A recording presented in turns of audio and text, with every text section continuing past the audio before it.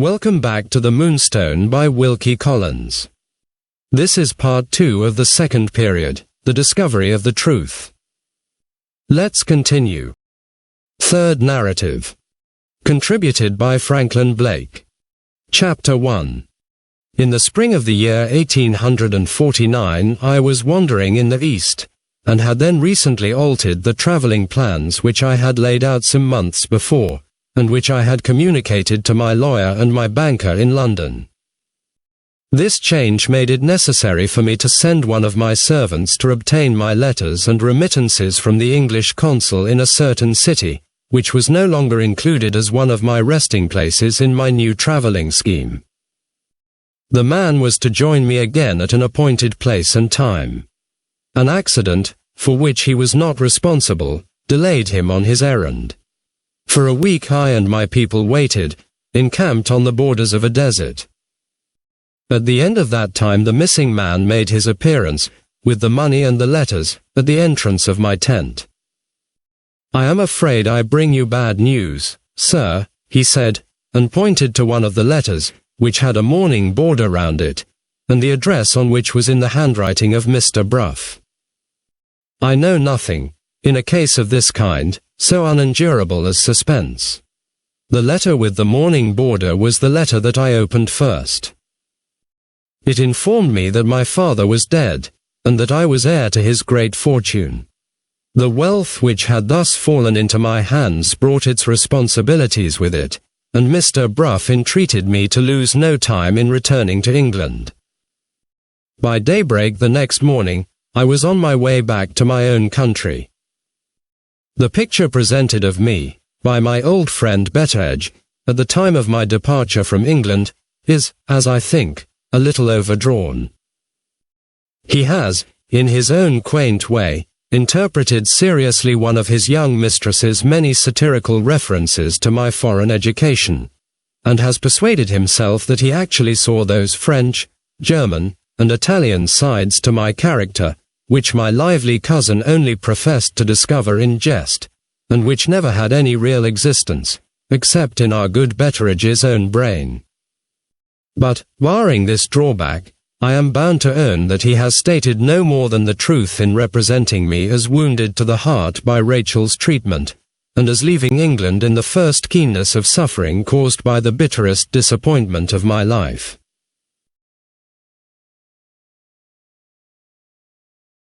I went abroad, resolved, if change and absence could help me, to forget her. It is, I am persuaded, no true view of human nature which denies that change and absence do help a man under these circumstances. They force his attention away from the exclusive contemplation of his own sorrow. I never forgot her, but the pang of remembrance lost its worst bitterness, little by little, as time, distance, and novelty interposed themselves more and more effectually between Rachel and me. On the other hand, it is no less certain that, with the act of turning homeward, the remedy which had gained its ground so steadily, began now, just as steadily, to drop back. The nearer I drew to the country which she inhabited, and to the prospect of seeing her again, the more irresistibly her influence began to recover its hold on me. On leaving England she was the last person in the world whose name I would have suffered to pass my lips. On returning to England, she was the first person I inquired after, when Mr. Bruff and I met again. I was informed, of course, of all that had happened in my absence, in other words, of all that has been related here in continuation of Betteredge's narrative, one circumstance only being excepted. Mr. Bruff did not, at that time, feel himself at liberty to inform me of the motives which had privately influenced Rachel and Godfrey Ablewhite in recalling the marriage promise, on either side. I troubled him with no embarrassing questions on this delicate subject. It was relief enough to me, after the jealous disappointment caused by hearing that she had ever contemplated being Godfrey's wife, to know that reflection had convinced her of acting rashly, and that she had effected her own release from her marriage engagement. Having heard the story of the past, my next inquiries, still inquiries after Rachel, advanced naturally to the present time. Under whose care had she been placed after leaving Mr. Bruff's house? And where was she living now? She was living under the care of a widowed sister of the late Sir John Verinder, one Mrs. Merridew, whom her mother's executors had requested to act as guardian, and who had accepted the proposal. They were reported to me as getting on together admirably well, and as being now established, for the season, in Mrs. Merridew's house in Portland Place. Half an hour after receiving this information, I was on my way to Portland Place, without having had the courage to own it to Mr. Bruff. The man who answered the door was not sure whether Miss Verinder was at home or not. I sent him upstairs with my card, as the speediest way of setting the question at rest. The man came down again with an impenetrable face, and informed me that Miss Verinder was out. I might have suspected other people of purposely denying themselves to me. But it was impossible to suspect Rachel. I left word that I would call again at 6 o'clock that evening. At 6 o'clock I was informed for the second time that Miss Verinder was not at home. Had any message been left for me? No message had been left for me. Had Miss Verinder not received my card? The servant begged my pardon. Miss Verinder had received it. The inference was too plain to be resisted. Rachel declined to see me. On my side, I declined to be treated in this way, without making an attempt, at least, to discover a reason for it.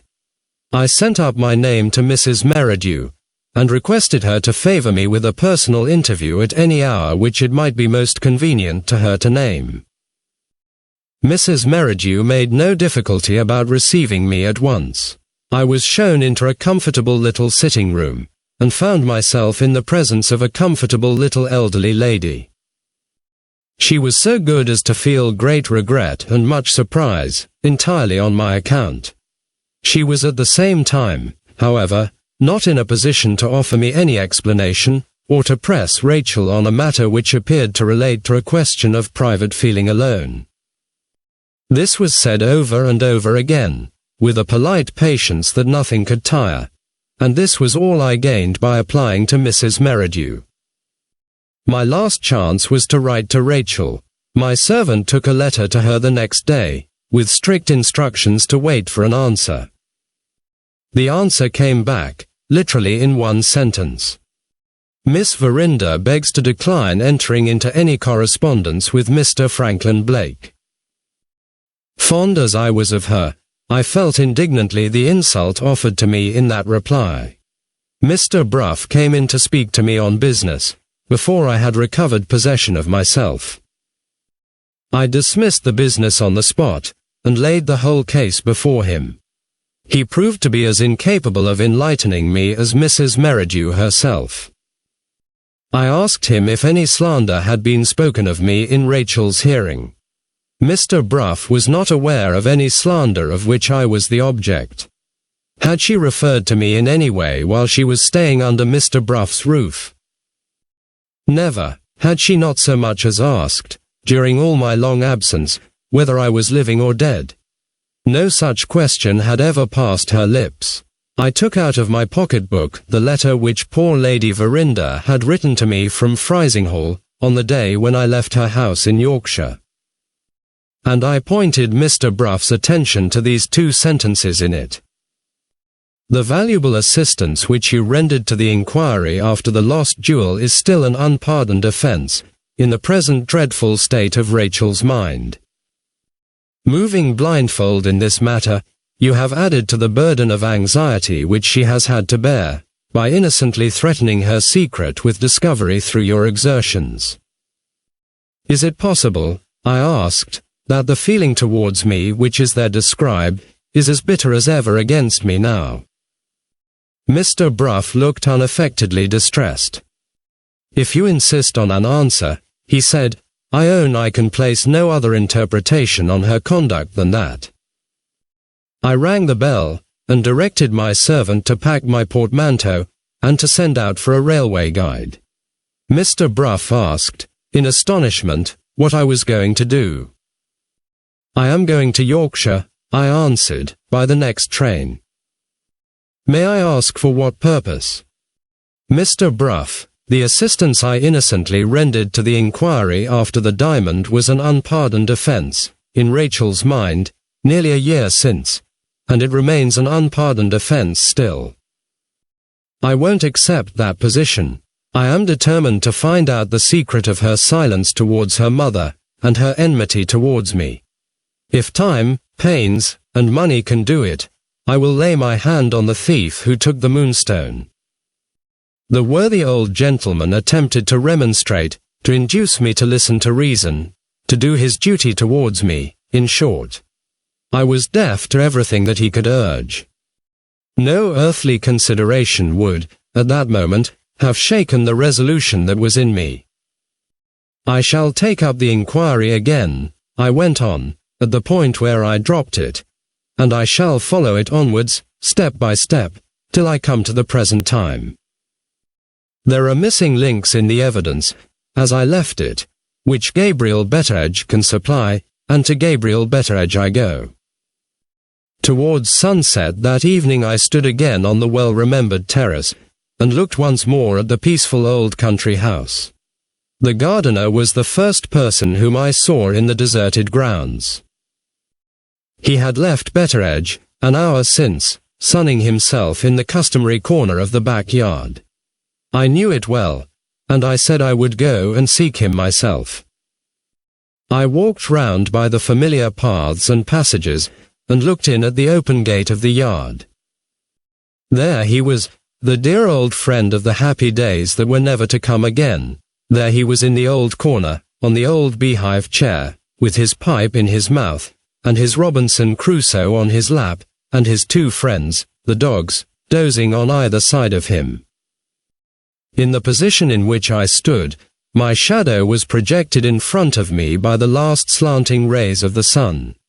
Either the dogs saw it, or their keen scent informed them of my approach. They started up with a growl. Starting in his turn, the old man quieted them by a word, and then shaded his failing eyes with his hand, and looked inquiringly at the figure at the gate. My own eyes were full of tears. I was obliged to wait a moment before I could trust myself to speak to him. Chapter 2. Betteredge, I said, pointing to the well-remembered book on his knee, has Robinson Crusoe informed you, this evening, that you might expect to see Franklin Blake? By the Lord Harry, Mr. Franklin, cried the old man, that's exactly what Robinson Crusoe has done. He struggled to his feet with my assistance, and stood for a moment, looking backwards and forwards between Robinson Crusoe and me, apparently at a loss to discover which of us had surprised him most. The verdict ended in favor of the book. Holding it open before him in both hands, he surveyed the wonderful volume with a stare of unutterable anticipation, as if he expected to see Robinson Crusoe himself walk out of the pages, and favor us with a personal interview. Here's the bit, Mr. Franklin, he said, as soon as he had recovered the use of his speech. As I live by bread, sir, here's the bit I was reading, the moment before you came in. Page 156 as follows. I stood like one thunderstruck, or as if I had seen an apparition. If that isn't as much as to say, expect the sudden appearance of Mr. Franklin Blake. There's no meaning in the English language, said Betteredge, closing the book with a bang, and getting one of his hands free at last to take the hand which I offered him. I had expected him, naturally enough under the circumstances, to overwhelm me with questions. But no, the hospitable impulse was the uppermost impulse in the old servant's mind, when a member of the family appeared, no matter how. As a visitor at the house. Walk in, Mr. Franklin, he said, opening the door behind him, with his quaint old-fashioned bow. I'll ask what brings you here afterwards. I must make you comfortable first.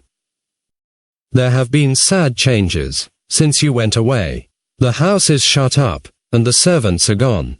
Never mind that. I'll cook your dinner, and the gardener's wife will make your bed, and if there's a bottle of our famous Latour claret left in the cellar, down your throat, Mr. Franklin, that bottle shall go. I bid you welcome, sir.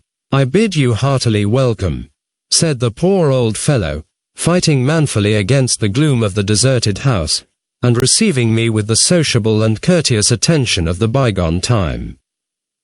It vexed me to disappoint him, but the house was Rachel's house. Now, could I eat in it, or sleep in it, after what had happened in London? The commonest sense of self-respect properly forbade me, to cross the threshold. I took Betteredge by the arm, and led him out into the garden. There was no help for it. I was obliged to tell him the truth. Between his attachment to Rachel, and his attachment to me, he was sorely puzzled and distressed at the turn things had taken.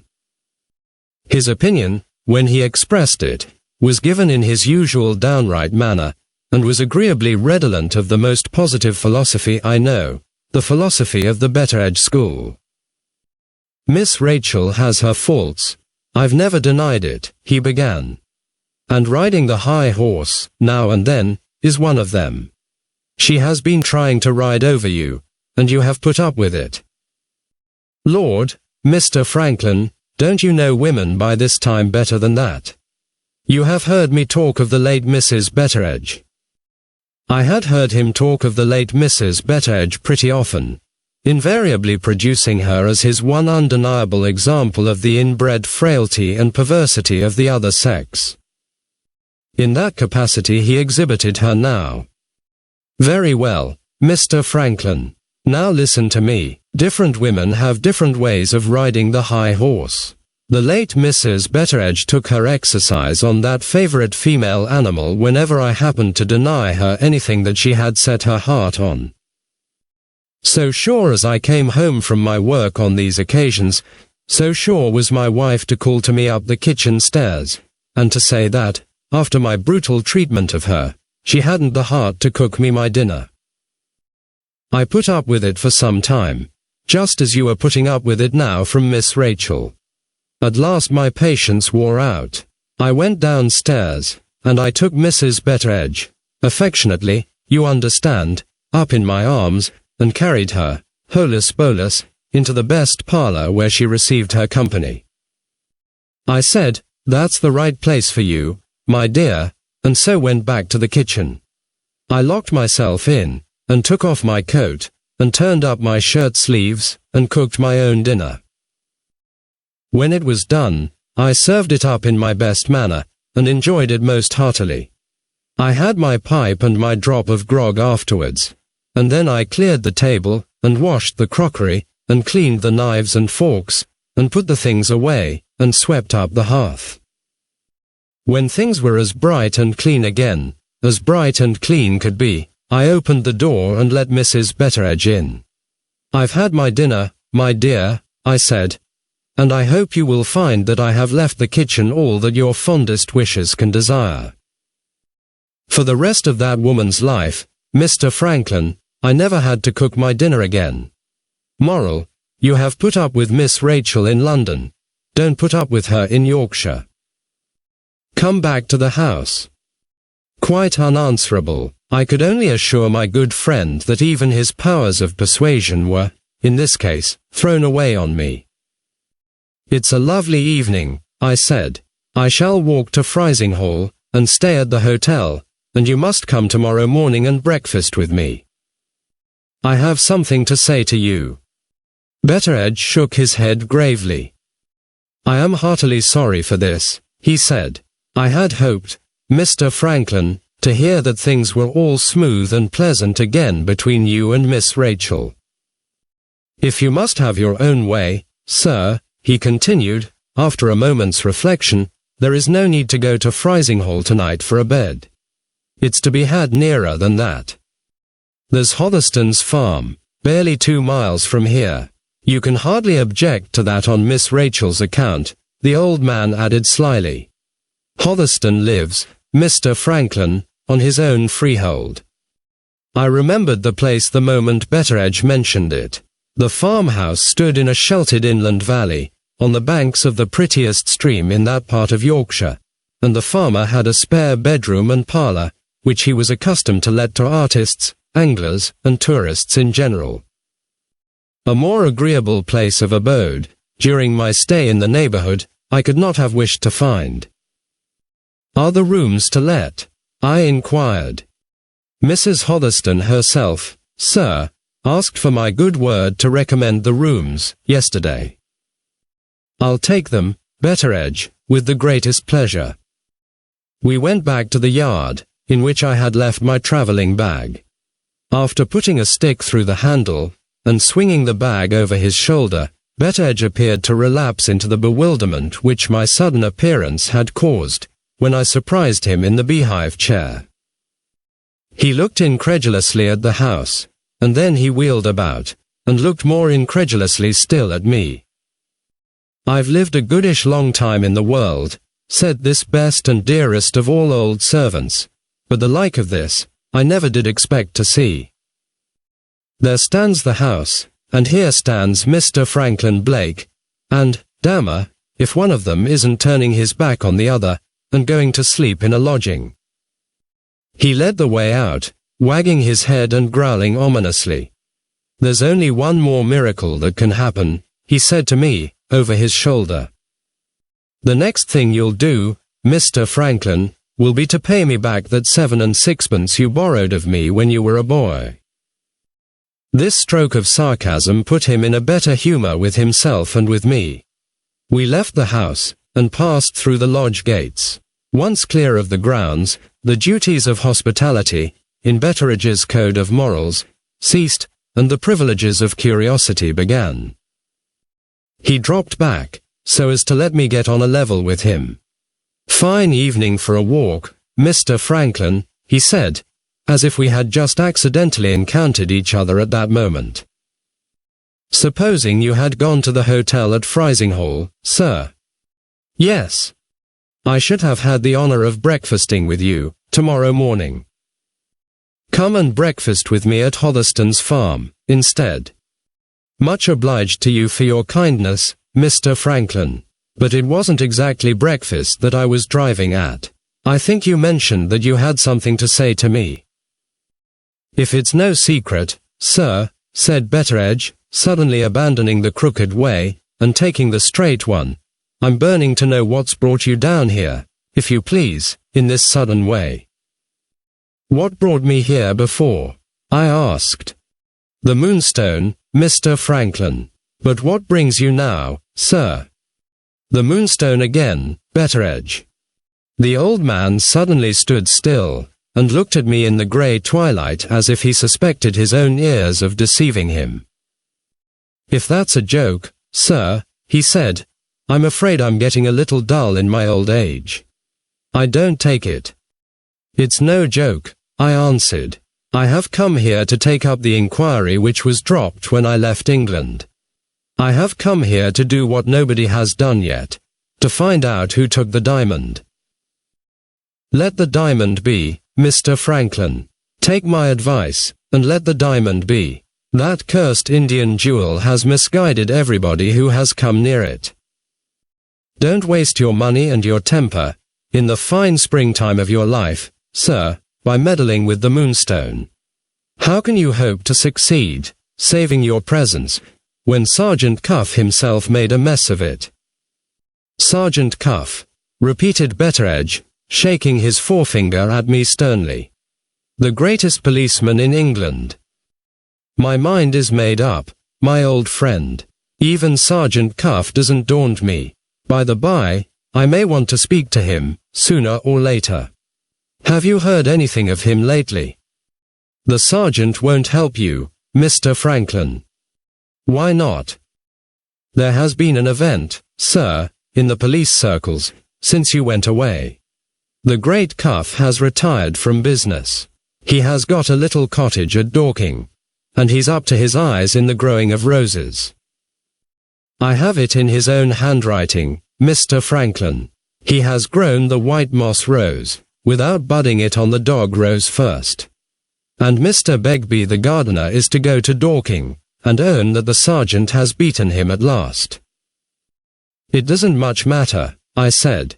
I must do without Sergeant Cuff's help, and I must trust to you, at starting. It is likely enough that I spoke rather carelessly. At any rate, Betteredge seemed to be piqued by something in the reply which I had just made to him.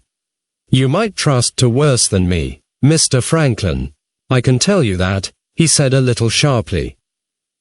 The tone in which he retorted, and a certain disturbance, after he had spoken, which I detected in his manner, suggested to me that he was possessed of some information which he hesitated to communicate. I expect you to help me, I said, in picking up the fragments of evidence which Sergeant Cuff has left behind him. I know you can do that.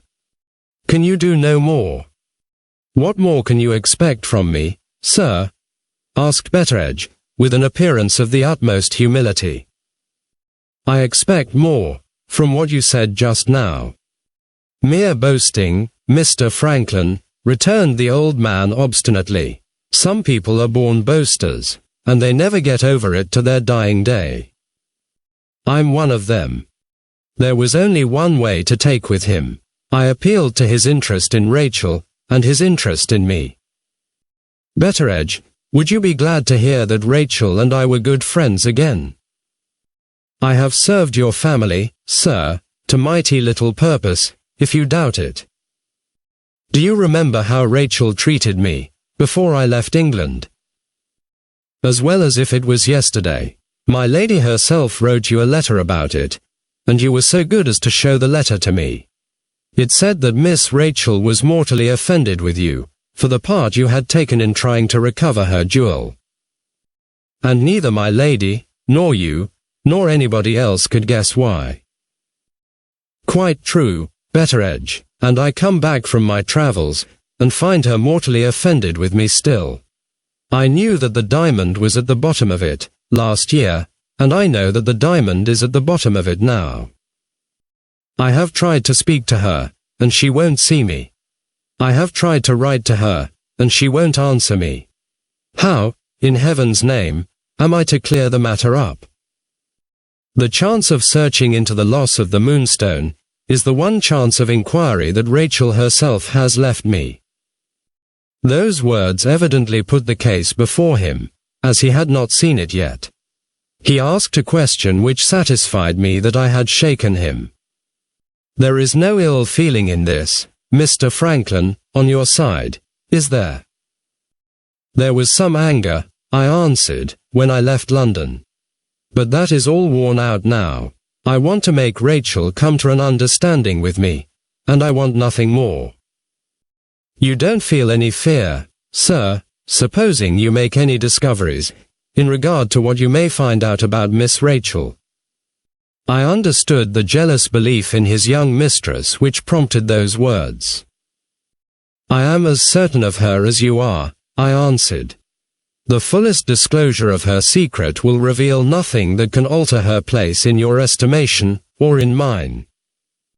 Betteredge's last left scruples vanished at that. If I am doing wrong to help you, Mr. Franklin, he exclaimed, all I can say is, I am as innocent of seeing it as the babe unborn. I can put you on the road to discovery, if you can only go on by yourself.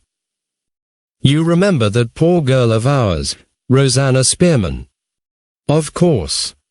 You always thought she had some sort of confession in regard to this matter of the Moonstone, which she wanted to make to you. I certainly couldn't account for her strange conduct in any other way. You may set that doubt at rest, Mr. Franklin, whenever you please. It was my turn to come to a standstill now.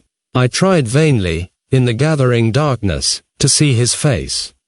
In the surprise of the moment, I asked a little impatiently what he meant. Steady, sir, proceeded Betteredge. I mean what I say. Rosanna Spearman left a sealed letter behind her, a letter addressed to you. Where is it? In the possession of a friend of hers, at Cobb's Hole. You must have heard tell, when you were here last, sir, of Limping Lucy, a lame girl with a crutch. The fisherman's daughter. The same, Mr. Franklin. Why wasn't the letter forwarded to me? Limping Lucy has a will of her own, sir. She wouldn't give it into any hands but yours. And you had left England before I could write to you. Let's go back, Betteredge, and get it at once. Too late, sir, tonight. They're great savers of candles along our coast, and they go to bed early at Cobb's Hole. Nonsense. We might get there in half an hour. You might, sir, and when you did get there, you would find the door locked. He pointed to a light, glimmering below us, and, at the same moment, I heard through the stillness of the evening the bubbling of a stream. There's the farm, Mr. Franklin. Make yourself comfortable for tonight, and come to me tomorrow morning if you'll be so kind. You will go with me to the fisherman's cottage. Yes, sir. Early. As early, Mr. Franklin, as you like. We descended the path that led to the farm. Chapter 3. I have only the most indistinct recollection of what happened at Hotherstone's farm. I remember a hearty welcome, a prodigious supper, which would have fed a whole village in the East, a delightfully clean bedroom, with nothing in it to regret but that detestable product of the folly of our forefathers, a feather bed, a restless night, with much kindling of matches, and many lightings of one little candle, and an immense sensation of relief when the sun rose, and there was a prospect of getting up. It had been arranged overnight with Betteredge that I was to call for him, on our way to Cobb's Hole, as early as I liked, which, interpreted by my impatience to get possession of the letter, meant as early as I could. Without waiting for breakfast at the farm, I took a crust of bread in my hand, and set forth, in some doubt whether I should not surprise the excellent Betteredge in his bed. To my great relief, he proved to be quite as excited about the coming event as I was. I found him ready, and waiting for me, with his stick in his hand. How are you this morning, Betteredge? Very poorly, sir. Sorry to hear it. What do you complain of? I complain of a new disease, Mr. Franklin, of my own inventing. I don't want to alarm you, but you're certain to catch it before the morning is out.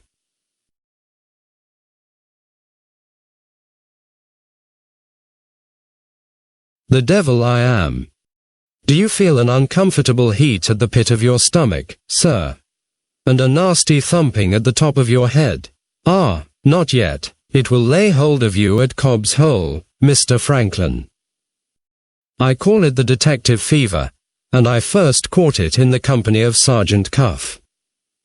Aye, and the cure in this instance is to open Rosanna Spearman's letter, I suppose. Come along, and let's get it. Early as it was, we found the fisherman's wife astir in her kitchen. On my presentation by Betteredge, good Mrs. Yolland performed a social ceremony, strictly reserved, as I afterwards learnt, for strangers of distinction. She put a bottle of Dutch gin and a couple of clean pipes on the table, and opened the conversation by saying, "What news from London, sir?" Before I could find an answer to this immensely comprehensive question, an apparition advanced towards me, out of a dark corner of the kitchen.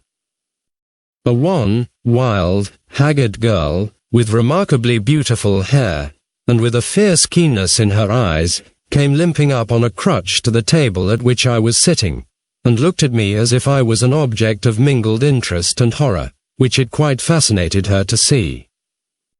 "Mr. Betteredge," she said, without taking her eyes off me, "mention his name again, if you please." "This gentleman's name," answered Betteredge, with a strong emphasis on gentleman, "is Mr. Franklin Blake." The girl turned her back on me, and suddenly left the room. Good Mrs. Yolland, as I believe, made some apologies for her daughter's odd behavior, and Betteredge, probably, translated them into polite English. I speak of this in complete uncertainty. My attention was absorbed in following the sound of the girl's crutch. Thump thump, up the wooden stairs, Thump thump across the room above our heads, thump thump down the stairs again, and there stood the apparition at the open door, with a letter in its hand, beckoning me out. I left more apologies in course of delivery behind me, and followed this strange creature, limping on before me, faster and faster, down the slope of the beach.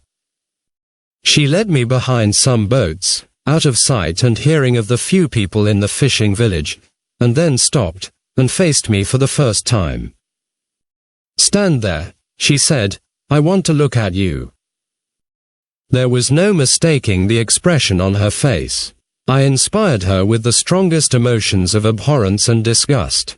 Let me not be vain enough to say that no woman had ever looked at me in this manner before.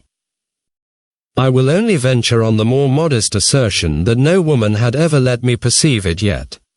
There is a limit to the length of the inspection which a man can endure, under certain circumstances.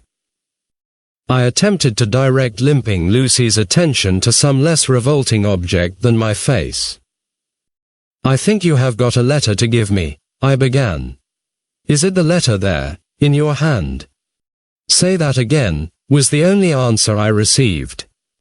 I repeated the words, like a good child learning its lesson. "No," said the girl, speaking to herself, but keeping her eyes still mercilessly fixed on me. I can't find out what she saw in his face. I can't guess what she heard in his voice. She suddenly looked away from me, and rested her head wearily on the top of her crutch. "Oh, my poor dear," she said, in the first soft tones which had fallen from her, in my hearing. "Oh, my lost darling, what could you see in this man?" She lifted her head again fiercely, and looked at me once more. "Can you eat and drink?" she asked. I did my best to preserve my gravity, and answered, "Yes." "Can you sleep?" "Yes." "When you see a poor girl in service, do you feel no remorse?" "Certainly not. Why should I?" She abruptly thrust the letter, as the phrase is, into my face. "Take it," she exclaimed furiously. "I never set eyes on you before. God Almighty forbid I should ever set eyes on you again." With those parting words she limped away from me at the top of her speed. The one interpretation that I could put on her conduct has, no doubt, been anticipated by everybody.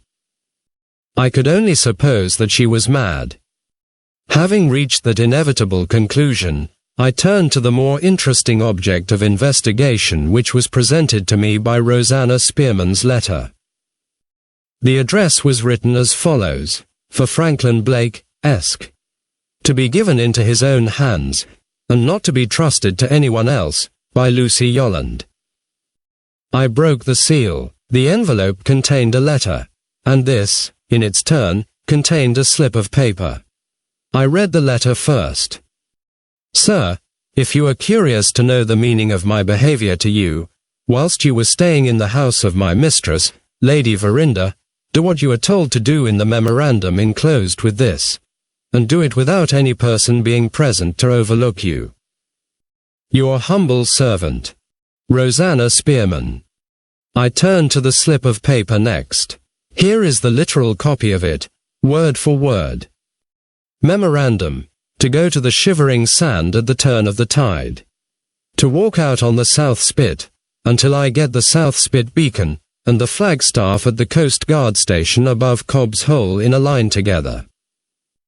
To lay down on the rocks, a stick, or any straight thing to guide my hand, exactly in the line of the beacon and the flagstaff.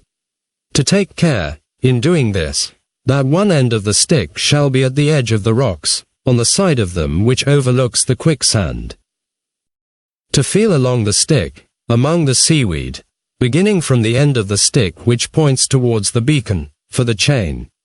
To run my hand along the chain, when found, until I come to the part of it which stretches over the edge of the rocks, down into the quicksand. And then, to pull the chain. Just as I had read the last words, underlined in the original, I heard the voice of Betteredge behind me. The inventor of the detective fever had completely succumbed to that irresistible malady. "I can't stand it any longer, Mr. Franklin. What does her letter say? For mercy's sake, sir, tell us, what does her letter say?" I handed him the letter, and the memorandum. He read the first without appearing to be much interested in it. But the second, the memorandum, produced a strong impression on him. "The sergeant said it," cried Betteredge. "From first to last, sir, the sergeant said she had got a memorandum of the hiding place. And here it is. Lord save us, Mr. Franklin, here is the secret that puzzled everybody, from the great cuff downwards, ready and waiting, as one may say, to show itself to you. It's the ebb now, sir, as anybody may see for themselves. How long will it be till the turn of the tide?" He looked up, and observed a lad at work, at some little distance from us, mending a net. "Tammy Bright," he shouted at the top of his voice. "I hear you," Tammy shouted back. "When's the turn of the tide?" "In an hour's time." We both looked at our watches. "We can go round by the coast, Mr. Franklin," said Betteredge, "and get to the quicksand in that way with plenty of time to spare. What do you say, sir? Come along." On our way to the shivering sand, I applied to Betteredge to revive my memory of events, as affecting Rosanna Spearman, at the period of Sergeant Cuff's inquiry. With my old friend's help, I soon had the succession of circumstances clearly registered in my mind. Rosanna's journey to Frizinghall, when the whole household believed her to be ill in her own room, Rosanna's mysterious employment of the night-time with her door locked, and her candle burning till the morning, Rosanna's suspicious purchase of the Japan tin case, and the 2 dogs' chains from Mrs.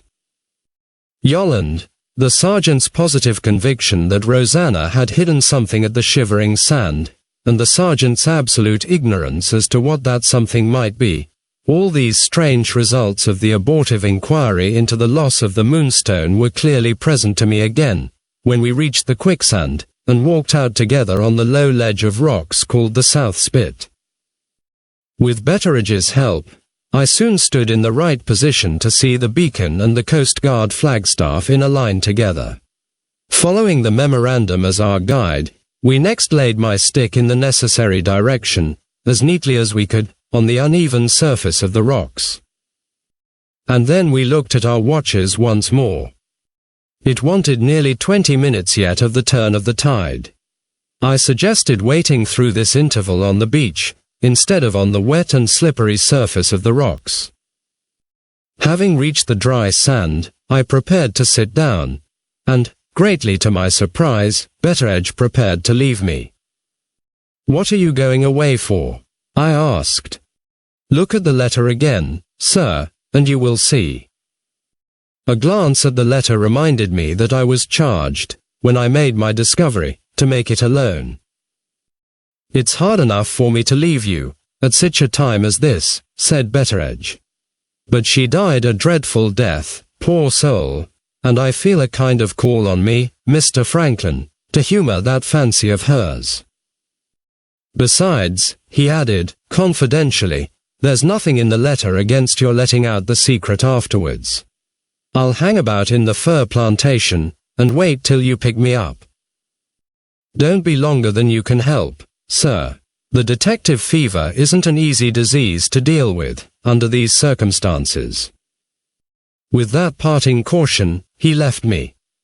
The interval of expectation, short as it was when reckoned by the measure of time, assumed formidable proportions when reckoned by the measure of suspense. This was one of the occasions on which the invaluable habit of smoking becomes especially precious and consolatory. I lit a cigar, and sat down on the slope of the beach. The sunlight poured its unclouded beauty on every object that I could see. The exquisite freshness of the air made the mere act of living and breathing a luxury. Even the lonely little bay welcomed the morning with a show of cheerfulness, and the bared wet surface of the quicksand itself, glittering with a golden brightness, hid the horror of its false brown face under a passing smile. It was the finest day I had seen since my return to England. The turn of the tide came, before my cigar was finished. I saw the preliminary heaving of the sand, and then the awful shiver that crept over its surface, as if some spirit of terror lived and moved and shuddered in the fathomless deeps beneath. I threw away my cigar, and went back again to the rocks. My directions in the memorandum instructed me to feel along the line traced by the stick, beginning with the end which was nearest to the beacon. I advanced, in this manner, more than halfway along the stick, without encountering anything but the edges of the rocks. An inch or two further on, however, my patience was rewarded. In a narrow little fissure, just within reach of my forefinger, I felt the chain. Attempting, next, to follow it, by touch, in the direction of the quicksand, I found my progress stopped by a thick growth of seaweed, which had fastened itself into the fissure, no doubt, in the time that had elapsed since Rosanna Spearman had chosen her hiding place. It was equally impossible to pull up the seaweed, or to force my hand through it. After marking the spot indicated by the end of the stick which was placed nearest to the quicksand, I determined to pursue the search for the chain on a plan of my own. My idea was to sound immediately under the rocks, on the chance of recovering the lost trace of the chain at the point at which it entered the sand. I took up the stick, and knelt down on the brink of the south spit. In this position, my face was within a few feet of the surface of the quicksand. The sight of it so near me, still disturbed at intervals by its hideous shivering fit, shook my nerves for the moment.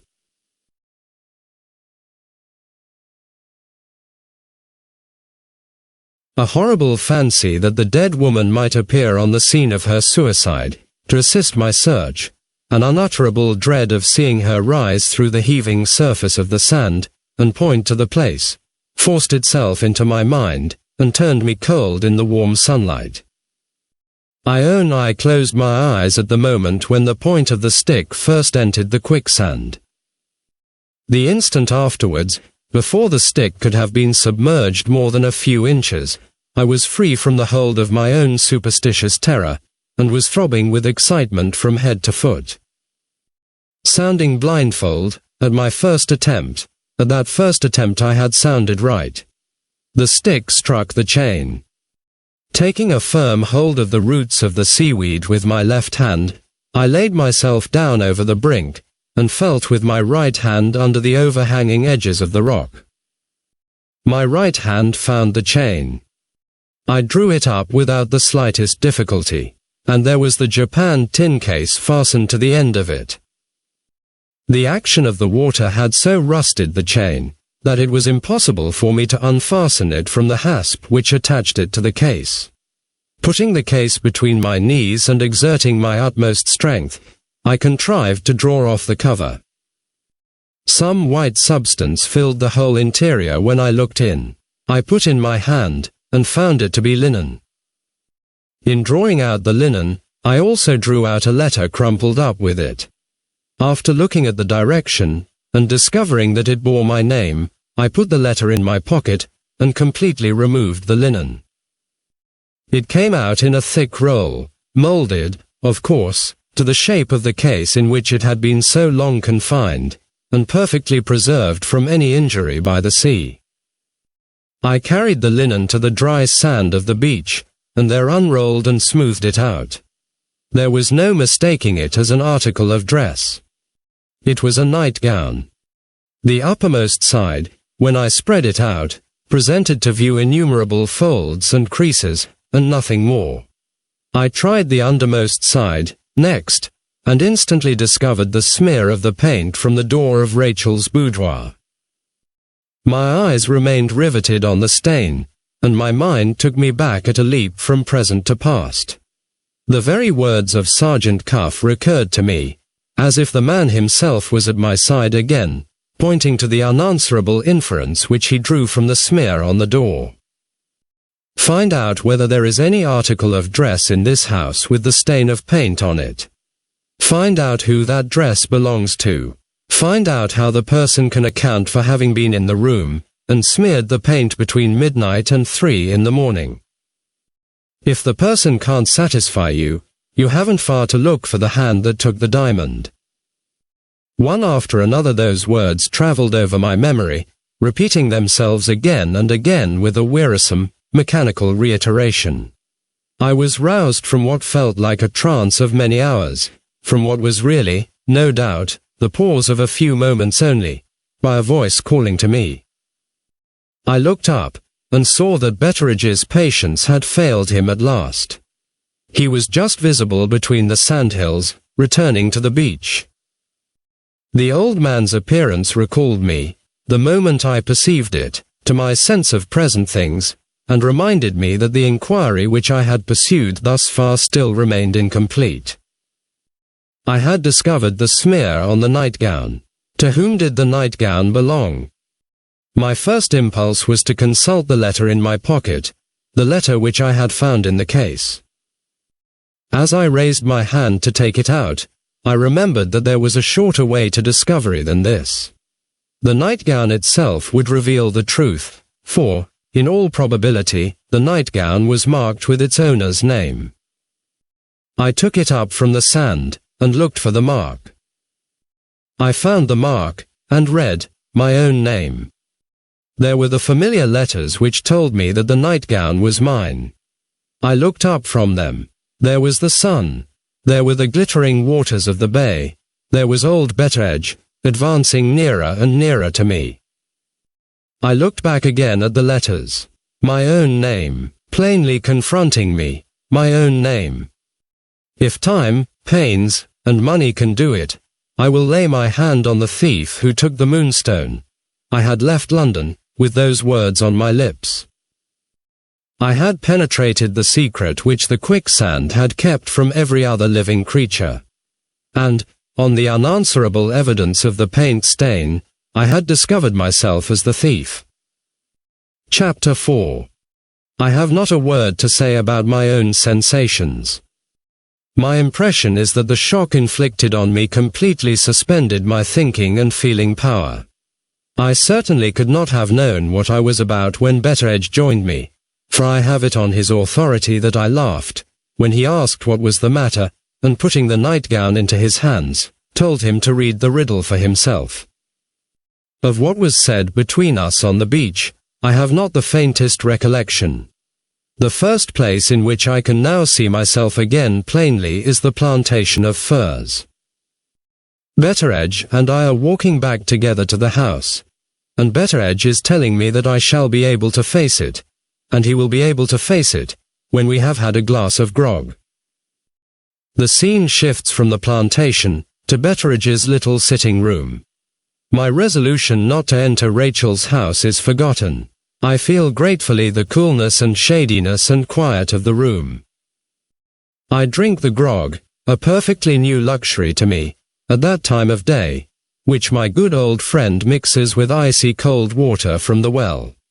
Under any other circumstances, the drink would simply stupefy me. As things are, it strings up my nerves. I begin to face it, as Betteredge has predicted, and Betteredge, on his side, begins to face it, too. The picture which I am now presenting of myself will, I suspect, be thought a very strange one, to say the least of it. Placed in a situation which may, I think, be described as entirely without parallel, what is the first proceeding to which I resort? Do I seclude myself from all human society? Do I set my mind to analyze the abominable impossibility which, nevertheless, confronts me as an undeniable fact? Do I hurry back to London by the first train to consult the highest authorities, and to set a searching inquiry on foot immediately? No, I accept the shelter of a house which I had resolved never to degrade myself by entering again, and I sit, tippling spirits and water in the company of an old servant, at 10 o'clock in the morning. Is this the conduct that might have been expected from a man placed in my horrible position? I can only answer that the sight of old Betteredge's familiar face was an inexpressible comfort to me, and that the drinking of old Betteredge's grog helped me, as I believe nothing else would have helped me, in the state of complete bodily and mental prostration into which I had fallen. I can only offer this excuse for myself, and I can only admire that invariable preservation of dignity, and that strictly logical consistency of conduct which distinguish every man and woman who may read these lines, in every emergency of their lives from the cradle to the grave. Now, Mr. Franklin, there's one thing certain, at any rate, said Betteredge, throwing the nightgown down on the table between us, and pointing to it as if it was a living creature that could hear him. He's a liar, to begin with. This comforting view of the matter was not the view that presented itself to my mind. I am as innocent of all knowledge of having taken the diamond as you are, I said. But there is the witness against me. The paint on the nightgown, and the name on the nightgown are facts. Betteredge lifted my glass, and put it persuasively into my hand. Facts, he repeated. Take a drop more grog, Mr. Franklin, and you'll get over the weakness of believing in facts. Foul play, sir, he continued, dropping his voice confidentially. That is how I read the riddle. Foul play somewhere, and you and I must find it out. Was there nothing else in the tin case, when you put your hand into it? The question instantly reminded me of the letter in my pocket. I took it out, and opened it. It was a letter of many pages, closely written. I looked impatiently for the signature at the end. Rosanna Spearman. As I read the name, a sudden remembrance illuminated my mind, and a sudden suspicion rose out of the new light.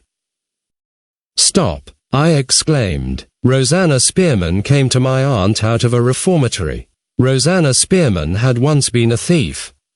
There's no denying that, Mr. Franklin. What of it now, if you please? What of it now? How do we know she may not have stolen the diamond after all? How do we know she may not have smeared my nightgown purposely with the paint? Betteredge laid his hand on my arm, and stopped me before I could say any more. You will be cleared of this, Mr. Franklin, beyond all doubt. But I hope you won't be cleared in that way. See what the letter says, sir. In justice to the girl's memory, see what it says. I felt the earnestness with which he spoke, felt it as a friendly rebuke to me. You shall form your own judgment on her letter, I said. I will read it out. I began, and read these lines. Sir, I have something to own to you. A confession which means much misery, may sometimes be made in very few words. This confession can be made in 3 words. I love you. The letter dropped from my hand. I looked at Betteredge. In the name of heaven, I said, what does it mean? He seemed to shrink from answering the question. You and Limping Lucy were alone together this morning, sir, he said. Did she say nothing about Rosanna Spearman? She never even mentioned Rosanna Spearman's name. Please to go back to the letter, Mr. Franklin. I tell you plainly, I can't find it in my heart to distress you, after what you have had to bear already. Let her speak for herself, sir, and get on with your grog. For your own sake, get on with your grog. I resumed the reading of the letter. It would be very disgraceful to me to tell you this, if I was a living woman when you read it. I shall be dead and gone, sir, when you find my letter. It is that which makes me bold. Not even my grave will be left to tell of me. I may own the truth, with the quicksand waiting to hide me when the words are written.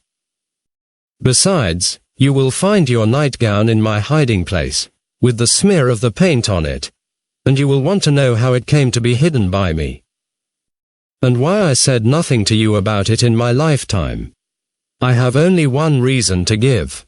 I did these strange things, because I loved you. I won't trouble you with much about myself, or my life, before you came to my lady's house. Lady Verinder took me out of a reformatory. I had gone to the reformatory from the prison. I was put in the prison because I was a thief.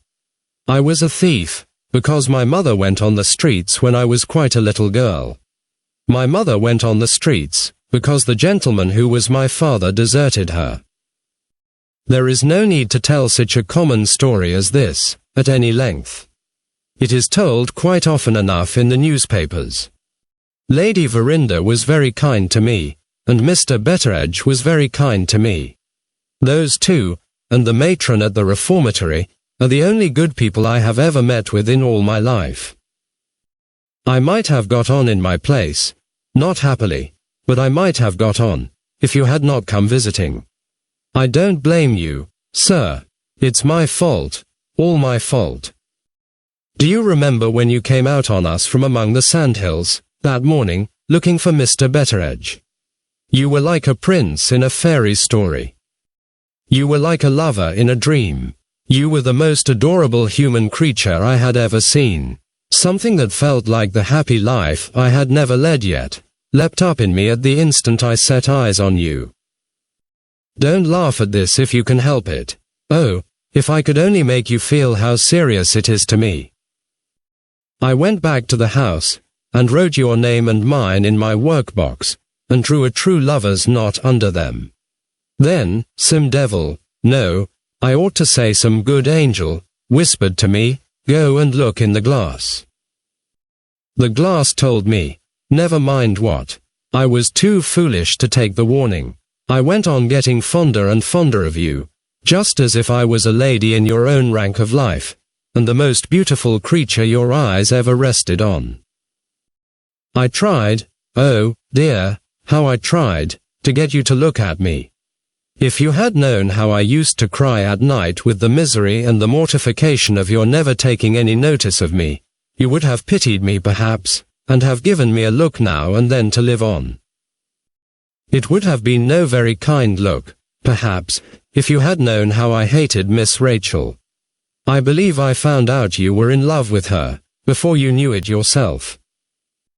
She used to give you roses to wear in your buttonhole. Ah, Mr. Franklin, you wore my roses oftener than either you or she thought. The only comfort I had at that time was putting my rose secretly in your glass of water, in place of hers, and then throwing her rose away. If she had been really as pretty as you thought her, I might have borne it better. No, I believe I should have been more spiteful against her still.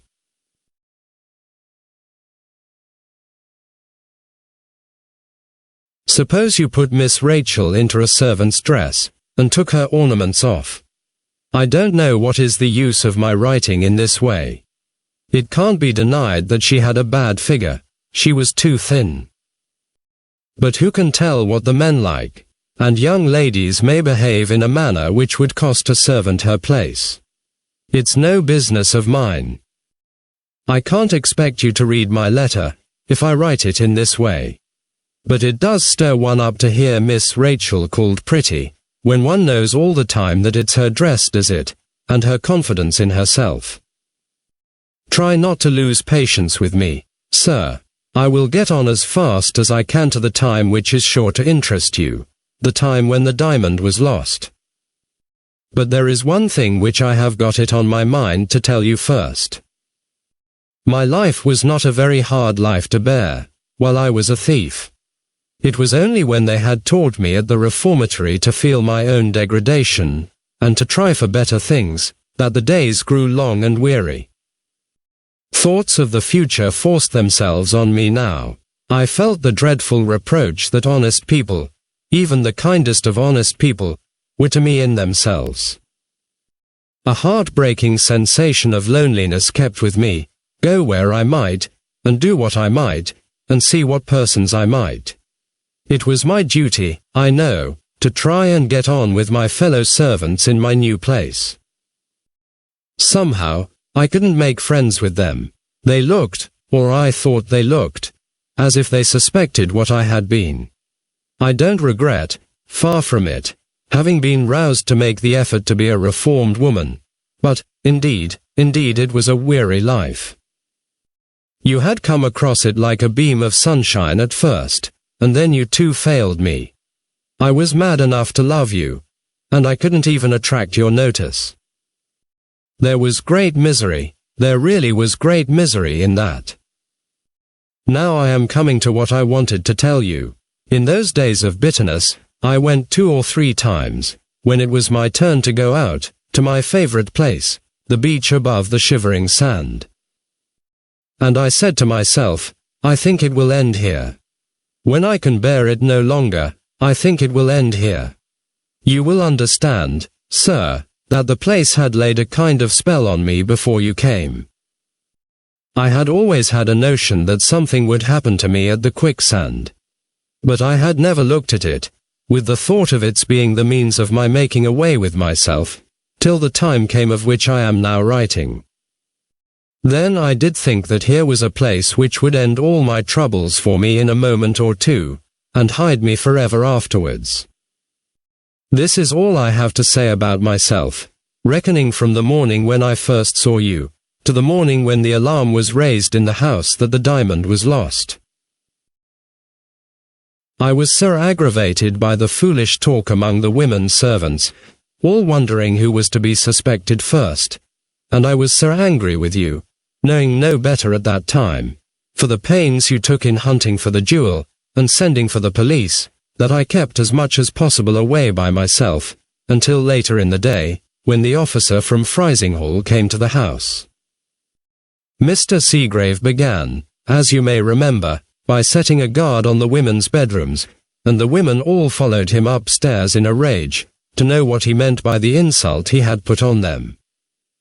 I went with the rest, because if I had done anything different from the rest, Mr. Seagrave was the sort of man who would have suspected me directly. We found him in Miss Rachel's room. He told us he wouldn't have a lot of women there, and he pointed to the smear on the painted door, and said some of our petticoats had done the mischief, and sent us all downstairs again. After leaving Miss Rachel's room, I stopped a moment on one of the landings, by myself, to see if I had got the paint stain by any chance on my gown. Penelope Betteredge, the only one of the women with whom I was on friendly terms, passed, and noticed what I was about. You needn't trouble yourself, Rosanna, she said. The paint on Miss Rachel's door has been dry for hours. If Mr. Seagrave hadn't set a watch on our bedrooms, I might have told him as much. I don't know what you think, I was never so insulted before in my life. Penelope was a hot-tempered girl. I quieted her, and brought her back to what she had said about the paint on the door having been dry for hours. How do you know that? I asked. I was with Miss Rachel and Mr. Franklin all yesterday morning, Penelope said, mixing the colors while they finished the door. I heard Miss Rachel ask whether the door would be dry that evening, in time for the birthday company to see it. And Mr. Franklin shook his head, and said it wouldn't be dry in less than 12 hours. It was long past luncheon time. It was 3 o'clock before they had done. What does your arithmetic say, Rosanna? Mine says the door was dry by 3 this morning. Did some of the ladies go upstairs yesterday evening to see it? I asked. I thought I heard Miss Rachel warning them to keep clear of the door. None of the ladies made the smear, Penelope answered. I left Miss Rachel in bed at 12 last night, and I noticed the door, and there was nothing wrong with it then. Oughtn't you to mention this to Mr. Seagrave, Penelope? I wouldn't say a word to help Mr. Seagrave for anything that could be offered to me. She went to her work, and I went to mine. My work, sir, was to make your bed, and to put your room tidy. It was the happiest hour I had in the whole day. I used to kiss the pillow on which your head had rested all night. No matter who has done it since, you have never had your clothes folded as nicely as I folded them for you. Of all the little knick-knacks in your dressing case, there wasn't one that had so much as a speck on it. You never noticed it, any more than you noticed me. I beg your pardon. I am forgetting myself. I will make haste, and go on again. Well, I went in that morning to do my work in your room.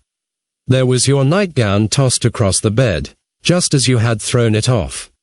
I took it up to fold it, and I saw the stain of the paint from Miss Rachel's door. I was so startled by the discovery that I ran out with the nightgown in my hand, and made for the back stairs, and locked myself into my own room, to look at it in a place where nobody could intrude and interrupt me. As soon as I got my breath again, I called to mind my talk with Penelope, and I said to myself, here's the proof that he was in Miss Rachel's sitting room between 12 last night and 3 this morning. I shall not tell you in plain words what was the first suspicion that crossed my mind when I had made that discovery. You would only be angry, and, if you were angry, you might tear my letter up and read no more of it. Let it be enough, if you please, to say only this. After thinking it over to the best of my ability, I made it out that the thing wasn't likely, for a reason that I will tell you. If you had been in Miss Rachel's sitting room, at that time of night, with Miss Rachel's knowledge, and if you had been foolish enough to forget to take care of the wet door, she would have reminded you. She would never have let you carry away such a witness against her, as the witness I was looking at now. At the same time, I own I was not completely certain in my own mind that I had proved my own suspicion to be wrong. You will not have forgotten that I have owned to hating Miss Rachel. Try to think, if you can, that there was a little of that hatred in all this. It ended in my determining to keep the nightgown, and to wait, and watch, and see what use I might make of it. At that time, please to remember, not the ghost of an idea entered my head that you had stolen the diamond. There, I broke off in the reading of the letter for the second time. I had read those portions of the miserable woman's confession which related to myself, with unaffected surprise, and, I can honestly add, with sincere distress. I had regretted, truly regretted, the aspersion which I had thoughtlessly cast on her memory, before I had seen a line of her letter. But when I had advanced as far as the passage which is quoted above, I own I felt my mind growing bitterer and bitterer against Rosanna Spearman as I went on. Read the rest for yourself, I said, handing the letter to Betteredge across the table. If there is anything in it that I must look at, you can tell me as you go on. I understand you, Mr. Franklin, he answered. It's natural, sir, in you, and, God help us all, he added, in a lower tone, it's no less natural in her. I proceed to copy the continuation of the letter from the original, in my own possession. Having determined to keep the nightgown, and to see what use my love, or my revenge, I hardly know which, could turn it to in the future, the next thing to discover was how to keep it without the risk of being found out. There was only one way, to make another nightgown exactly like it, before Saturday came, and brought the laundry-woman and her inventory to the house. I was afraid to put it off till next day, the Friday, being in doubt lest some accident might happen in the interval. I determined to make the new nightgown on that same day, the Thursday, while I could count, if I played my cards properly, on having my time to myself. The first thing to do, after locking up your nightgown in my drawer, was to go back to your bedroom, not so much to put it to rights, Penelope would have done that for me, if I had asked her, as to find out whether you had smeared off any of the paint stain from your nightgown, on the bed, or on any piece of furniture in the room. I examined everything narrowly, and at last, I found a few streaks of the paint on the inside of your dressing gown, not the linen dressing gown you usually wore in that summer season, but a flannel dressing gown which you had with you also. I suppose you felt chilly after walking to and fro in nothing but your nightdress, and put on the warmest thing you could find. At any rate, there were the stains, just visible, on the inside of the dressing gown. I easily got rid of these by scraping away the stuff of the flannel. This done, the only proof left against you was the proof locked up in my drawer. I had just finished your room when I was sent for to be questioned by Mr. Seagrave, along with the rest of the servants. Next came the examination of all our boxes. And then followed the most extraordinary event of the day, to me, since I had found the paint on your nightgown. This event came out of the second questioning of Penelope Betteredge by Superintendent Seagrave. Penelope returned to us quite beside herself with rage at the manner in which Mr. Seagrave had treated her. He had hinted, beyond the possibility of mistaking him, that he suspected her of being the thief. We were all equally astonished at hearing this, and we all asked, why? Because the diamond was in Miss Rachel's sitting room, Penelope answered. And because I was the last person in the sitting room at night. Almost before the words had left her lips, I remembered that another person had been in the sitting room later than Penelope. That person was yourself. My head whirled round, and my thoughts were in dreadful confusion. In the midst of it all, something in my mind whispered to me that the smear on your nightgown might have a meaning entirely different to the meaning which I had given to it up to that time. If the last person who was in the room is the person to be suspected, I thought to myself, the thief is not Penelope, but Mr. Franklin Blake. In the case of any other gentleman, I believe I should have been ashamed of suspecting him of theft, almost as soon as the suspicion had passed through my mind. But the bare thought that you had let yourself down to my level, and that I, in possessing myself of your nightgown, had also possessed myself of the means of shielding you from being discovered, and disgraced for life, I say, sir, the bare thought of this seemed to open such a chance before me of winning your goodwill, that I passed blindfold, as one may say, from suspecting to believing.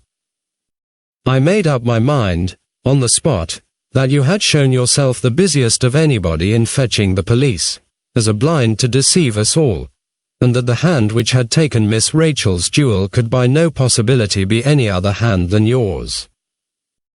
The excitement of this new discovery of mine must, I think, have turned my head for a while. I felt such a devouring eagerness to see you, to try you with a word or two about the diamond, and to make you look at me, and speak to me, in that way, that I put my hair tidy, and made myself as nice as I could, and went to you boldly in the library where I knew you were writing. You had left one of your rings upstairs, which made as good an excuse for my intrusion as I could have desired. But, oh, sir, if you have ever loved, you will understand how it was that all my courage cooled, when I walked into the room, and found myself in your presence. And then, you looked up at me so coldly, and you thanked me for finding your ring in such an indifferent manner, that my knees trembled under me, and I felt as if I should drop on the floor at your feet. When you had thanked me, you looked back, if you remember, at your writing. I was so mortified at being treated in this way, that I plucked up spirit enough to speak. I said, "This is a strange thing about the diamond, sir." And you looked up again, and said, "Yes, it is." You spoke civilly, I can't deny that, but still you kept a distance, a cruel distance between us. Believing, as I did, that you had got the lost diamond hidden about you, while you were speaking, your coolness so provoked me that I got bold enough, in the heat of the moment, to give you a hint. I said, "They will never find the diamond, sir, will they?" "No, nor the person who took it, I'll answer for that." I nodded, and smiled at you, as much as to say, "I know."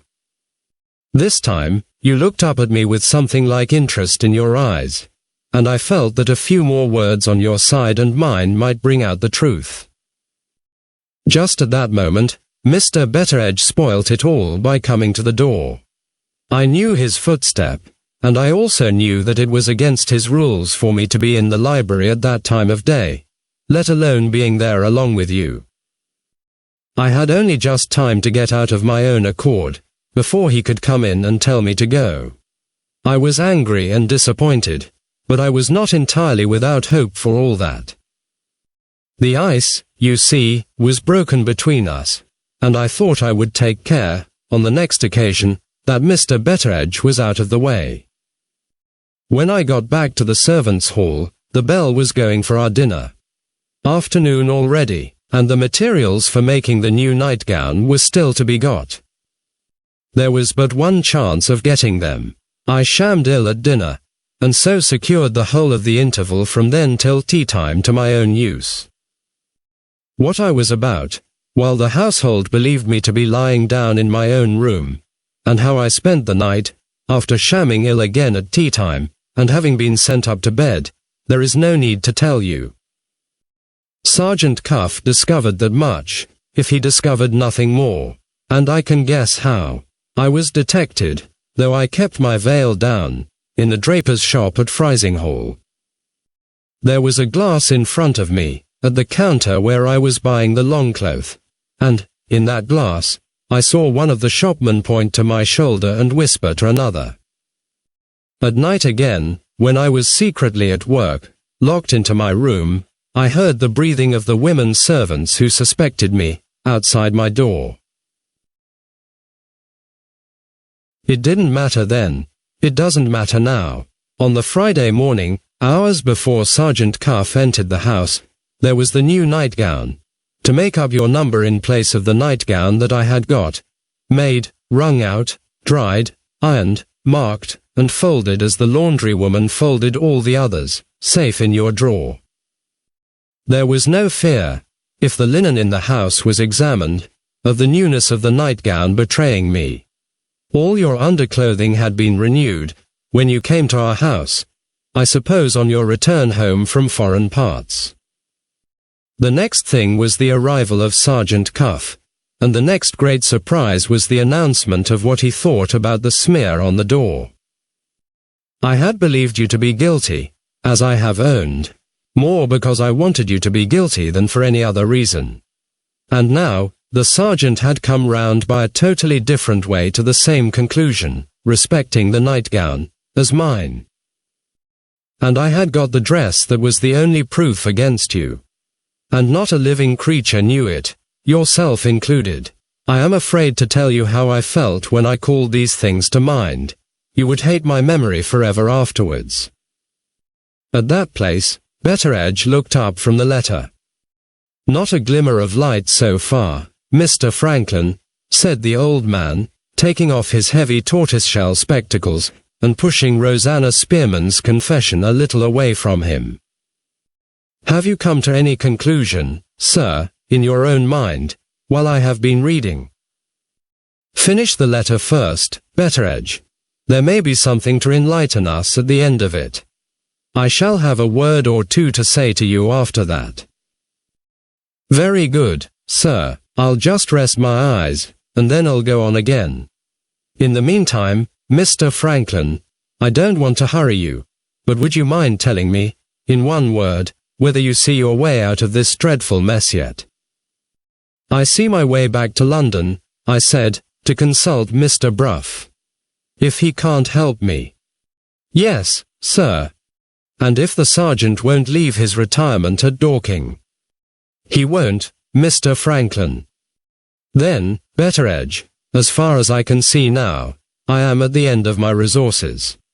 After Mr. Bruff and the sergeant, I don't know of a living creature who can be of the slightest use to me. As the words passed my lips, some person outside knocked at the door of the room. Betteredge looked surprised as well as annoyed by the interruption. Come in, he called out, irritably, whoever you are. The door opened, and there entered to us, quietly, the most remarkable-looking man that I had ever seen. Judging him by his figure and his movements, he was still young. Judging him by his face, and comparing him with Betteredge, he looked the elder of the two. His complexion was of a gypsy darkness.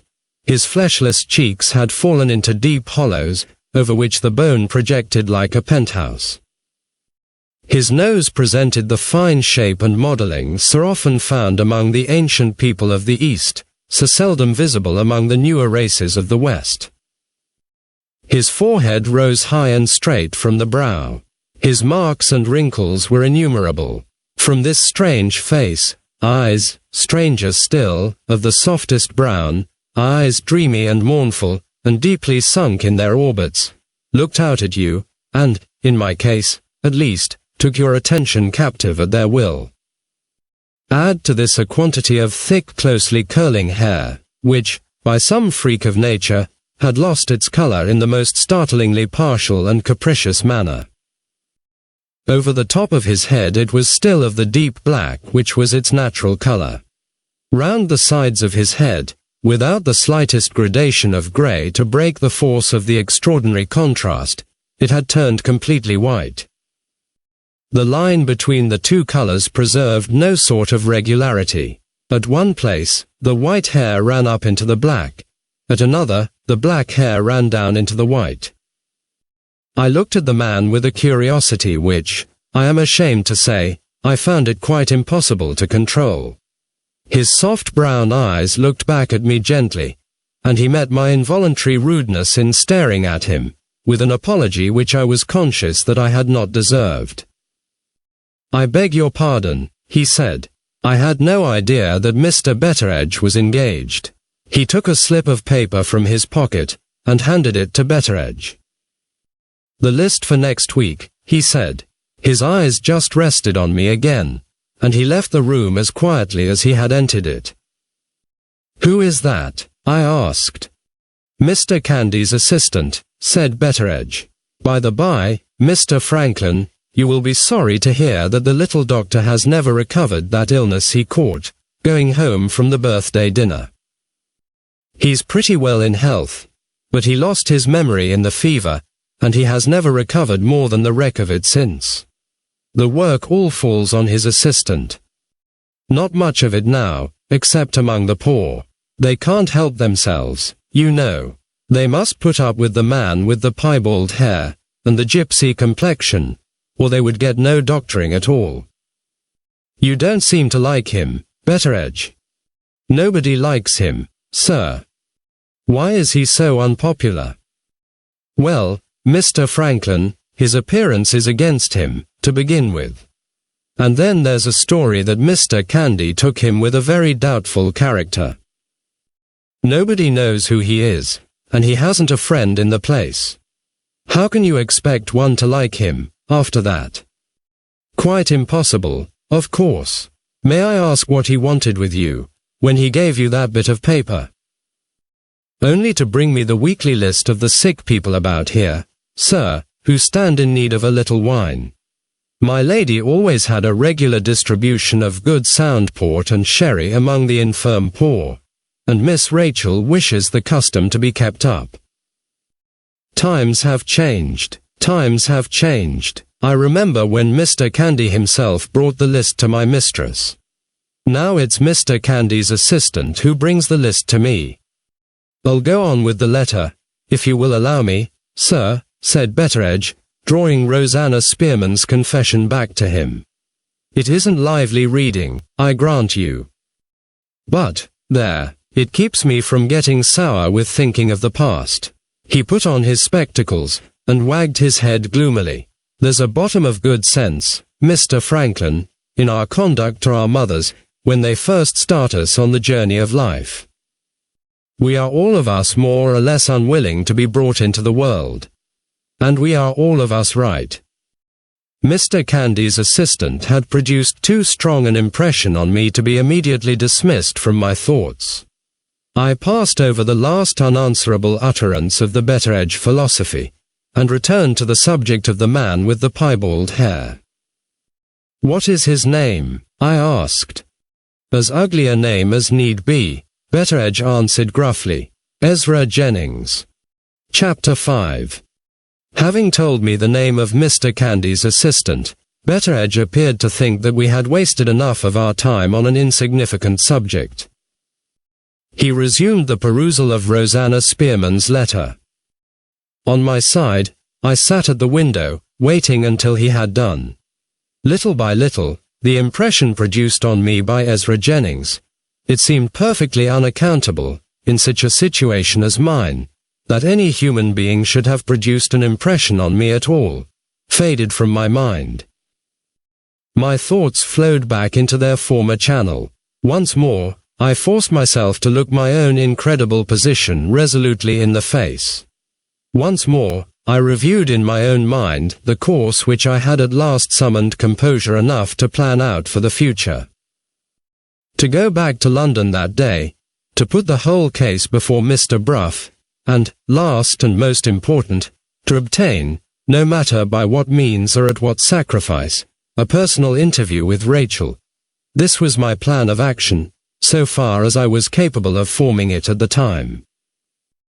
There was more than an hour still to spare before the train started, and there was the bare chance that Betteredge might discover something in the unread portion of Rosanna Spearman's letter, which it might be useful for me to know before I left the house in which the diamond had been lost.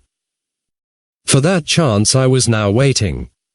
The letter ended in these terms: "You have no need to be angry, Mr. Franklin, even if I did feel some little triumph at knowing that I held all your prospects in life in my own hands." Anxieties and fears soon came back to me. With the view Sergeant Cuff took of the loss of the diamond, he would be sure to end in examining our linen and our dresses. There was no place in my room, there was no place in the house, which I could feel satisfied would be safe from him.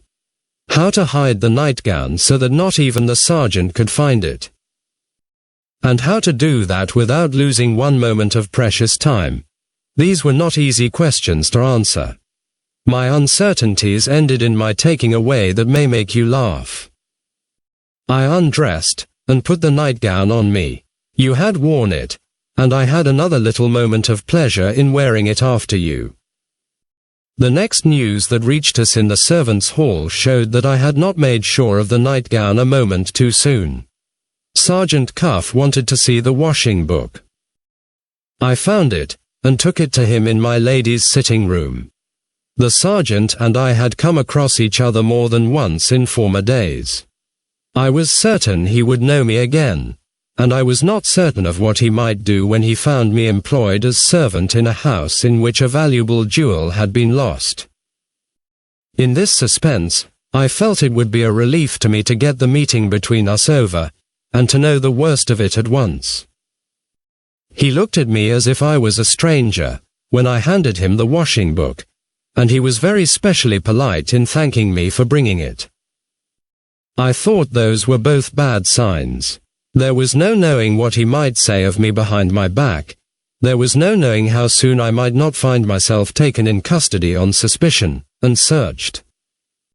It was then time for your return from seeing Mr. Godfrey Ablewhite off by the railway, and I went to your favourite walk in the shrubbery, to try for another chance of speaking to you, the last chance, for all I knew to the contrary, that I might have. You never appeared, and, what was worse still, Mr. Betteredge and Sergeant Cuff passed by the place where I was hiding, and the sergeant saw me. I had no choice, after that, but to return to my proper place and my proper work, before more disasters happened to me. Just as I was going to step across the path, you came back from the railway. You were making straight for the shrubbery. When you saw me, I am certain, sir, you saw me, and you turned away as if I had got the plague, and went into the house. Note: by Franklin Blake. The writer is entirely mistaken, poor creature. I never noticed her. My intention was certainly to have taken a turn in the shrubbery. But, remembering at the same moment that my aunt might wish to see me, after my return from the railway, I altered my mind, and went into the house. I made the best of my way indoors again, returning by the servants' entrance. There was nobody in the laundry room at that time, and I sat down there alone. I have told you already of the thoughts which the shivering sand put into my head.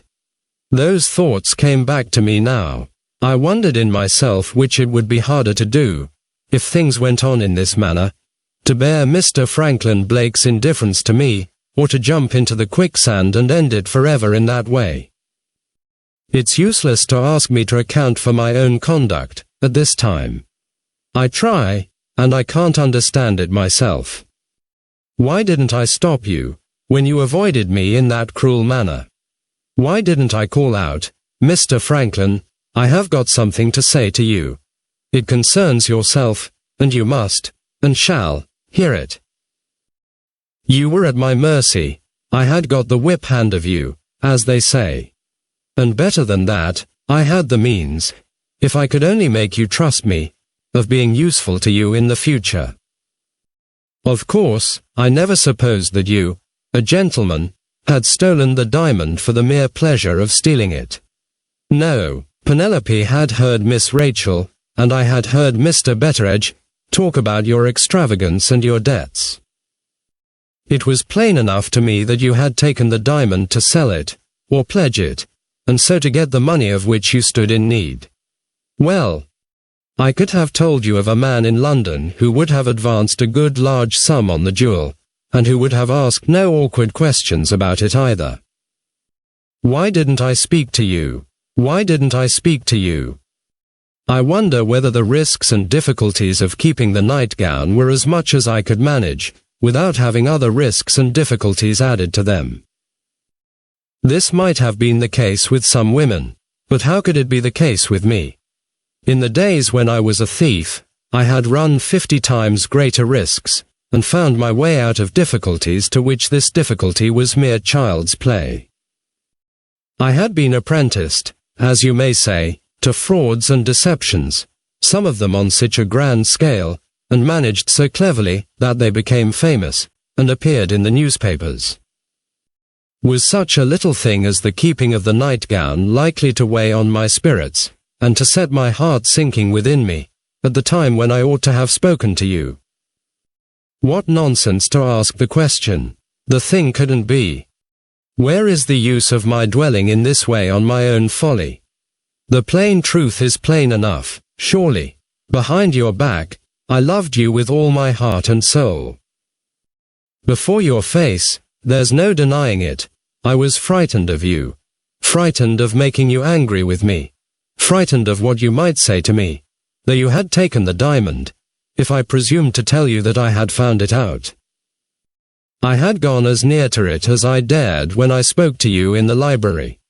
You had not turned your back on me then. You had not started away from me as if I had got the plague.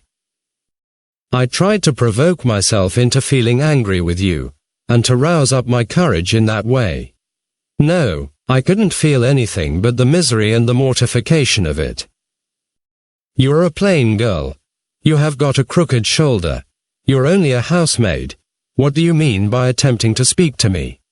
You never uttered a word of that, Mr. Franklin, but you said it all to me, nevertheless. Is such madness as this to be accounted for? No, there is nothing to be done but to confess it, and let it be. I ask your pardon, once more, for this wandering of my pen. There is no fear of its happening again. I am close at the end now. The first person who disturbed me by coming into the empty room was Penelope. She had found out my secret long since, and she had done her best to bring me to my senses, and done it kindly too. Ah, she said, I know why you're sitting here, and fretting, all by yourself.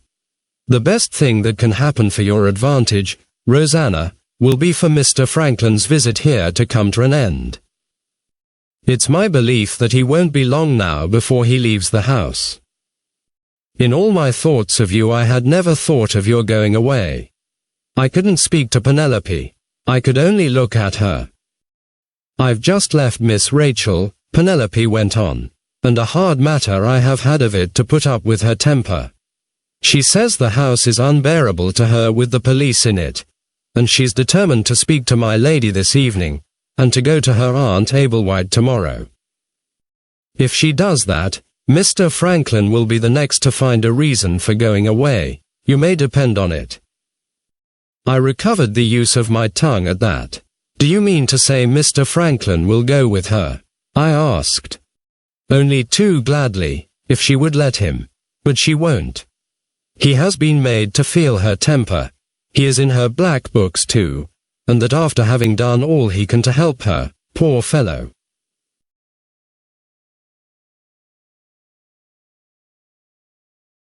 No, no, if they don't make it up before tomorrow, you will see Miss Rachel go one way, and Mr. Franklin another. Where he may betake himself to I can't say. But he will never stay here, Rosanna, after Miss Rachel has left us.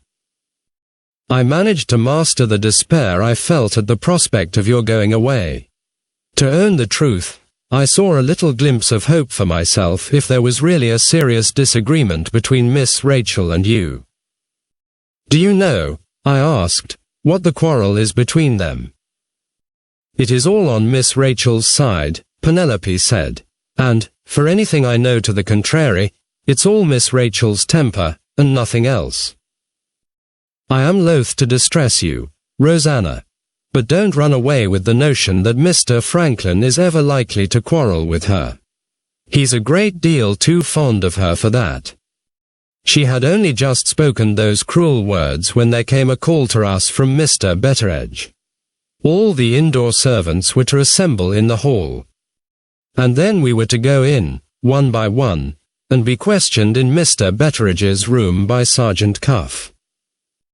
It came to my turn to go in, after her ladyship's maid and the upper housemaid had been questioned first. Sergeant Cuff's inquiries, though he wrapped him up very cunningly, soon showed me that those two women, the bitterest enemies I had in the house, had made their discoveries outside my door, on the Tuesday afternoon, and again on the Thursday night. They had told the sergeant enough to open his eyes to some part of the truth. He rightly believed me to have made a new nightgown secretly, but he wrongly believed the paint-stained nightgown to be mine. I felt satisfied of another thing, from what he said, which it puzzled me to understand. He suspected me, of course, of being concerned in the disappearance of the diamond. But, at the same time, he let me see, purposely, as I thought, that he did not consider me as the person chiefly answerable for the loss of the jewel. He appeared to think that I had been acting under the direction of somebody else. Who that person might be, I couldn't guess then, and can't guess now. In this uncertainty, one thing was plain, that Sergeant Cuff was miles away from knowing the whole truth. You were safe as long as the nightgown was safe, and not a moment longer. I quite despair of making you understand the distress and terror which pressed upon me now. It was impossible for me to risk wearing your nightgown any longer. I might find myself taken off, at a moment's notice, to the police court at Frizinghall, to be charged on suspicion, and searched accordingly. While Sergeant Cuff still left me free, I had to choose, and at once, between destroying the nightgown, or hiding it in some safe place, at some safe distance from the house. If I had only been a little less fond of you, I think I should have destroyed it. But oh, how could I destroy the only thing I had which proved that I had saved you from discovery? If we did come to an explanation together, and if you suspected me of having some bad motive, and denied it all, how could I win upon you to trust me, unless I had the nightgown to produce? Was it wronging you to believe, as I did and do still, that you might hesitate to let a poor girl like me be the sharer of your secret, and your accomplice in the theft which your money troubles had tempted you to commit? Think of your cold behavior to me, sir, and you will hardly wonder at my unwillingness to destroy the only claim on your confidence and your gratitude which it was my fortune to possess. I determined to hide it, and the place I fixed on was the place I knew best, the Shivering Sand. As soon as the questioning was over, I made the first excuse that came into my head, and got leave to go out for a breath of fresh air. I went straight to Cobb's Hole, to Mr. Yolland's cottage. His wife and daughter were the best friends I had. Don't suppose I trusted them with your secret. I have trusted nobody. All I wanted was to write this letter to you, and to have a safe opportunity of taking the nightgown off me. Suspected as I was, I could do neither of those things with any sort of security, at the house.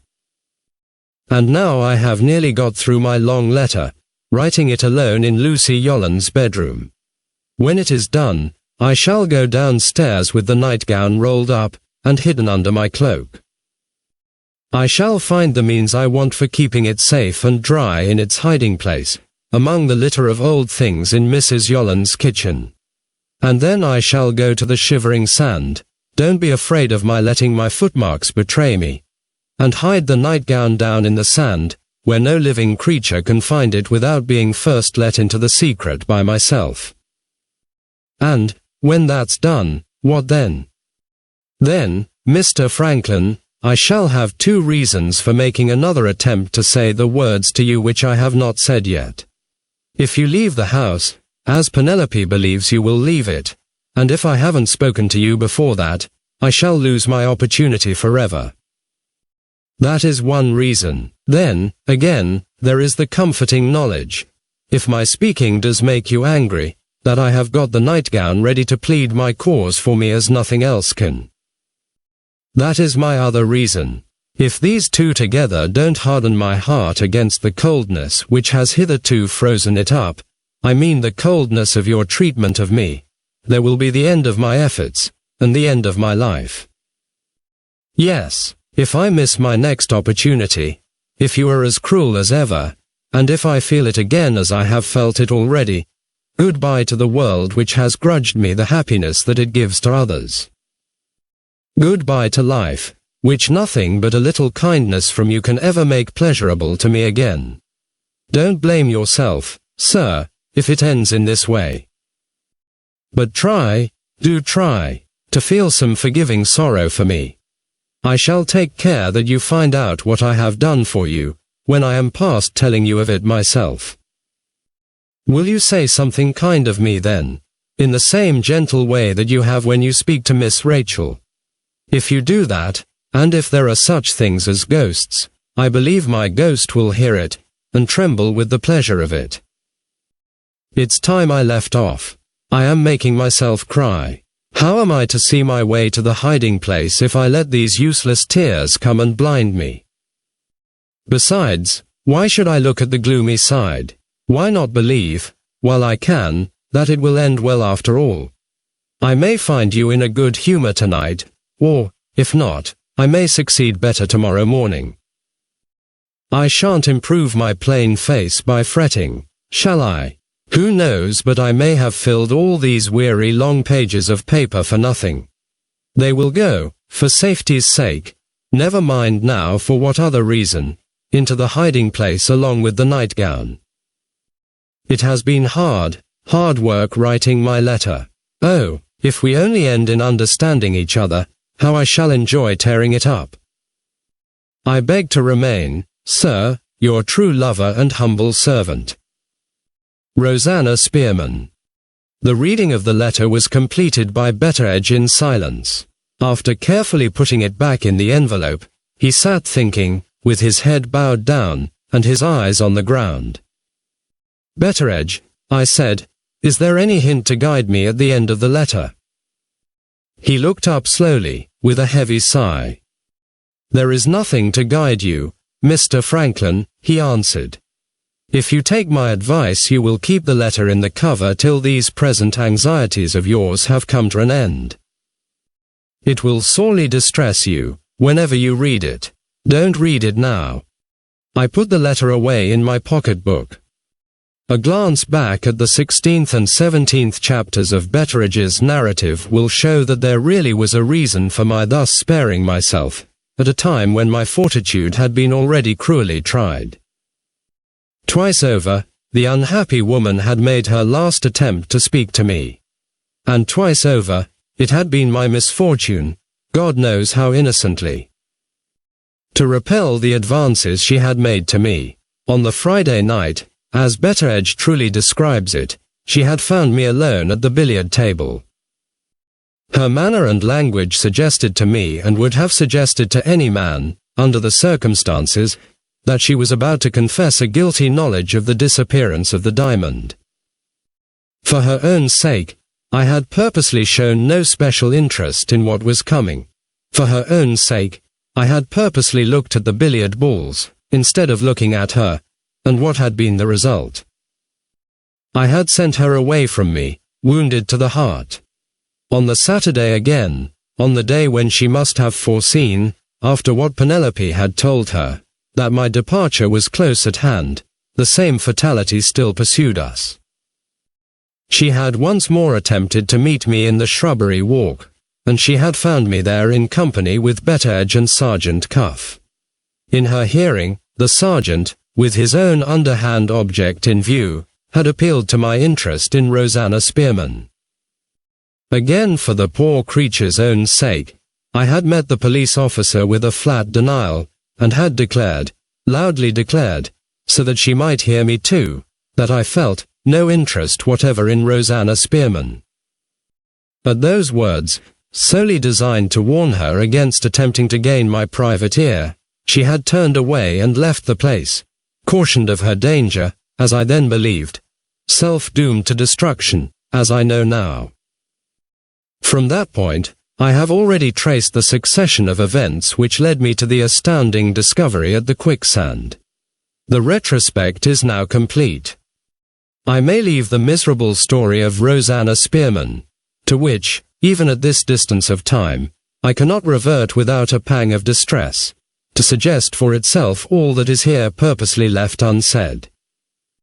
I may pass from the suicide at the Shivering Sand, with its strange and terrible influence on my present position and future prospects, to interests which concern the living people of this narrative, and to events which were already paving my way for the slow and toilsome journey from the darkness to the light. Chapter 6. I walked to the railway station accompanied, it is needless to say, by Gabriel Betteredge. I had the letter in my pocket, and the nightgown safely packed in a little bag, both to be submitted, before I slept that night, to the investigation of Mr. Bruff. We left the house in silence. For the first time in my experience of him, I found old Betteredge in my company without a word to say to me. Having something to say on my side, I opened the conversation as soon as we were clear of the lodge gates. Before I go to London, I began, I have 2 questions to ask you. They relate to myself, and I believe they will rather surprise you. If they will put that poor creature's letter out of my head, Mr. Franklin, they may do anything else they like with me. Please to begin surprising me, sir, as soon as you can. My first question, Betteredge, is this. Was I drunk on the night of Rachel's birthday? You drunk? Exclaimed the old man.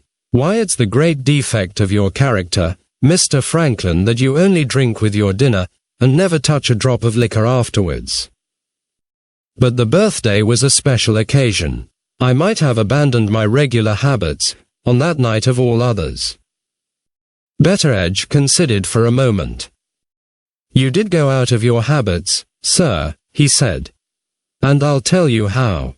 You looked wretchedly ill, and we persuaded you to have a drop of brandy and water to cheer you up a little.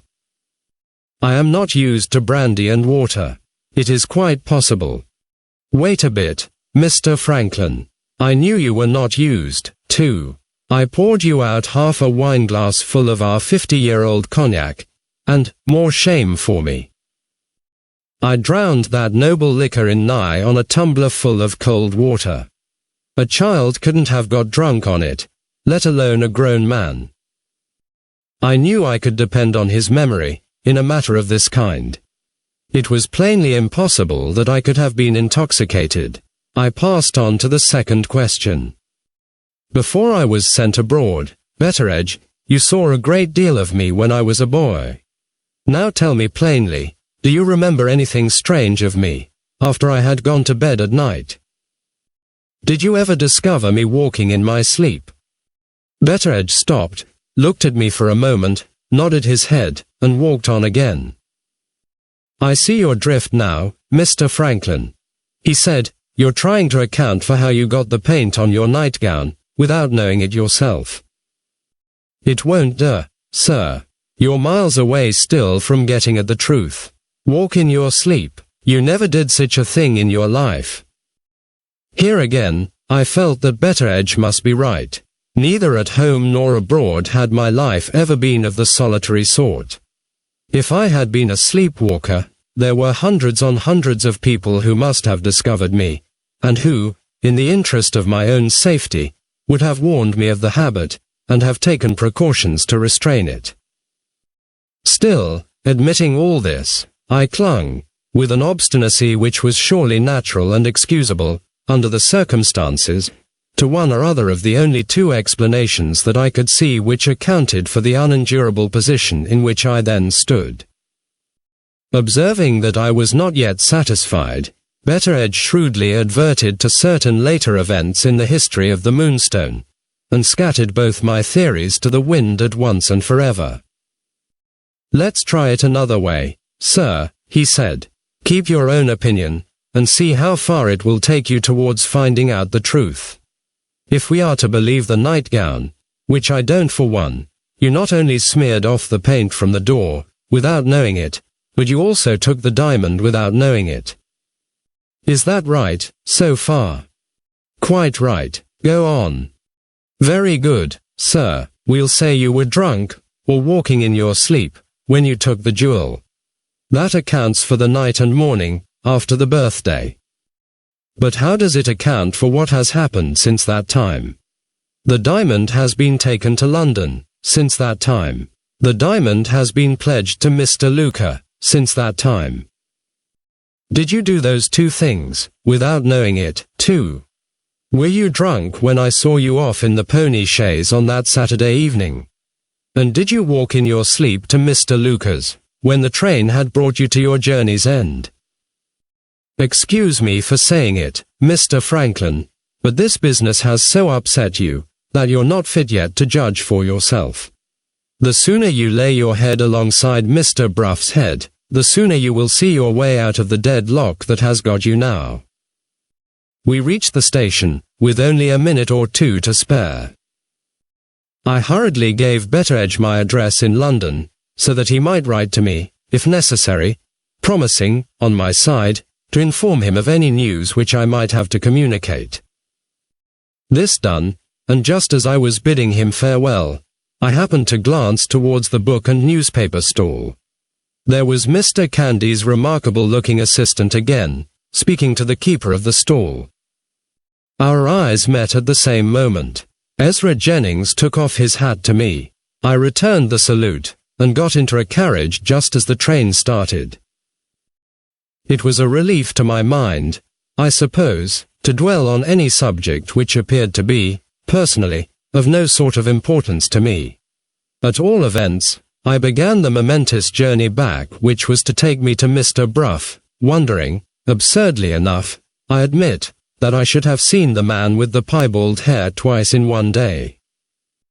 The hour at which I arrived in London precluded all hope of my finding Mr. Bruff at his place of business.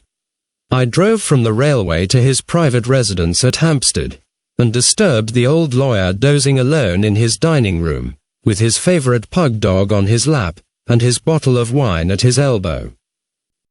I shall best describe the effect which my story produced on the mind of Mr. Bruff by relating his proceedings when he had heard it to the end.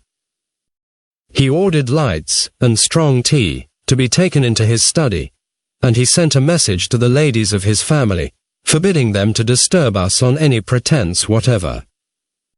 These preliminaries disposed of, he first examined the nightgown, and then devoted himself to the reading of Rosanna Spearman's letter. The reading completed, Mr. Bruff addressed me for the first time since we had been shut up together in the seclusion of his own room. "Franklin Blake," said the old gentleman, "this is a very serious matter, in more respects than one. In my opinion, it concerns Rachel quite as nearly as it concerns you. Her extraordinary conduct is no mystery now. She believes you have stolen the diamond." I had shrunk from reasoning my own way fairly to that revolting conclusion. But it had forced itself on me, nevertheless. My resolution to obtain a personal interview with Rachel rested really and truly on the ground just stated by Mr. Bruff. The first step to take in this investigation the lawyer proceeded, is to appeal to Rachel. She has been silent all this time, from motives which I, who know her character, can readily understand. It is impossible, after what has happened, to submit to that silence any longer. She must be persuaded to tell us, or she must be forced to tell us, on what grounds she bases her belief that you took the Moonstone. The chances are that the whole of this case, serious as it seems now, will tumble to pieces, if we can only break through Rachel's inveterate reserve, and prevail upon her to speak out. That is a very comforting opinion for me, I said. I own I should like to know. You would like to know how I can justify it, interposed Mr. Bruff. I can tell you in 2 minutes. Understand, in the first place, that I look at this matter from a lawyer's point of view. It's a question of evidence, with me. Very well, the evidence breaks down, at the outset, on one important point. On what point? You shall hear. I admit that the mark of the name proves the nightgown to be yours. I admit that the mark of the paint proves the nightgown to have made the smear on Rachel's door. But what evidence is there to prove that you are the person who wore it, on the night when the diamond was lost? The objection struck me, all the more forcibly that it reflected an objection which I had felt myself. As to this, pursued the lawyer, taking up Rosanna Spearman's confession, I can understand that the letter is a distressing one to you. I can understand that you may hesitate to analyze it from a purely impartial point of view. But I am not in your position. I can bring my professional experience to bear on this document, just as I should bring it to bear on any other. Without alluding to the woman's career as a thief, I will merely remark that her letter proves her to have been an adept at deception, on her own showing, and I argue from that I am justified in suspecting her of not having told the whole truth. I won't start any theory, at present, as to what she may or may not have done. I will only say that, if Rachel has suspected you on the evidence of the nightgown only, the chances are 99 to 100 that Rosanna Spearman was the person who showed it to her. In that case, there is the woman's letter, confessing that she was jealous of Rachel, confessing that she changed the roses, confessing that she saw a glimpse of hope for herself, in the prospect of a quarrel between Rachel and you. I don't stop to ask who took the Moonstone. As a means to her end, Rosanna Spearman would have taken 50 moonstones. I only say that the disappearance of the jewel gave this reclaimed thief who was in love with you, an opportunity of setting you and Rachel at variance for the rest of your lives.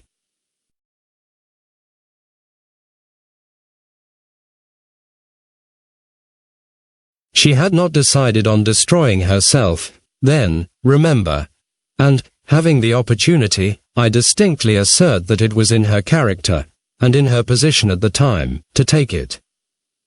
What do you say to that? Some such suspicion, I answered, crossed my own mind, as soon as I opened the letter. Exactly, and when you had read the letter, you pitied the poor creature, and couldn't find it in your heart to suspect her. Does you credit, my dear sir? Does you credit? But suppose it turns out that I did wear the nightgown, what then? I don't see how the fact can be proved, said Mr. Bruff. But assuming the proof to be possible, the vindication of your innocence would be no easy matter.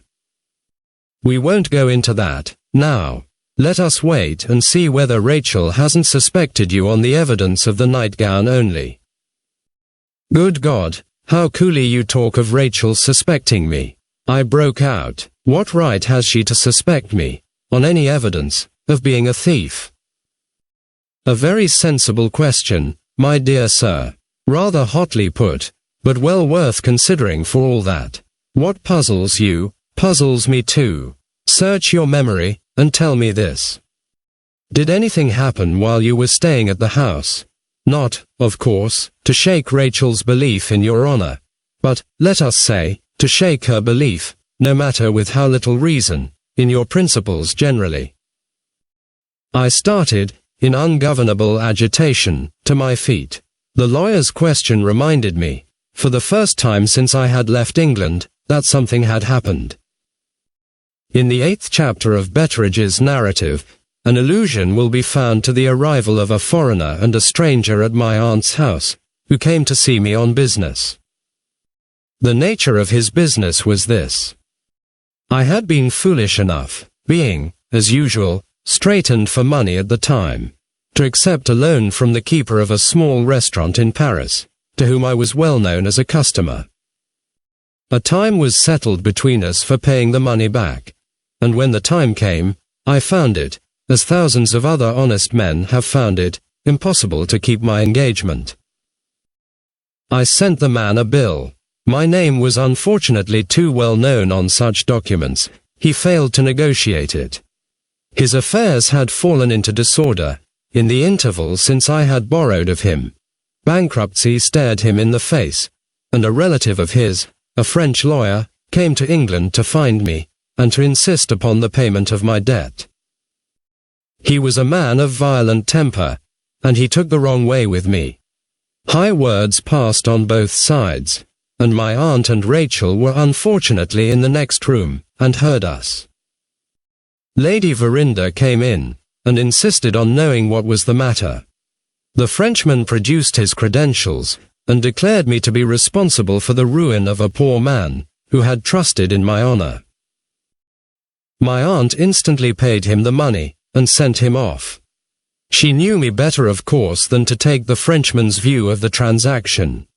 But she was shocked at my carelessness, and justly angry with me for placing myself in a position, which, but for her interference, might have become a very disgraceful one. Either her mother told her, or Rachel heard what passed, I can't say which. She took her own romantic, high-flown view of the matter. I was heartless, I was dishonorable, I had no principle, there was no knowing what I might do next. In short, she said some of the severest things to me which I had ever heard from a young lady's lips. The breach between us lasted for the whole of the next day. The day after, I succeeded in making my peace, and thought no more of it. Had Rachel reverted to this unlucky accident, at the critical moment when my place in her estimation was again, and far more seriously, assailed. Mr. Brough, when I had mentioned the circumstances to him, answered the question at once in the affirmative. It would have its effect on her mind, he said gravely. And I wish, for your sake, the thing had not happened. However, we have discovered that there was a predisposing influence against you, and there is one uncertainty cleared out of our way, at any rate.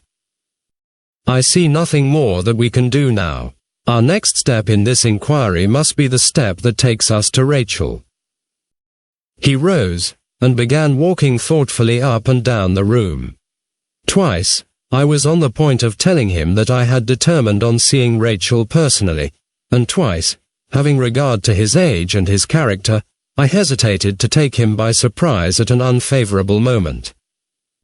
The grand difficulty is, he resumed, how to make her show her whole mind in this matter, without reserve.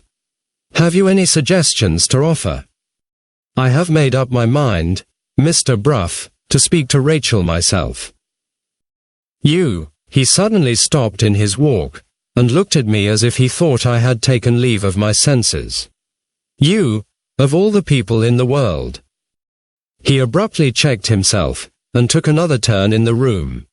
Wait a little, he said. In cases of this extraordinary kind, the rash way is sometimes the best way. He considered the question for a moment or two, under that new light, and ended boldly by a decision in my favor.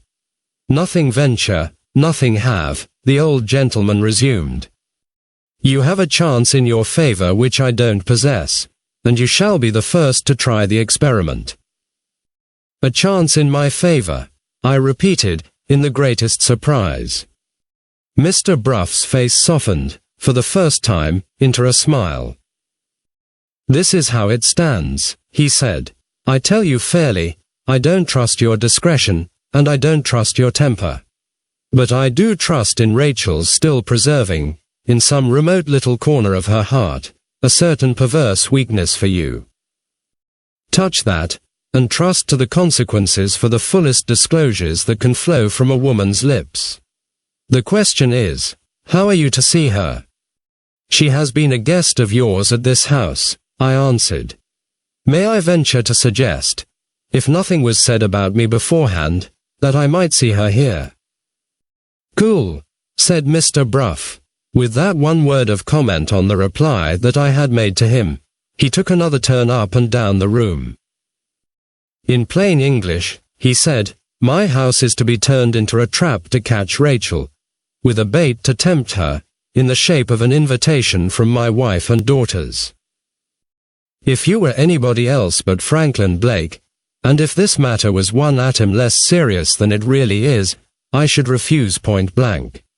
As things are, I firmly believe Rachel will live to thank me for turning traitor to her in my old age. Consider me your accomplice. Rachel shall be asked to spend the day here, and you shall receive due notice of it. When? Tomorrow. Tomorrow won't give us time enough to get her answer. Say the day after. How shall I hear from you? Stay at home all the morning and expect me to call on you. I thanked him for the inestimable assistance which he was rendering to me, with the gratitude that I really felt, and, declining a hospitable invitation to sleep that night at Hampstead, returned to my lodgings in London. Of the day that followed, I have only to say that it was the longest day of my life. Innocent as I knew myself to be, certain as I was that the abominable imputation which rested on me must sooner or later be cleared off, there was nevertheless a sense of self-abasement in my mind which instinctively disinclined me to see any of my friends. We often hear, almost invariably, however, from superficial observers, that guilt can look like innocence. I believe it to be infinitely the truer axiom of the two that innocence can look like guilt. I caused myself to be denied all day, to every visitor who called, and I only ventured out under cover of the night. The next morning, Mr. Bruff surprised me at the breakfast table. He handed me a large key, and announced that he felt ashamed of himself for the first time in his life. Is she coming? She is coming today, to lunch and spend the afternoon with my wife and my girls. Mrs. Bruff, and your daughters, in the secret. Inevitably, but women, as you may have observed, have no principles. My family don't feel my pangs of conscience.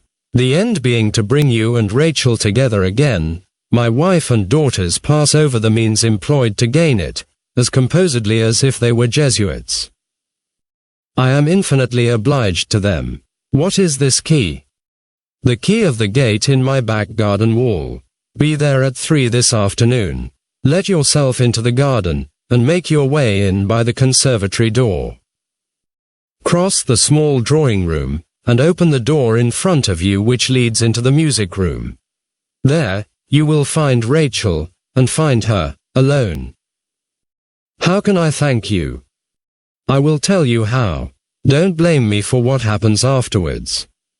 With those words, he went out. I had many weary hours still to wait through. To while away the time, I looked at my letters. Among them was a letter from Betteredge. I opened it eagerly. To my surprise and disappointment, it began with an apology warning me to expect no news of any importance. In the next sentence the everlasting Ezra Jennings appeared again. He had stopped Betteredge on the way out of the station, and had asked who I was. Informed on this point, he had mentioned having seen me to his master Mr. Candy. Mr. Candy, hearing of this, had himself driven over to Betteredge, to express his regret at our having missed each other. He had a reason for wishing particularly to speak to me, and when I was next in the neighbourhood of Frizinghall, he begged I would let him know. Apart from a few characteristic utterances of the Betteredge philosophy, this was the sum and substance of my correspondence letter. The warm-hearted, faithful old man acknowledged that he had written mainly for the pleasure of writing to me. I crumpled up the letter in my pocket, and forgot it the moment after, in the all-absorbing interest of my coming interview with Rachel.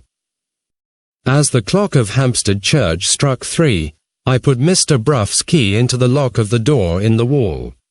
When I first stepped into the garden, and while I was securing the door again on the inner side, I own to having felt a certain guilty doubtfulness about what might happen next. I looked furtively on either side of me, suspicious of the presence of some unexpected witness in some unknown corner of the garden. Nothing appeared to justify my apprehensions. The walks were, one and all, solitudes, and the birds and the bees were the only witnesses. I passed through the garden, entered the conservatory, and crossed the small drawing-room.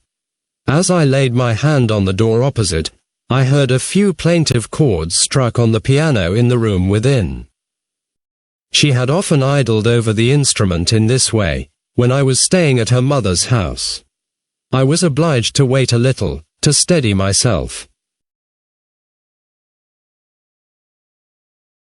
The past and present rose side by side, at that supreme moment, and the contrast shook me. After the lapse of a minute, I roused my manhood, and opened the door. Chapter 7. At the moment when I showed myself in the doorway, Rachel rose from the piano. I closed the door behind me. We confronted each other in silence, with the full length of the room between us. The movement she had made in rising appeared to be the one exertion of which she was capable. All use of every other faculty, bodily or mental, seemed to be merged in the mere act of looking at me. A fear crossed my mind that I had shown myself too suddenly. I advanced a few steps towards her. I said gently, "Rachel."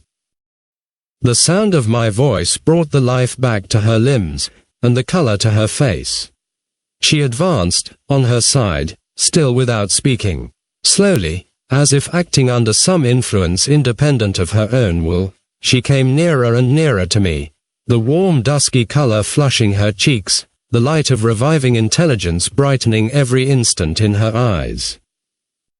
I forgot the object that had brought me into her presence. I forgot the vile suspicion that rested on my good name. I forgot every consideration, past, present, and future, which I was bound to remember. I saw nothing but the woman I loved coming nearer and nearer to me. She trembled, she stood irresolute. I could resist it no longer. I caught her in my arms, and covered her face with kisses. There was a moment when I thought the kisses were returned, a moment when it seemed as if she, too, might have forgotten. Almost before the idea could shape itself in my mind, her first voluntary action made me feel that she remembered. With a cry which was like a cry of horror, with a strength which I doubt if I could have resisted if I had tried, she thrust me back from her. I saw merciless anger in her eyes. I saw merciless contempt on her lips. She looked me over, from head to foot, as she might have looked at a stranger who had insulted her. "You coward," she said. "You mean, miserable, heartless coward." Those were her first words. The most unendurable reproach that a woman can address to a man was the reproach that she picked out to address to me. "I remember the time, Rachel," I said, "when you could have told me that I had offended you, in a worthier way than that. I beg your pardon." Something of the bitterness that I felt may have communicated itself to my voice. At the first words of my reply, her eyes, which had been turned away the moment before, looked back at me unwillingly. She answered in a low tone, with a sullen submission of manner which was quite new in my experience of her. "Perhaps there is some excuse for me," she said. "After what you have done, is it a manly action, on your part, to find your way to me as you have found it today? It seems a cowardly experiment, to try an experiment on my weakness for you. It seems a cowardly surprise, to surprise me into letting you kiss me. But that is only a woman's view. I ought to have known it couldn't be your view. I should have done better if I had controlled myself, and said nothing. The apology was more unendurable than the insult. The most degraded man living would have felt humiliated by it. If my honor was not in your hands, I said, I would leave you this instant, and never see you again. You have spoken of what I have done. What have I done? What have you done? You ask the question of me. I ask it. I have kept your infamy a secret, she answered, and I have suffered the consequences of concealing it. Have I no claim to be spared the insult of your asking me what you have done? Is all sense of gratitude dead in you? You were once a gentleman. You were once dear to my mother, and dearer still to me. Her voice failed her. She dropped into a chair, and turned her back on me, and covered her face with her hands. I waited a little before I trusted myself to say any more. In that moment of silence, I hardly know which I felt most keenly, the sting which her contempt had planted in me, or the proud resolution which shut me out from all community with her distress. If you will not speak first, I said, I must.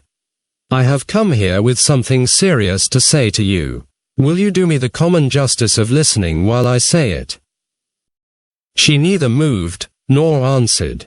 I made no second appeal to her. I never advanced an inch nearer to her chair. With a pride which was as obstinate as her pride, I told her of my discovery at the Shivering Sand, and of all that had led to it. The narrative, of necessity, occupied some little time. From beginning to end, she never looked round at me, and she never uttered a word. I kept my temper. My whole future depended, in all probability, on my not losing possession of myself at that moment. The time had come to put Mr. Bruff's theory to the test. In the breathless interest of trying that experiment, I moved round so as to place myself in front of her. I have a question to ask you, I said. It obliges me to refer again to a painful subject. Did Rosanna Spearman show you the nightgown? Yes, or no? She started to her feet, and walked close up to me of her own accord. Her eyes looked me searchingly in the face, as if to read something there which they had never read yet. Are you mad? She asked. I still restrained myself. I said quietly, Rachel, will you answer my question? She went on, without heeding me. Have you some object to gain which I don't understand? Some mean fear about the future, in which I am concerned. They say your father's death has made you a rich man. Have you come here to compensate me for the loss of my diamond? And have you heart enough left to feel ashamed of your errand? Is that the secret of your pretense of innocence, and your story about Rosanna Spearman? Is there a motive of shame at the bottom of all the falsehood, this time? I stopped her there. I could control myself no longer. You have done me an infamous wrong. I broke out hotly. You suspect me of stealing your diamond. I have a right to know, and I will know, the reason why. Suspect you? She exclaimed, her anger rising with mine. You villain, I saw you take the diamond with my own eyes.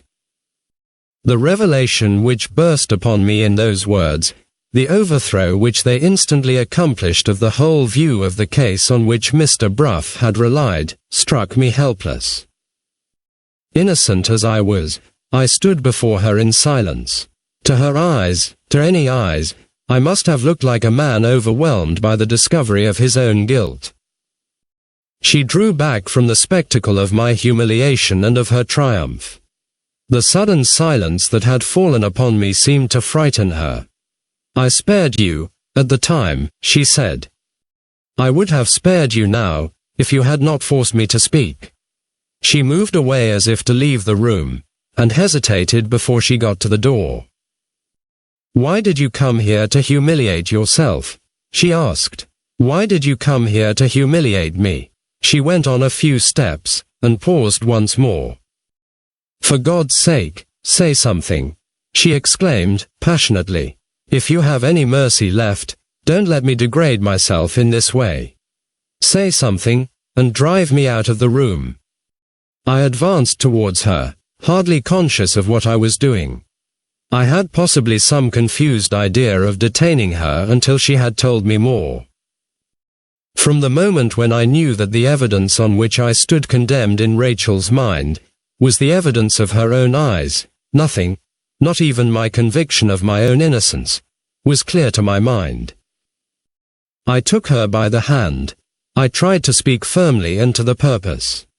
All I could say was, "Rachel, you once loved me." She shuddered and looked away from me. Her hand lay powerless and trembling in mine. "Let go of it," she said faintly. My touch seemed to have the same effect on her which the sound of my voice had produced when I first entered the room. After she had said the word which called me a coward, after she had made the avowal which branded me as a thief, while her hand lay in mine, I was her master still. I drew her gently back into the middle of the room. I seated her by the side of me. "Rachel," I said, "I can't explain the contradiction in what I am going to tell you. I can only speak the truth as you have spoken it. You saw me, with your own eyes, you saw me take the diamond. Before God who hears us, I declare that I now know I took it for the first time. Do you doubt me still?" She had neither heeded nor heard me. "Let go of my hand," she repeated faintly. That was her only answer. Her head sank on my shoulder, and her hand unconsciously closed on mine, at the moment when she asked me to release it. I refrained from pressing the question, but there my forbearance stopped. My chance of ever holding up my head again among honest men depended on my chance of inducing her to make her disclosure complete. The one hope left for me was the hope that she might have overlooked something in the chain of evidence, some mere trifle, perhaps, which might nevertheless, under careful investigation, be made the means of vindicating my innocence in the end. I own I kept possession of her hand. I own I spoke to her with all that I could summon back of the sympathy and confidence of the bygone time. "I want to ask you something," I said. "I want you to tell me everything that happened, from the time when we wished each other good night, to the time when you saw me take the diamond." She lifted her head from my shoulder, and made an effort to release her hand. "Oh, why go back to it?" she said. "Why go back to it? I will tell you why, Rachel. You are the victim, and I am the victim, of some monstrous delusion which has worn the mask of truth. If we look at what happened on the night of your birthday together, we may end in understanding each other yet." Her head dropped back on my shoulder. The tears gathered in her eyes, and fell slowly over her cheeks. "Oh," she said, "have I never had that hope? Have I not tried to see it, as you are trying now?" "You have tried by yourself," I answered. "You have not tried with me to help you." Those words seemed to awaken in her something of the hope which I felt myself when I uttered them. She replied to my questions with more than docility. She exerted her intelligence. She willingly opened her whole mind to me. "Let us begin," I said, "with what happened after we had wished each other good night. Did you go to bed, or did you sit up?" "I went to bed." "Did you notice the time? Was it late?" "Not very. About 12 o'clock, I think." "Did you fall asleep?" "No, I couldn't sleep that night." "You were restless?" "I was thinking of you." The answer almost unmanned me. Something in the tone, even more than in the words, went straight to my heart. It was only after pausing a little first that I was able to go on. "Had you any light in your room?" I asked. "None, until I got up again, and lit my candle." "How long was that, after you had gone to bed?" "About an hour after, I think. About 1 o'clock." "Did you leave your bedroom?" "I was going to leave it. I had put on my dressing gown, and I was going into my sitting room to get a book." Had you opened your bedroom door? I had just opened it. But you had not gone into the sitting room. No, I was stopped from going into it. What stopped you? I saw a light under the door, and I heard footsteps approaching it. Were you frightened? Not then. I knew my poor mother was a bad sleeper, and I remembered that she had tried hard, that evening, to persuade me to let her take charge of my diamond. She was unreasonably anxious about it, as I thought, and I fancied she was coming to me to see if I was in bed, and to speak to me about the diamond again, if she found that I was up. What did you do? I blew out my candle, so that she might think I was in bed. I was unreasonable, on my side. I was determined to keep my diamond in the place of my own choosing. After blowing out the candle, did you go back to bed? I had no time to go back. At the moment when I blew the candle out, the sitting room door opened, and I saw. You saw? You. Dressed as usual? No. In my nightgown. In your nightgown, with your bedroom candle in your hand. Alone. Alone. Could you see my face? Yes. Plainly. Quite plainly. The candle in your hand showed it to me. Were my eyes open? Yes. Did you notice anything strange in them? Anything like a fixed, vacant expression? Nothing of the sort. Your eyes were bright, brighter than usual. You looked about in the room, as if you knew you were where you ought not to be, and as if you were afraid of being found out. Did you observe one thing when I came into the room? Did you observe how I walked? You walked as you always do. You came in as far as the middle of the room, and then you stopped and looked about you.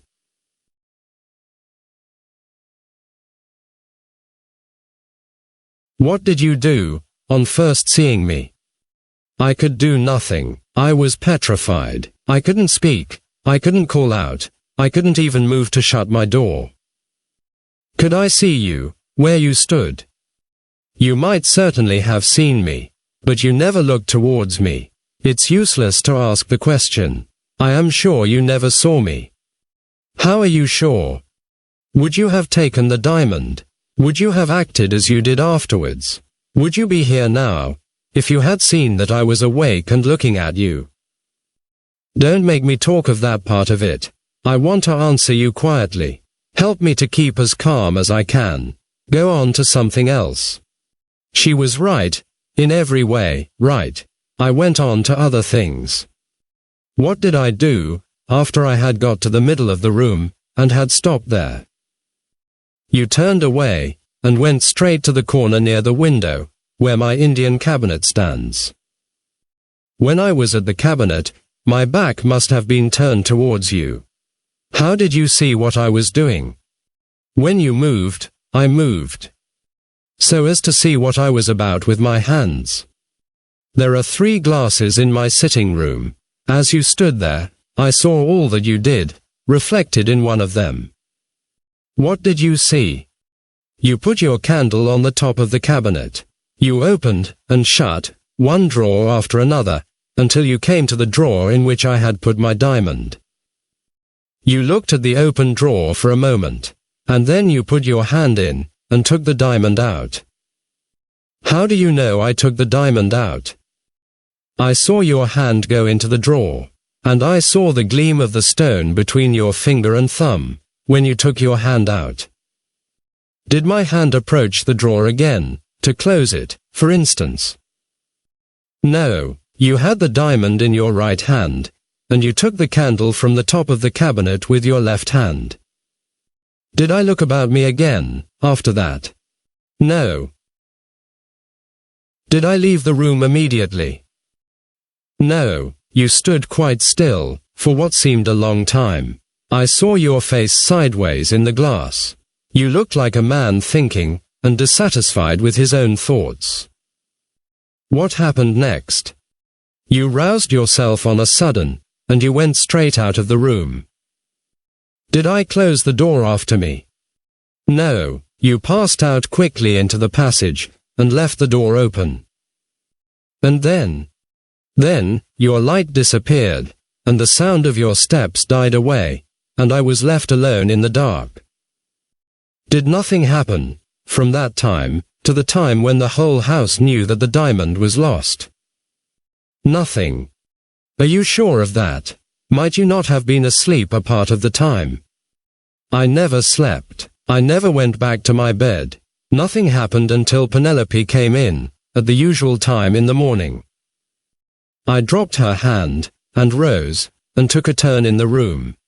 Every question that I could put had been answered. Every detail that I could desire to know had been placed before me. I had even reverted to the idea of sleepwalking, and the idea of intoxication, and, again, the worthlessness of the one theory and the other had been proved, on the authority, this time, of the witness who had seen me. What was to be said next? What was to be done next?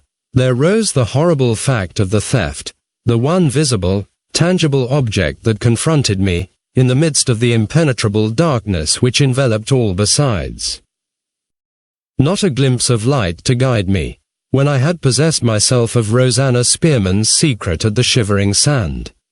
And not a glimpse of light now, when I had appealed to Rachel herself, and had heard the hateful story of the night from her own lips. She was the first, this time, to break the silence. "Well," she said, "you have asked, and I have answered. You have made me hope something from all this, because you hoped something from it.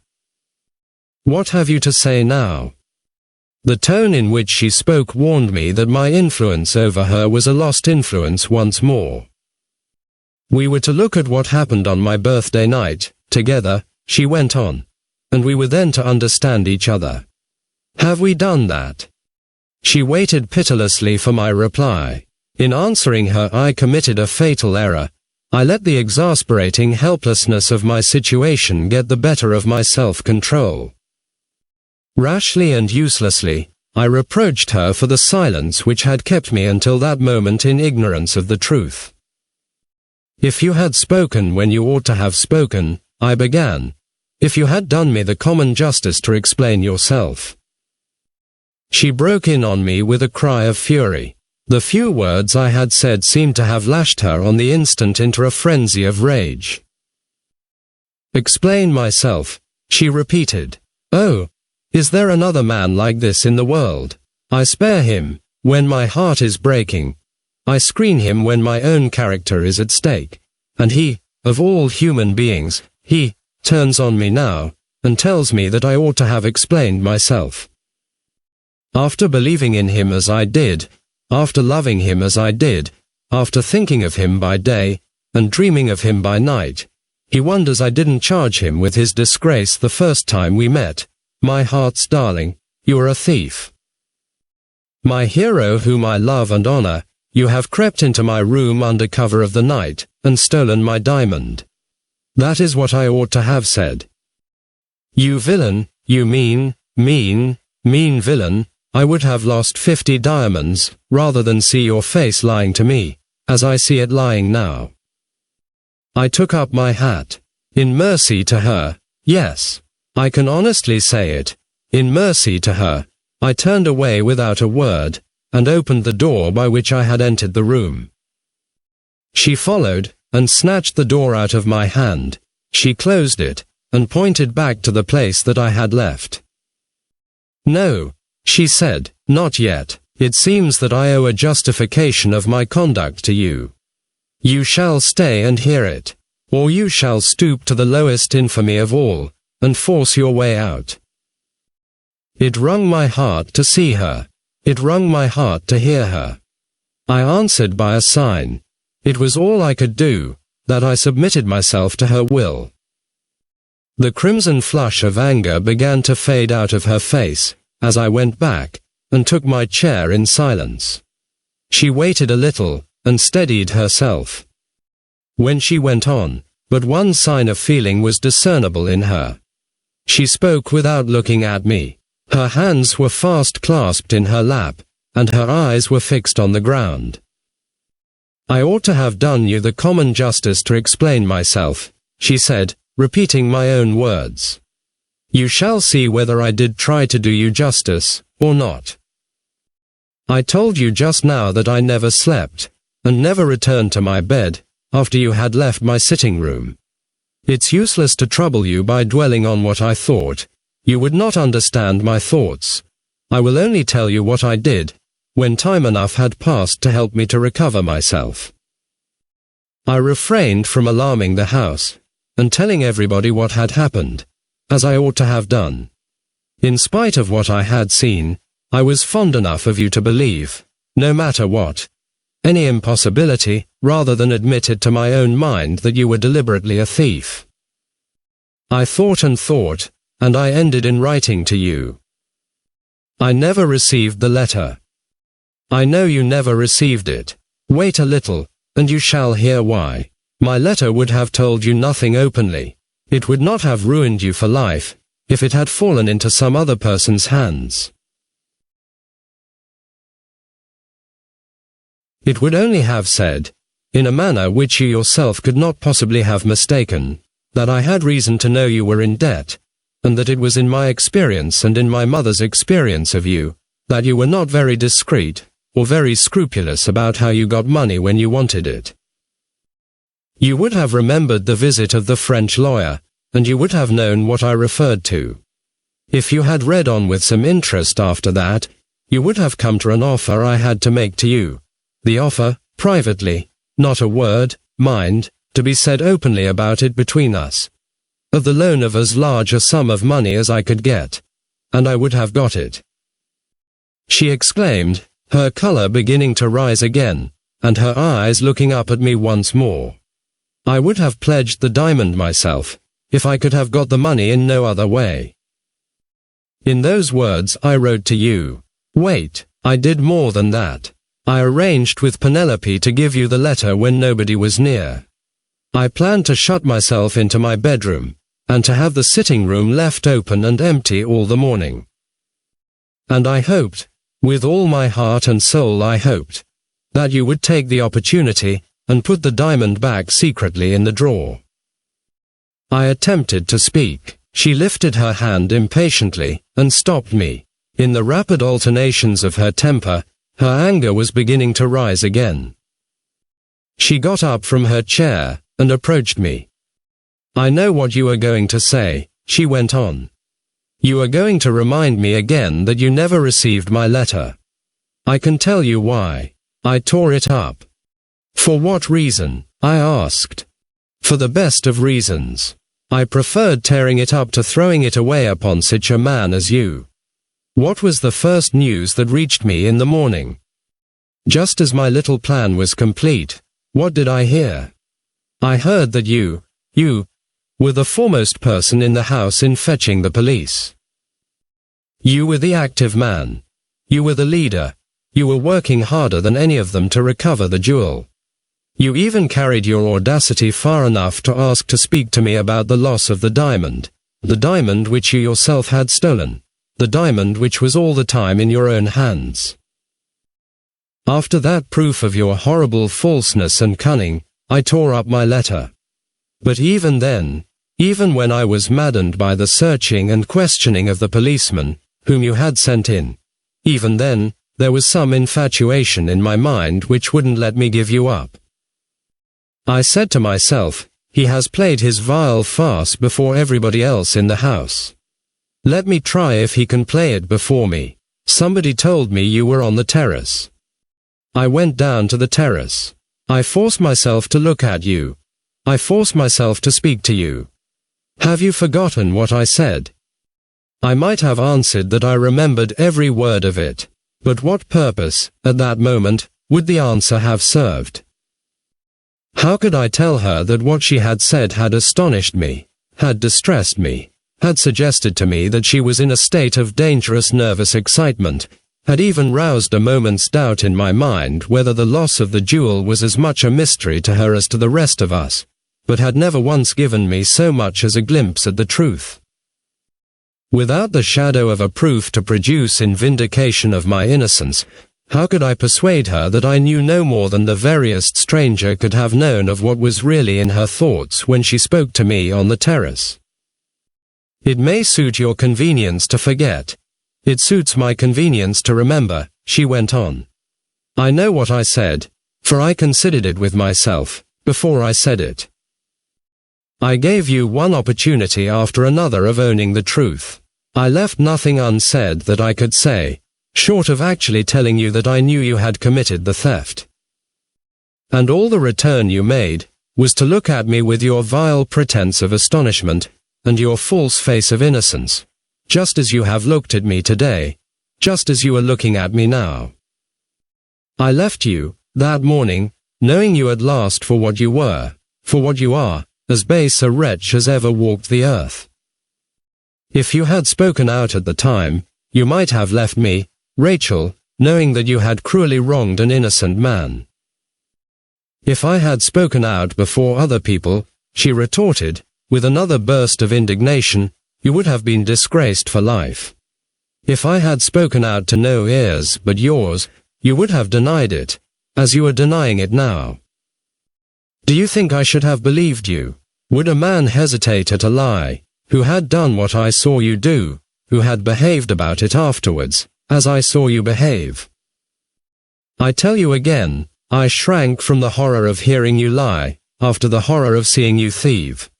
You talk as if this was a misunderstanding which a few words might have set right. Well, the misunderstanding is at an end. Is the thing set right?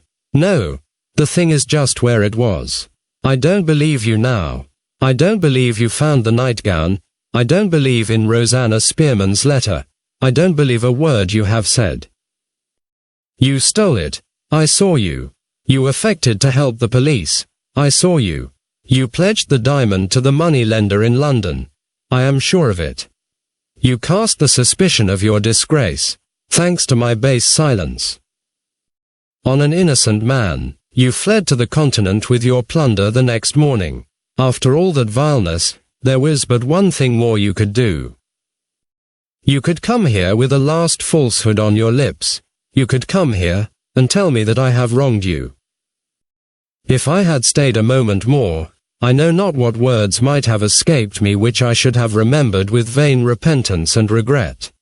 I passed by her, and opened the door for the second time. For the second time, with the frantic perversity of a roused woman, she caught me by the arm, and barred my way out. Let me go, Rachel, I said. It will be better for both of us. Let me go. The hysterical passion swelled in her bosom. Her quickened convulsive breathing almost beat on my face, as she held me back at the door. Why did you come here? She persisted, desperately. I ask you again, why did you come here? Are you afraid I shall expose you? Now you are a rich man. Now you have got a place in the world. Now you may marry the best lady in the land. Are you afraid I shall say the words which I have never said yet to anybody but you? I can't say the words. I can't expose you. I am worse, if worse can be, than you are yourself. Sobs and tears burst from her. She struggled with him fiercely. She held me more and more firmly. I can't tear you out of my heart, she said, even now. You may trust in the shameful weakness which can only struggle against you in this way. She suddenly let go of me. She threw up her hands, and wrung them frantically in the air. Any other woman living would shrink from the disgrace of touching him. She exclaimed, "Oh, God, I despise myself even more heartily than I despise him." The tears were forcing their way into my eyes in spite of me. The horror of it was to be endured no longer. You shall know that you have wronged me, yet, I said. Or you shall never see me again. With those words, I left her. She started up from the chair on which she had dropped the moment before. She started up, the noble creature, and followed me across the outer room, with a last merciful word at parting.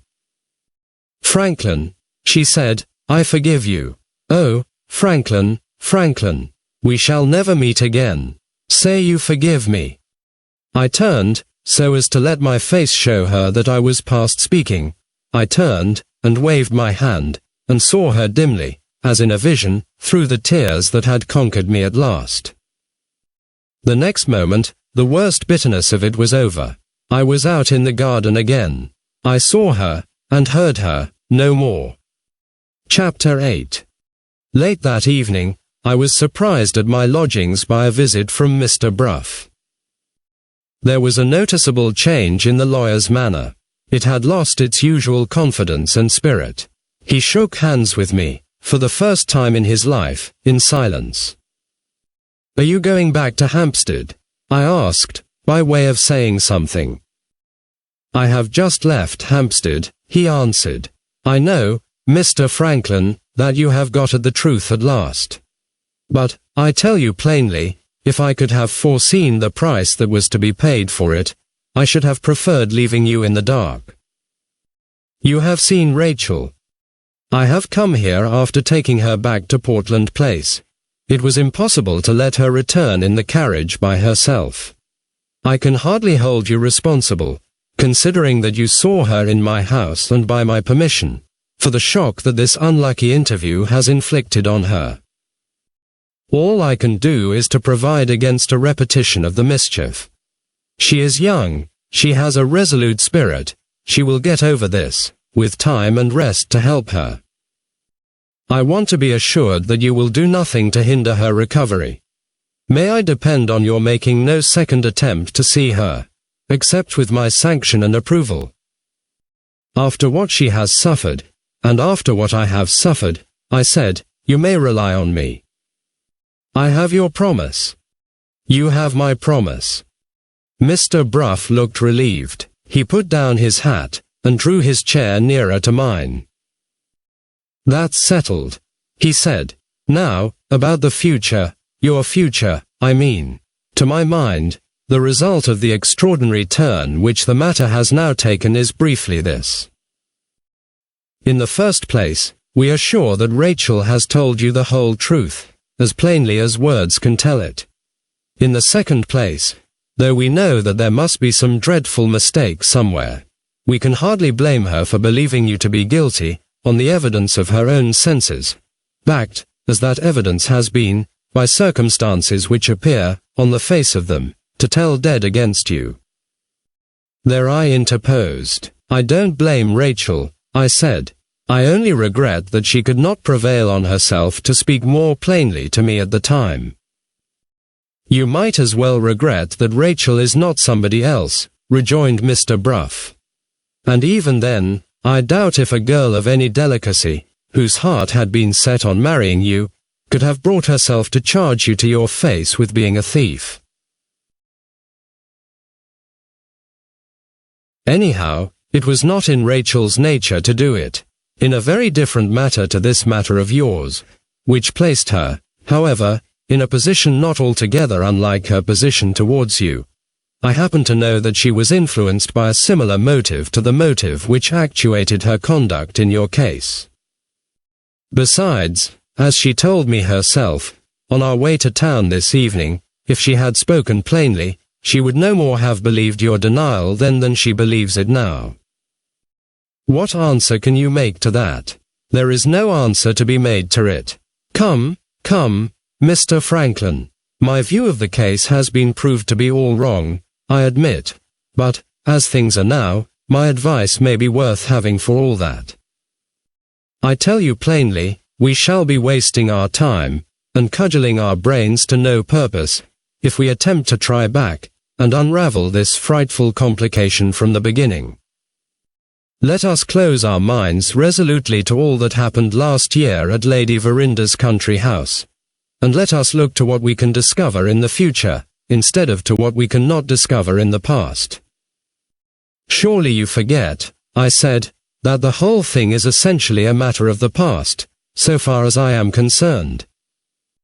Answer me this, retorted Mr. Bruff. Is the Moonstone at the bottom of all the mischief, or is it not? It is, of course. Very good. What do we believe was done with the Moonstone, when it was taken to London? It was pledged to Mr. Luca. We know that you are not the person who pledged it. Do we know who did? No. Where do we believe the Moonstone to be now? Deposited in the keeping of Mr. Luca's bankers. Exactly. Now observe, we are already in the month of June. Towards the end of the month, I can't be particular to a day, a year will have elapsed from the time when we believe the jewel to have been pledged. There is a chance, to say the least, that the person who pawned it may be prepared to redeem it when the year's time has expired. If he redeems it, Mr. Luca must himself, according to the terms of his own arrangement, take the diamond out of his banker's hands.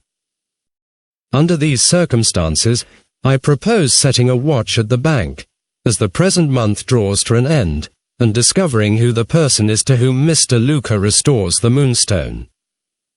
Do you see it now? I admitted, a little unwillingly, that the idea was a new one, at any rate. It's Mr. Murthwaite's idea quite as much as mine, said Mr. Bruff. It might have never entered my head, but for a conversation we had together some time since. If Mr. Murthwaite is right, the Indians are likely to be on the lookout at the bank, towards the end of the month too, and something serious may come of it. What comes of it doesn't matter to you and me except as it may help us to lay our hands on the mysterious somebody who pawned the diamond. That person, you may rely on it, is responsible, I don't pretend to know how, for the position in which you stand at this moment, and that person alone can set you right in Rachel's estimation. I can't deny, I said, that the plan you propose meets the difficulty in a way that is very daring, and very ingenious, and very new. But you have an objection to make. Yes, my objection is, that your proposal obliges us to wait. Granted, as I reckon the time, it requires you to wait about a fortnight, more or less. Is that so very long? It's a lifetime, Mr. Bruff, in such a situation as mine. My existence will be simply unendurable to me, unless I do something towards clearing my character at once. Well, I understand that. Have you thought yet of what you can do? I have thought of consulting Sergeant Cuff. He has retired from the police. It's useless to expect the sergeant to help you. I know where to find him, and I can but try. Try, said Mr. Bruff, after a moment's consideration. The case has assumed such an extraordinary aspect since Sergeant Cuff's time, that you may revive his interest in the inquiry. Try, and let me hear the result. In the meanwhile, he continued, rising, if you make no discoveries between this and the end of the month, am I free to try, on my side, what can be done by keeping a lookout at the bank? Certainly, I answered, unless I relieve you of all necessity for trying the experiment in the interval. Mr. Bruff smiled, and took up his hat. Tell Sergeant Cuff, he rejoined, that I say the discovery of the truth depends on the discovery of the person who pawned the diamond. And let me hear what the sergeant's experience says to that. So we parted. Early the next morning, I set forth for the little town of Dorking, the place of Sergeant Cuff's retirement, as indicated to me by Betteredge. Inquiring at the hotel, I received the necessary directions for finding the sergeant's cottage. It was approached by a quiet by-road, a little way out of the town, and it stood snugly in the middle of its own plot of garden ground, protected by a good brick wall at the back and the sides, and by a high quickset hedge in front. The gate, ornamented at the upper part by smartly painted trellis work, was locked. After ringing at the bell, I peered through the trellis work, and saw the great Cuff's favourite flower everywhere, blooming in his garden, clustering over his door, looking in at his windows. Far from the crimes and the mysteries of the great city, the illustrious thief-taker was placidly living out the last sybarite years of his life, smothered in roses. A decent elderly woman opened the gate to me, and at once annihilated all the hopes I had built on securing the assistance of Sergeant Cuff. He had started, only the day before, on a journey to Ireland. "Has he gone there on business?" I asked. The woman smiled. "He has only one business now, sir," she said, "and that's roses. Some great man's gardener in Ireland has found out something new in the growing of roses, and Mr. Cuff's away to inquire into it." "Do you know when he will be back?" "It's quite uncertain, sir. Mr. Cuff said he should come back directly, or be away some time, just according as he found the new discovery worth nothing, or worth looking into. If you have any message to leave for him, I'll take care, sir, that he gets it." I gave her my card, having first written on it in pencil, "I have something to say about the Moonstone. Let me hear from you as soon as you get back." That done, there was nothing left but to submit to circumstances and return to London.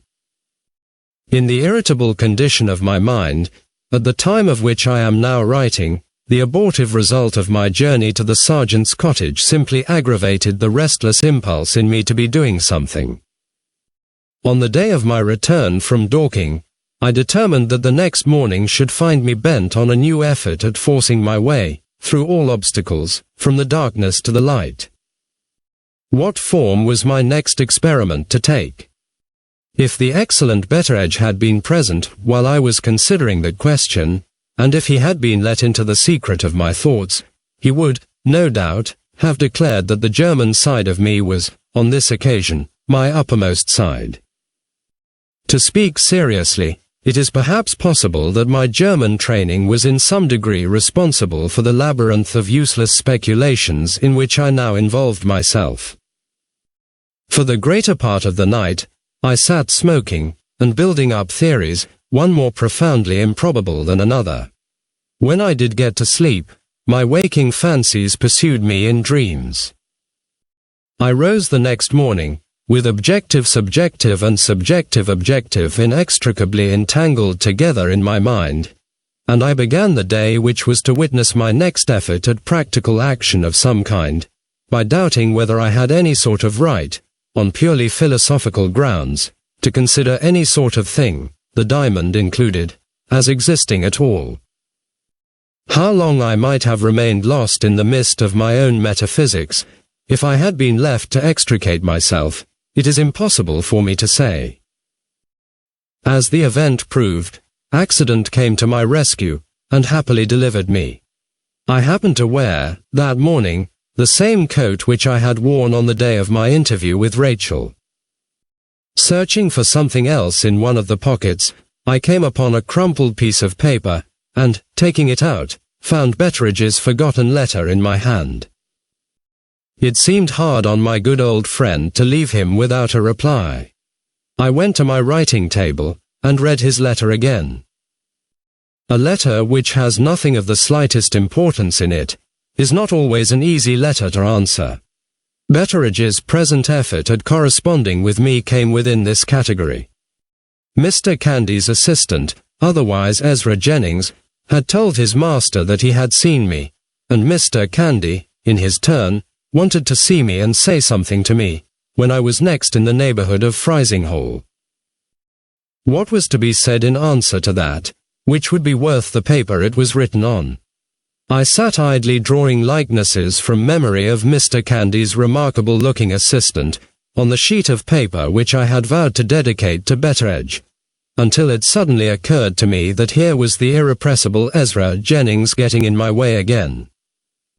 I threw a dozen portraits, at least, of the man with the piebald hair, the hair in every case, remarkably like, into the waste paper basket, and then and there, wrote my answer to Betteredge. It was a perfectly commonplace letter, but it had one excellent effect on me. The effort of writing a few sentences, in plain English, completely cleared my mind of the cloudy nonsense which had filled it since the previous day. Devoting myself once more to the elucidation of the impenetrable puzzle which my own position presented to me, I now tried to meet the difficulty by investigating it from a plainly practical point of view. The events of the memorable night being still unintelligible to me, I looked a little farther back, and searched my memory of the earlier hours of the birthday for any incident which might prove of some assistance to me in finding the clue. Had anything happened while Rachel and I were finishing the painted door? Or, later, when I rode over to Frizinghall? Or afterwards, when I went back with Godfrey Ablewhite and his sisters? Or, later again, when I put the Moonstone into Rachel's hands? Or, later still, when the company came, and we all assembled round the dinner table? My memory disposed of that string of questions readily enough, until I came to the last. Looking back at the social event of the birthday dinner, I found myself brought to a standstill at the outset of the inquiry. I was not even capable of accurately remembering the number of the guests who had sat at the same table with me. To feel myself completely at fault here, and to conclude, thereupon, that the incidents of the dinner might especially repay the trouble of investigating them, formed parts of the same mental process, in my case. I believe other people, in a similar situation, would have reasoned as I did. When the pursuit of our own interests causes us to become objects of inquiry to ourselves, we are naturally suspicious of what we don't know. Once in possession of the names of the persons who had been present at the dinner, I resolved, as a means of enriching the deficient resources of my own memory, to appeal to the memory of the rest of the guests, to write down all that they could recollect of the social events of the birthday, and to test the result, thus obtained, by the light of what had happened afterwards, when the company had left the house. This last and newest of my many contemplated experiments in the art of inquiry, which Betteredge would probably have attributed to the clear-headed, or French, side of me being uppermost for the moment, may fairly claim record here, on its own merits. Unlikely as it may seem, I had now actually groped my way to the root of the matter at last. All I wanted was a hint to guide me in the right direction at starting. Before another day had passed over my head, that hint was given me by one of the company who had been present at the birthday feast. With the plan of proceeding which I now had in view, it was first necessary to possess the complete list of the guests. This I could easily obtain from Gabriel Betteredge. I determined to go back to Yorkshire on that day, and to begin my contemplated investigation the next morning. It was just too late to start by the train which left London before noon. There was no alternative but to wait, nearly 3 hours, for the departure of the next train. Was there anything I could do in London, which might usefully occupy this interval of time? My thoughts went back again obstinately to the birthday dinner. Though I had forgotten the numbers, and, in many cases, the names of the guests, I remembered readily enough that by far the larger proportion of them came from Frizinghall, or from its neighbourhood. But the larger proportion was not all. Some few of us were not regular residents in the country. I myself was one of the few. Mr. Murthwaite was another. Godfrey Ablewhite was a third. Mr. Bruff. No, I called to mind that business had prevented Mr. Bruff from making one of the party. Had any ladies been present, whose usual residence was in London? I could only remember Miss Clack as coming within this latter category. However, here were 3 of the guests, at any rate, whom it was clearly advisable for me to see before I left town. I drove off at once to Mr. Bruff's office, not knowing the addresses of the persons of whom I was in search, and thinking it probable that he might put me in the way of finding them. Mr. Bruff proved to be too busy to give me more than a minute of his valuable time. In that minute, however, he contrived to dispose, in the most discouraging manner, of all the questions I had to put to him. In the first place, he considered my newly discovered method of finding a clue to the mystery as something too purely fanciful to be seriously discussed. In the second, third, and fourth places, Mr. Murthwaite was now on his way back to the scene of his past adventures. Miss Clack had suffered losses, and had settled, from motives of economy, in France. Mr. Godfrey Ablewhite might, or might not, be discoverable somewhere in London. Suppose I inquired at his club, and suppose I excused Mr. Bruff, if he went back to his business and wished me good morning. The field of inquiry in London, being now so narrowed as only to include the one necessity of discovering Godfrey's address, I took the lawyer's hint, and drove to his club. In the hall, I met with one of the members, who was an old friend of my cousin's, and who was also an acquaintance of my own. This gentleman, after enlightening me on the subject of Godfrey's address, told me of 2 recent events in his life, which were of some importance in themselves, and which had not previously reached my ears. It appeared that Godfrey, far from being discouraged by Rachel's withdrawal from her engagement to him, had made matrimonial advances soon afterwards to another young lady, reputed to be a great heiress. His suit had prospered, and his marriage had been considered as a settled and certain thing. But, here again, the engagement had been suddenly and unexpectedly broken off, owing, it was said, on this occasion, to a serious difference of opinion between the bridegroom and the lady's father on the question of settlements. As some compensation for this second matrimonial disaster, Godfrey had soon afterwards found himself the object of fond pecuniary remembrance on the part of one of his many admirers. A rich old lady, highly respected at the Mothers' Small Clothes Conversion Society, and a great friend of Miss Clack's, to whom she left nothing but a mourning ring, had bequeathed to the admirable and meritorious Godfrey a legacy of £5,000.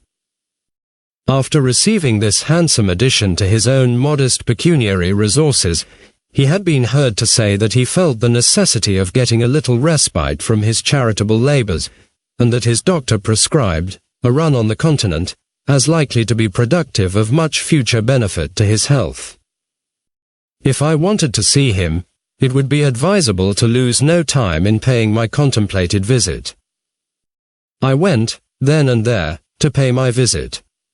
The same fatality which had made me just 1 day too late in calling on Sergeant Cuff, made me again 1 day too late in calling on Godfrey.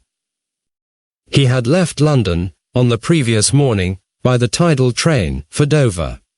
He was to cross to Ostend, and his servant believed he was going on to Brussels.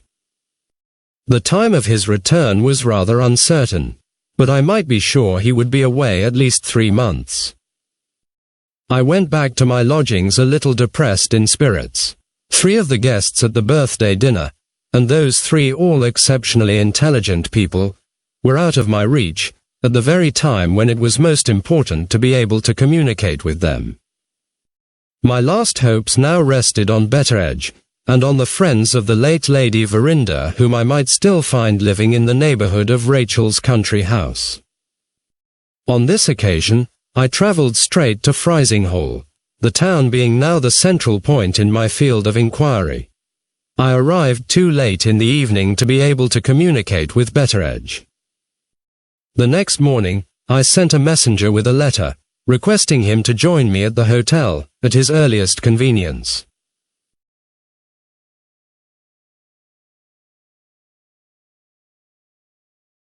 Having taken the precaution, partly to save time, partly to accommodate Betteredge, of sending my messenger in a fly, I had a reasonable prospect, if no delays occurred, of seeing the old man within less than 2 hours from the time when I had sent for him.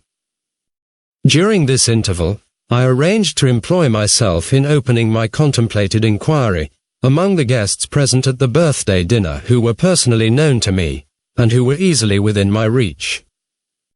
These were my relatives, the Ablewhites, and Mr. Candy. The doctor had expressed a special wish to see me, and the doctor lived in the next street. So to Mr. Candy I went first.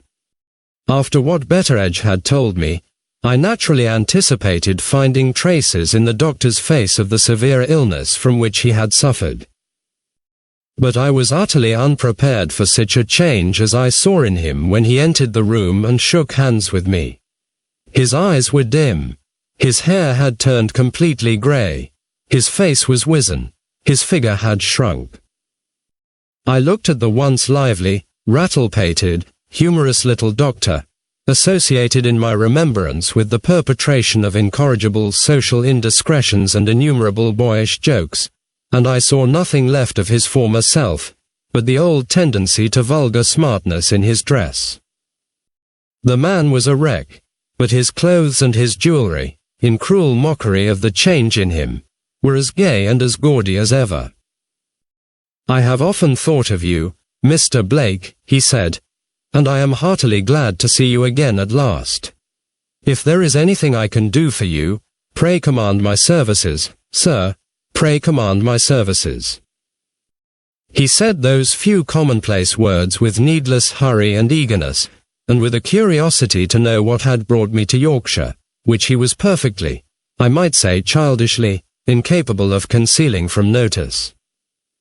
With the object that I had in view, I had of course foreseen the necessity of entering into some sort of personal explanation, before I could hope to interest people, mostly strangers to me, in doing their best to assist my inquiry.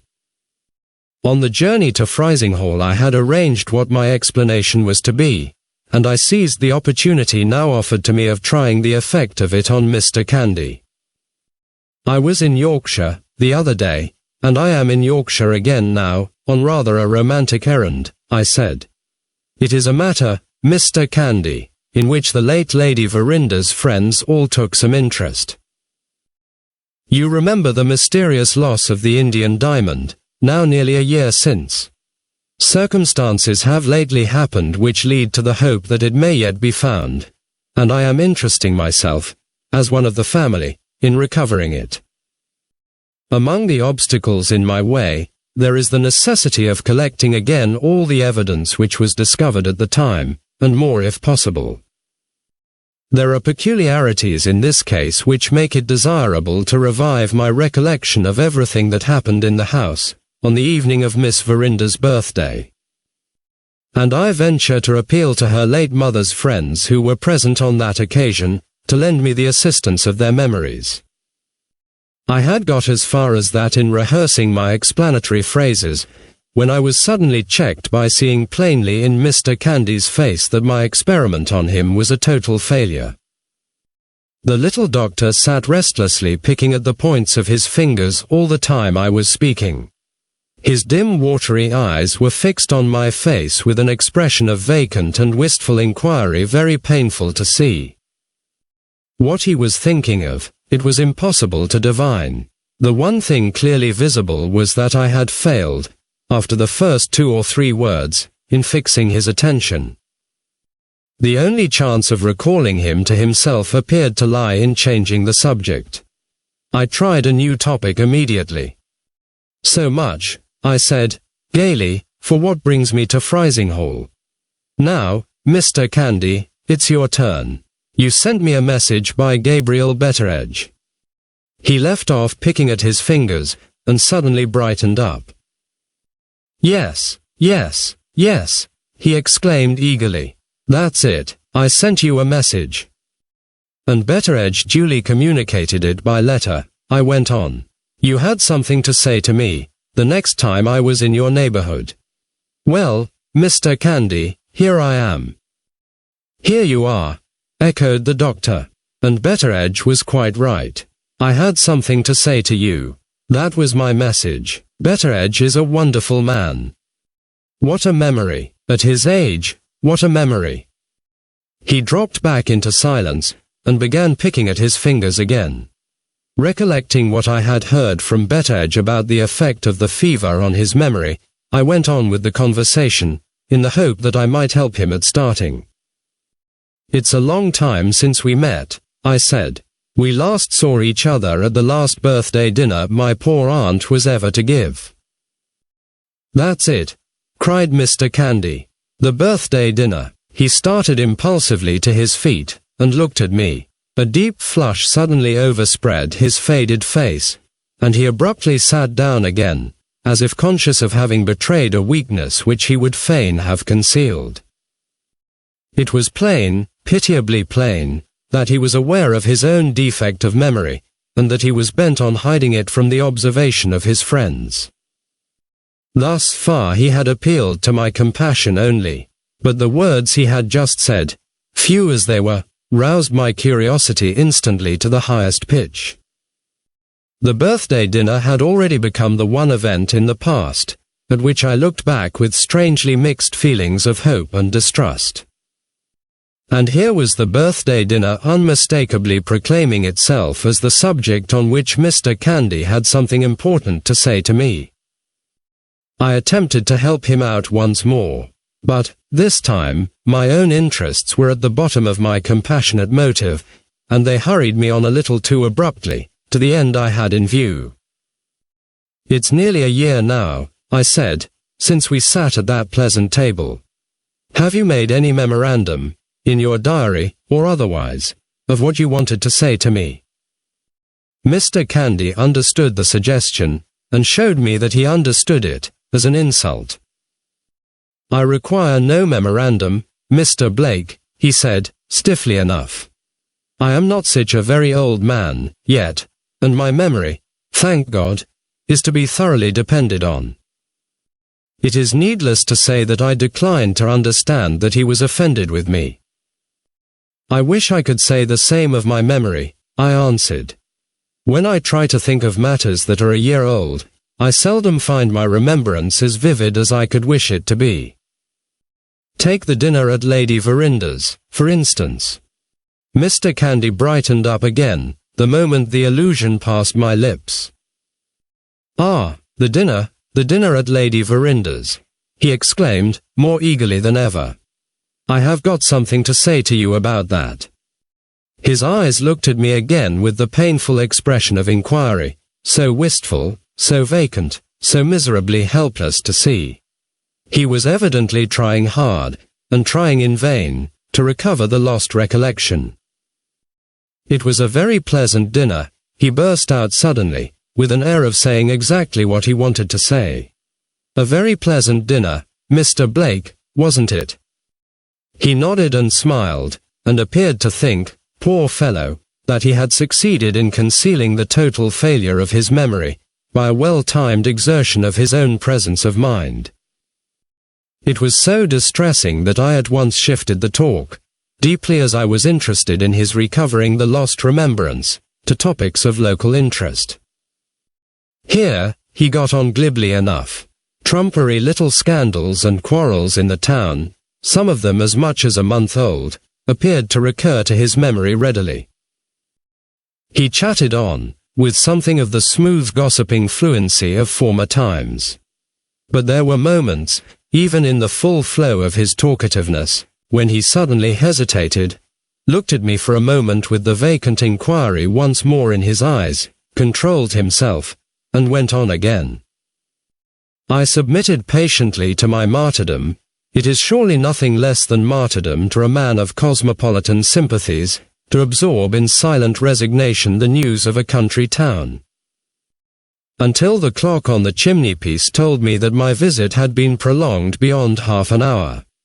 Having now some right to consider the sacrifice as complete, I rose to take leave. As we shook hands, Mr. Candy reverted to the birthday festival of his own accord. I am so glad we have met again, he said. I had it on my mind, I really had it on my mind, Mr. Blake, to speak to you. About the dinner at Lady Verinder's, you know. A pleasant dinner, really a pleasant dinner now, wasn't it? On repeating the phrase, he seemed to feel hardly as certain of having prevented me from suspecting his lapse of memory, as he had felt on the first occasion. The wistful look clouded his face again, and, after apparently designing to accompany me to the street door, he suddenly changed his mind, rang the bell for the servant, and remained in the drawing-room. I went slowly down the doctor's stairs, feeling the disheartening conviction that he really had something to say which it was vitally important to me to hear, and that he was morally incapable of saying it. The effort of remembering that he wanted to speak to me was, but too evidently, the only effort that his enfeebled memory was now able to achieve. Just as I reached the bottom of the stairs, and had turned a corner on my way to the outer hall, a door opened softly somewhere on the ground floor of the house, and a gentle voice said behind me, "I am afraid, sir, you find Mr. Candy sadly changed." I turned round, and found myself face to face with Ezra Jennings. Chapter 9. The doctor's pretty housemaid stood waiting for me, with the street door open in her hand. Pouring brightly into the hall, the morning light fell full on the face of Mr. Candy's assistant when I turned and looked at him. It was impossible to dispute Betteridge's assertion that the appearance of Ezra Jennings, speaking from a popular point of view, was against him. His gypsy complexion, his fleshless cheeks, his gaunt facial bones, his dreamy eyes, his extraordinary party-colored hair, the puzzling contradiction between his face and figure which made him look old and young both together, were all more or less calculated to produce an unfavorable impression of him on a stranger's mind. And yet, feeling this as I certainly did, it is not to be denied that Ezra Jennings made some inscrutable appeal to my sympathies, which I found it impossible to resist.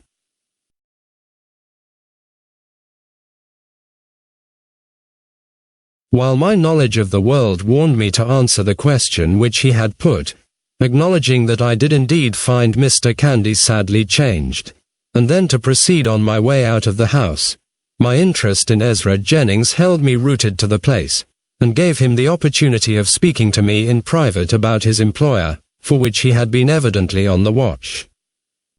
"Are you walking my way, Mr. Jennings?" I said, observing that he held his hat in his hand. "I am going to call on my aunt, Mrs. Ablewhite." Ezra Jennings replied that he had a patient to see, and that he was walking my way. We left the house together. I observed that the pretty servant girl, who was all smiles and amiability, when I wished her good morning on my way out, received a modest little message from Ezra Jennings, relating to the time at which he might be expected to return, with pursed-up lips, and with eyes which ostentatiously looked anywhere rather than look in his face. The poor wretch was evidently no favorite in the house. Out of the house, I had Betteridge's word for it that he was unpopular everywhere. What a life, I thought to myself, as we descended the doctor's doorsteps. Having already referred to Mr. Candy's illness on his side, Ezra Jennings now appeared determined to leave it to me to resume the subject. His silence said significantly, "It's your turn now." I, too, had my reasons for referring to the doctor's illness, and I readily accepted the responsibility of speaking first. Judging by the change I see in him, I began, Mr. Candy's illness must have been far more serious than I had supposed. "It is almost a miracle," said Ezra Jennings, "that he lived through it. Is his memory never any better than I have found it today? He has been trying to speak to me of something which happened before he was taken ill?" asked the assistant, observing that I hesitated. "Yes. His memory of events, at that past time, is hopelessly enfeebled," said Ezra Jennings. "It is almost to be deplored, poor fellow, that even the wreck of it remains. While he remembers dimly plans that he formed, things, here and there, that he had to say or do before his illness, he is perfectly incapable of recalling what the plans were, or what the thing was that he had to say or do. He is painfully conscious of his own deficiency, and painfully anxious, as you must have seen, to hide it from observation. If he could only have recovered in a complete state of oblivion as to the past, he would have been a happier man. Perhaps we should all be happier, he added, with a sad smile, if we could but completely forget. There are some events surely in all men's lives, I replied, the memory of which they would be unwilling entirely to lose. That is, I hope, to be said of most men, Mr. Blake. I am afraid it cannot truly be said of all. Have you any reason to suppose that the lost remembrance which Mr. Candy tried to recover, while you were speaking to him just now, was a remembrance which it was important to you that he should recall? In saying those words, he had touched, of his own accord, on the very point upon which I was anxious to consult him. The interest I felt in this strange man had impelled me, in the first instance, to give him the opportunity of speaking to me, reserving what I might have to say, on my side, in relation to his employer, until I was first satisfied that he was a person in whose delicacy and discretion I could trust.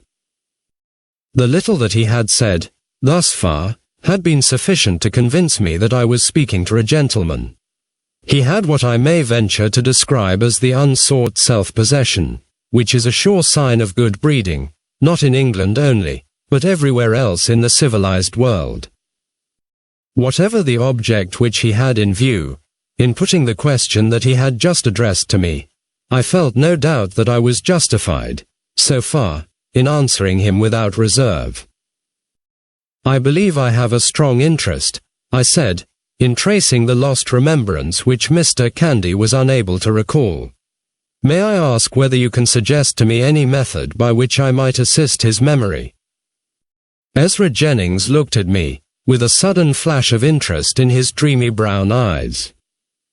Mr. Candy's memory is beyond the reach of assistance, he said.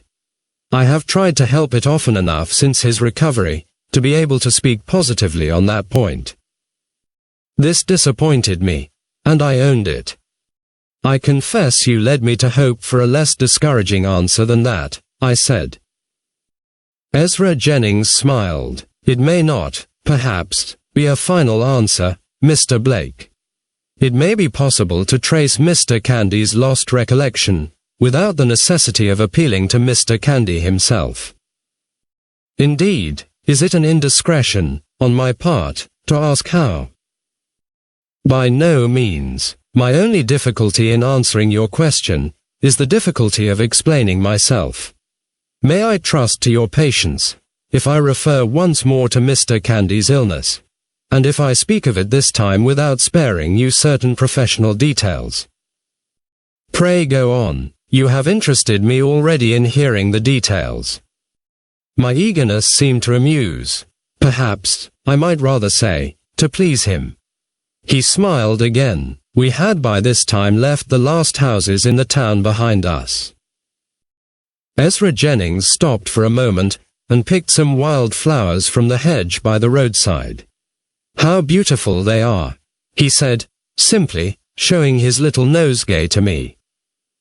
And how few people in England seem to admire them as they deserve. You have not always been in England, I said. No, I was born, and partly brought up, in one of our colonies. My father was an Englishman, but my mother, we are straying away from our subject, Mr. Blake, and it is my fault. The truth is, I have associations with these modest little hedgeside flowers. It doesn't matter. We were speaking of Mr. Candy. To Mr. Candy let us return.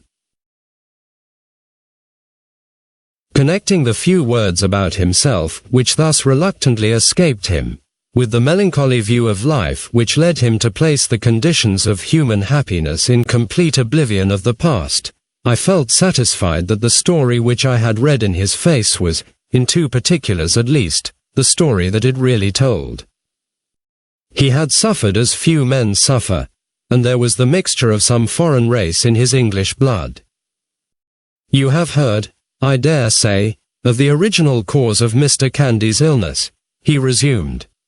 The night of Lady Verinda's dinner party was a night of heavy rain.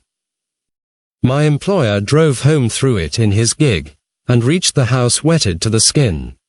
He found an urgent message from a patient, waiting for him, and he most unfortunately went at once to visit the sick person, without stopping to change his clothes. I was myself professionally detained, that night, by a case at some distance from Frizinghall. When I got back the next morning, I found Mr. Candy's groom waiting in great alarm to take me to his master's room. By that time the mischief was done. The illness had set in. The illness has only been described to me, in general terms, as a fever, I said. I can add nothing which will make the description more accurate, answered Ezra Jennings. From first to last the fever assumed no specific form. I sent at once to two of Mr. Candy's medical friends in the town, both physicians, to come and give me their opinion of the case. They agreed with me that it looked serious, but they both strongly dissented from the view I took of the treatment. We differed entirely in the conclusions which we drew from the patient's pulse. The two doctors, arguing from the rapidity of the beat, declared that a lowering treatment was the only treatment to be adopted. On my side, I admitted the rapidity of the pulse, but I also pointed to its alarming feebleness as indicating an exhausted condition of the system, and as showing a plain necessity for the administration of stimulants. The two doctors were for keeping him on gruel, lemonade, barley water, and so on. I was for giving him champagne, or brandy, ammonia, and quinine. A serious difference of opinion, as you see, a difference between two physicians of established local repute, and a stranger who was only an assistant in the house. For the first few days, I had no choice but to give way to my elders and betters, the patient steadily sinking all the time. I made a second attempt to appeal to the plain, undeniably plain, evidence of the pulse. Its rapidity was unchecked, and its feebleness had increased. The two doctors took offense at my obstinacy.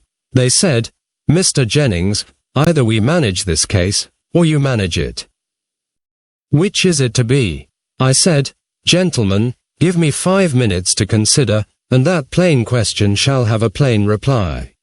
When the time expired, I was ready with my answer. I said, "You positively refuse to try the stimulant treatment." They refused in so many words. "I mean to try it at once, gentlemen. Try it, Mr. Jennings, and we withdraw from the case." I sent down to the cellar for a bottle of champagne, and I administered half a tumbler full of it to the patient with my own hand. The two physicians took up their hats in silence, and left the house. "You had assumed a serious responsibility," I said. "In your place, I am afraid I should have shrunk from it. In my place, Mr. Blake, you would have remembered that Mr. Candy had taken you into his employment, under circumstances which made you his debtor for life. In my place, you would have seen him sinking, hour by hour, and you would have risked anything, rather than let the one man on earth who had befriended you, die before your eyes.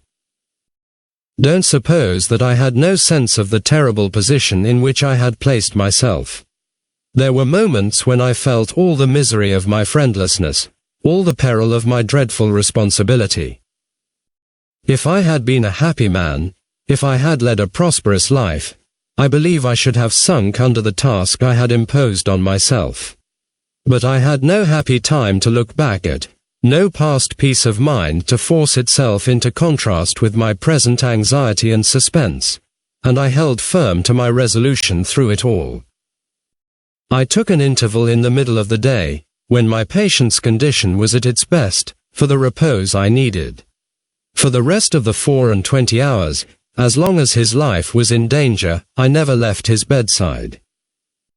Towards sunset, as usual in such cases, the delirium incidental to the fever came on.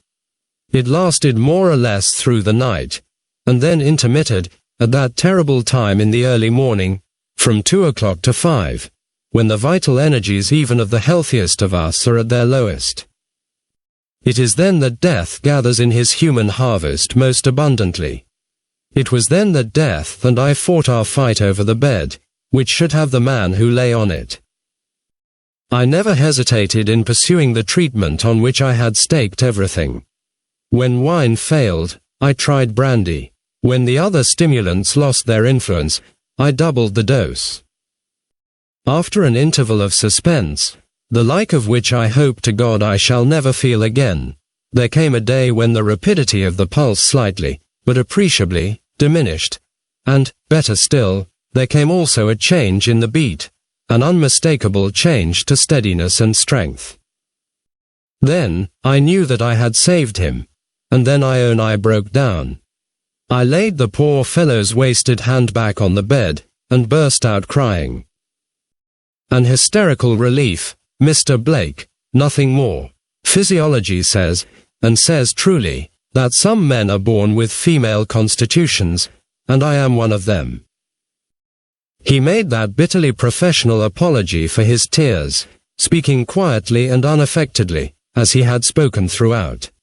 His tone and manner, from beginning to end, showed him to be especially, almost morbidly, anxious not to set himself up as an object of interest to me. You may well ask, why I have wearied you with all these details, he went on. It is the only way I can see, Mr. Blake, of properly introducing to you what I have to say next. Now you know exactly what my position was, at the time of Mr. Candy's illness, you will the more readily understand the sore need I had of lightening the burden on my mind by giving it, at intervals, some sort of relief. I have had the presumption to occupy my leisure, for some years past, in writing a book, addressed to the members of my profession, a book on the intricate and delicate subject of the brain and the nervous system. My work will probably never be finished, and it will certainly never be published. It has none the less been the friend of many lonely hours, and it helped me to while away the anxious time, the time of waiting, and nothing else, at Mr. Candy's bedside. I told you he was delirious, I think, and I mentioned the time at which his delirium came on. Yes. Well, I had reached a section of my book, at that time, which touched on this same question of delirium. I won't trouble you at any length with my theory on the subject. I will confine myself to telling you only what it is your present interest to know. It has often occurred to me in the course of my medical practice to doubt whether we can justifiably infer, in cases of delirium, that the loss of the faculty of speaking connectedly implies of necessity the loss of the faculty of thinking connectedly as well. Poor Mr. Candy's illness gave me an opportunity of putting this doubt to the test. I understand the art of writing in shorthand, and I was able to take down the patient's wanderings exactly as they fell from his lips. Do you see, Mr. Blake, what I am coming to at last? I saw it clearly, and waited with breathless interest to hear more.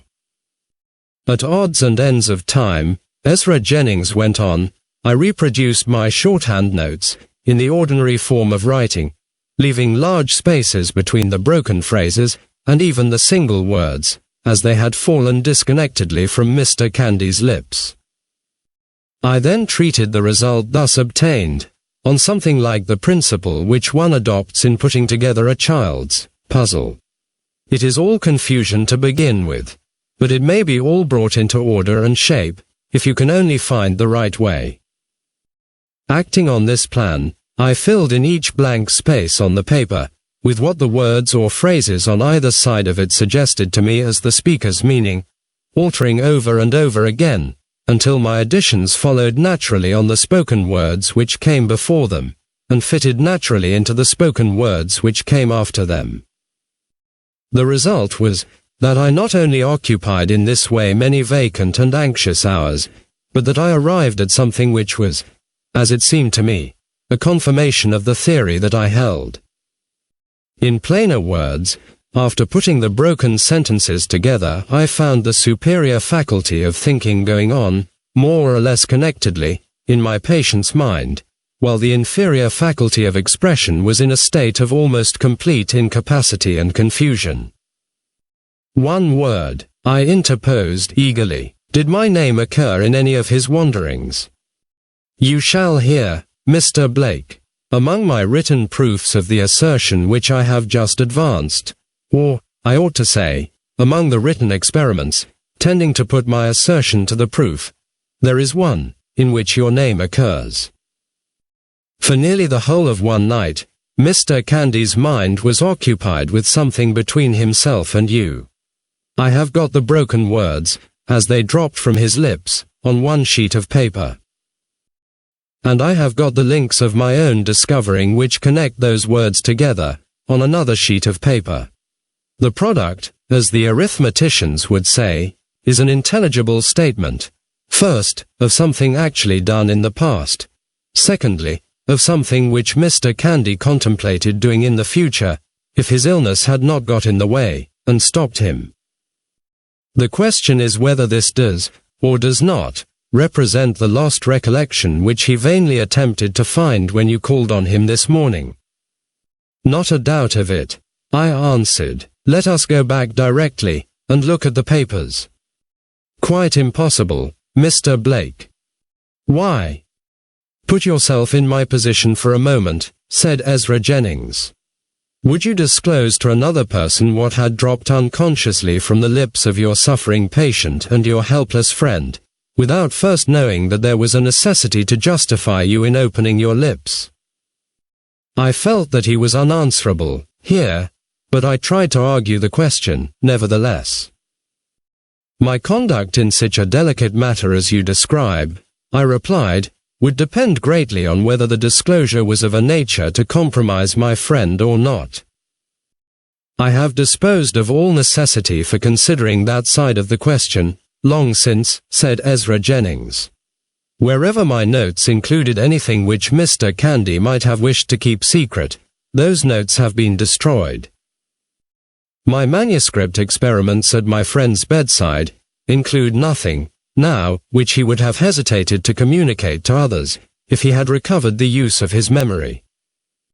In your case, I have every reason to suppose that my notes contain something which he actually wished to say to you. And yet, you hesitate. And yet, I hesitate. Remember the circumstances under which I obtained the information which I possess. Harmless as it is, I cannot prevail upon myself to give it up to you, unless you first satisfy me that there is a reason for doing so. He was so miserably ill, Mr. Blake, and he was so helplessly dependent upon me. Is it too much to ask, if I request you only to hint to me what your interest is in the lost recollection, or what you believe that lost recollection to be? To have answered him with the frankness which his language and his manner both claimed from me, would have been to commit myself to openly acknowledging that I was suspected of the theft of the diamond. Strongly as Ezra Jennings had intensified the first impulsive interest which I had felt in him, he had not overcome my unconquerable reluctance to disclose the degrading position in which I stood. I took refuge once more in the explanatory phrases with which I had prepared myself to meet the curiosity of strangers.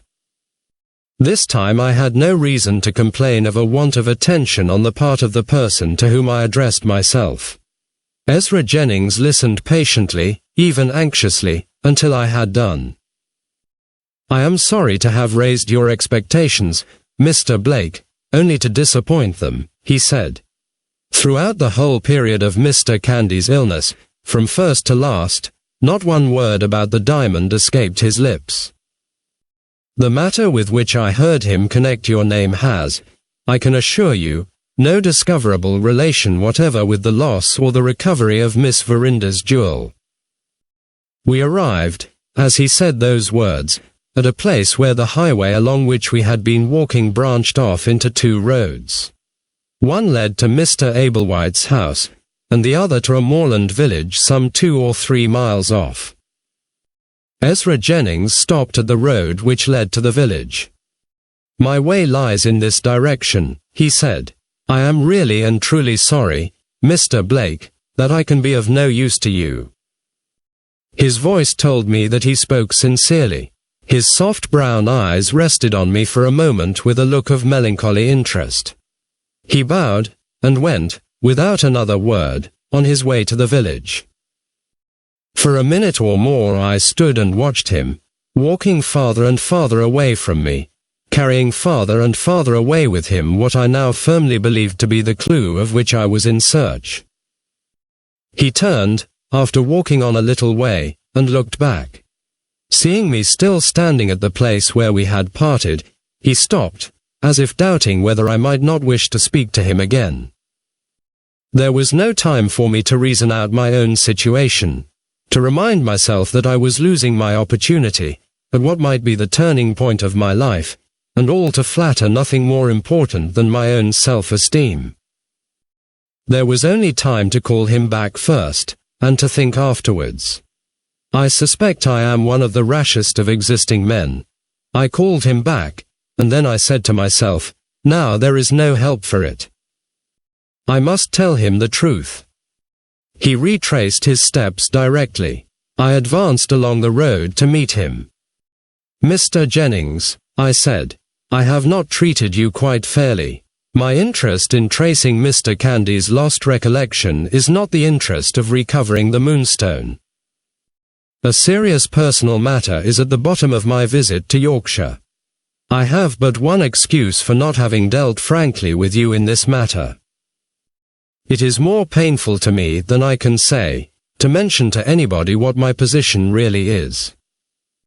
Ezra Jennings looked at me with the first appearance of embarrassment which I had seen in him yet. I have no right, Mr. Blake, and no wish, he said, to intrude myself into your private affairs. Allow me to ask your pardon, on my side, for having, most innocently, put you to a painful test.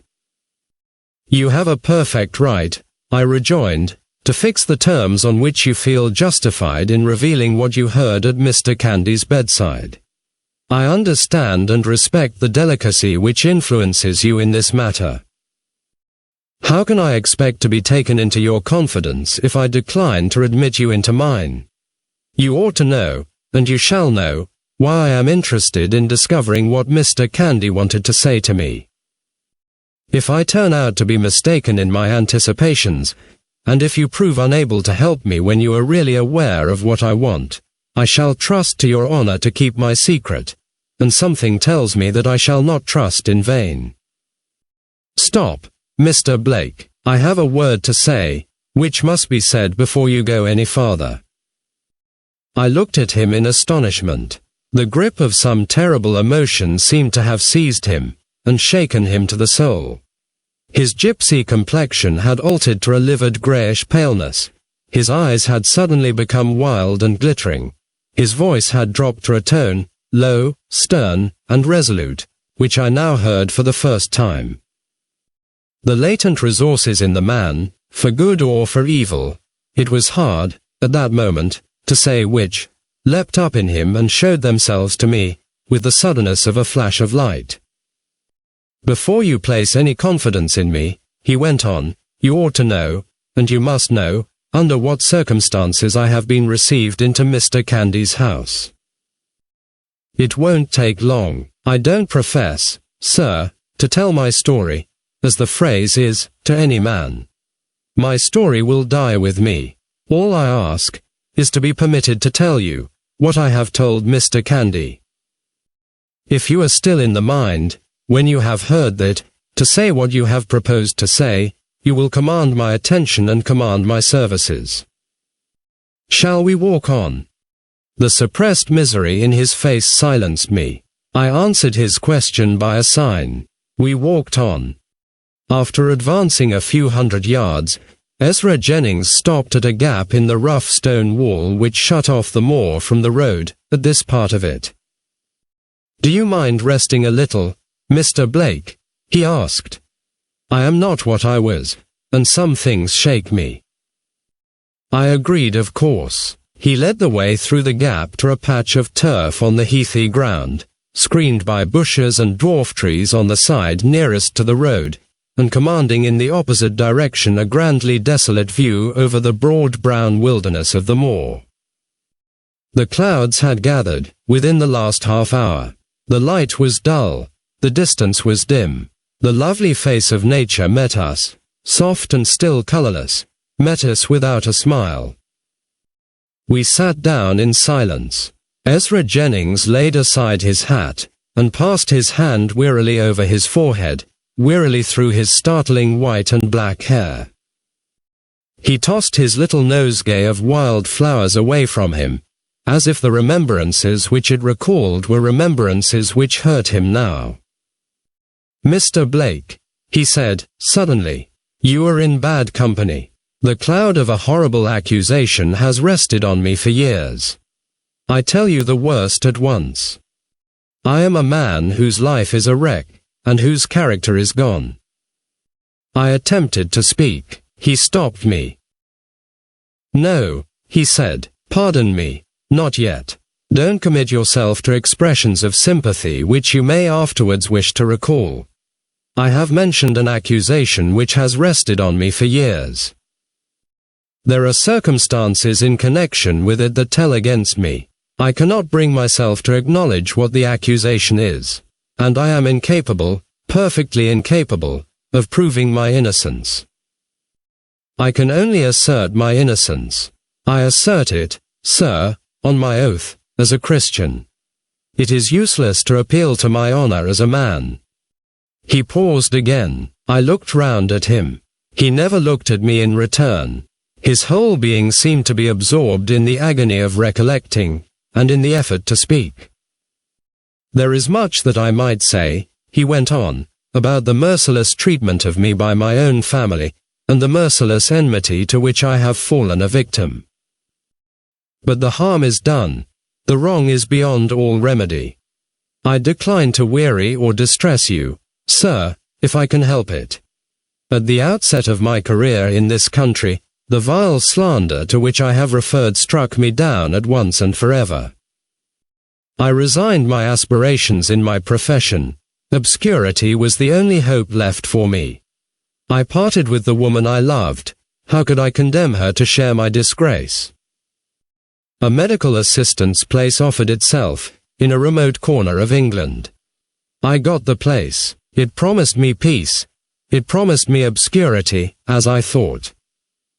I was wrong. Evil report, with time and chance to help it, travels patiently, and travels far.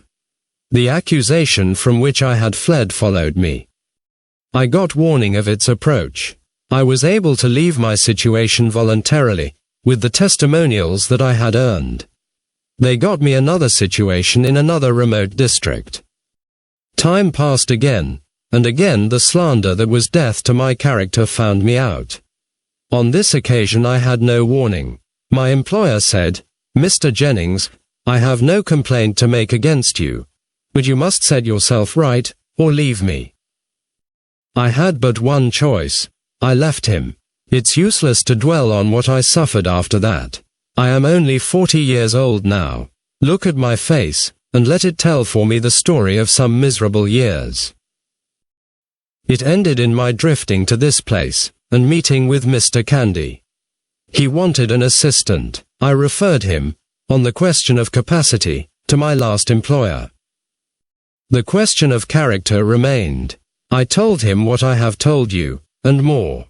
I warned him that there were difficulties in the way, even if he believed me. Here, as elsewhere, I said, I scorn the guilty evasion of living under an assumed name. I am no safer at Frizinghall than at other places from the cloud that follows me, go where I may. He answered, I don't do things by halves.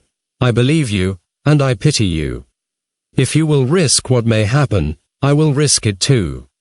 God Almighty bless him. He has given me shelter, he has given me employment, he has given me rest of mind, and I have the certain conviction, I have had it for some months past, that nothing will happen now to make him regret it. The slander has died out, I said. The slander is as active as ever, but when it follows me here, it will come too late. You will have left the place. No, Mr. Blake, I shall be dead.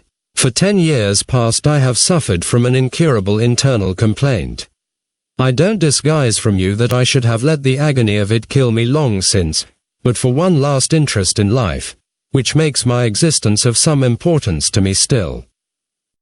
I want to provide for a person, very dear to me, whom I shall never see again. My own little patrimony is hardly sufficient to make her independent of the world. The hope, if I could only live long enough, of increasing it to a certain sum, has impelled me to resist the disease by such palliative means as I could devise. The one effectual palliative in my case is opium. To that all-potent and all-merciful drug I am indebted for a respite of many years from my sentence of death. But even the virtues of opium have their limit. The progress of the disease has gradually forced me from the use of opium to the abuse of it. I am feeling the penalty at last. My nervous system is shattered. My nights are nights of horror. The end is not far off now. Let it come. I have not lived and worked in vain.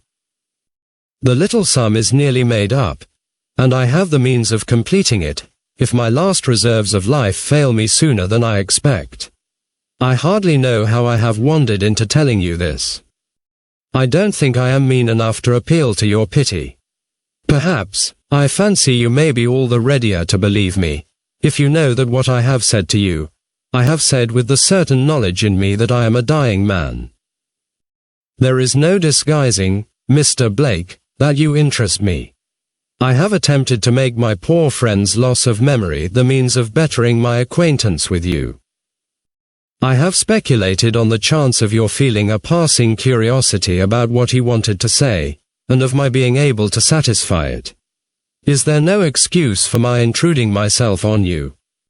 Perhaps there is some excuse. A man who has lived as I have lived has his bitter moments when he ponders over human destiny. You have youth, health, riches, a place in the world, a prospect before you. You, and such as you, show me the sunny side of human life, and reconcile me with the world that I am leaving, before I go. However this talk between us may end, I shall not forget that you have done me a kindness in doing that.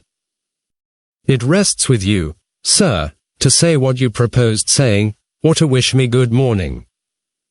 I had but one answer to make to that appeal. Without a moment's hesitation I told him the truth, as unreservedly as I have told it in these pages. He started to his feet, and looked at me with breathless eagerness as I approached the leading incident of my story. It is certain that I went into the room, I said.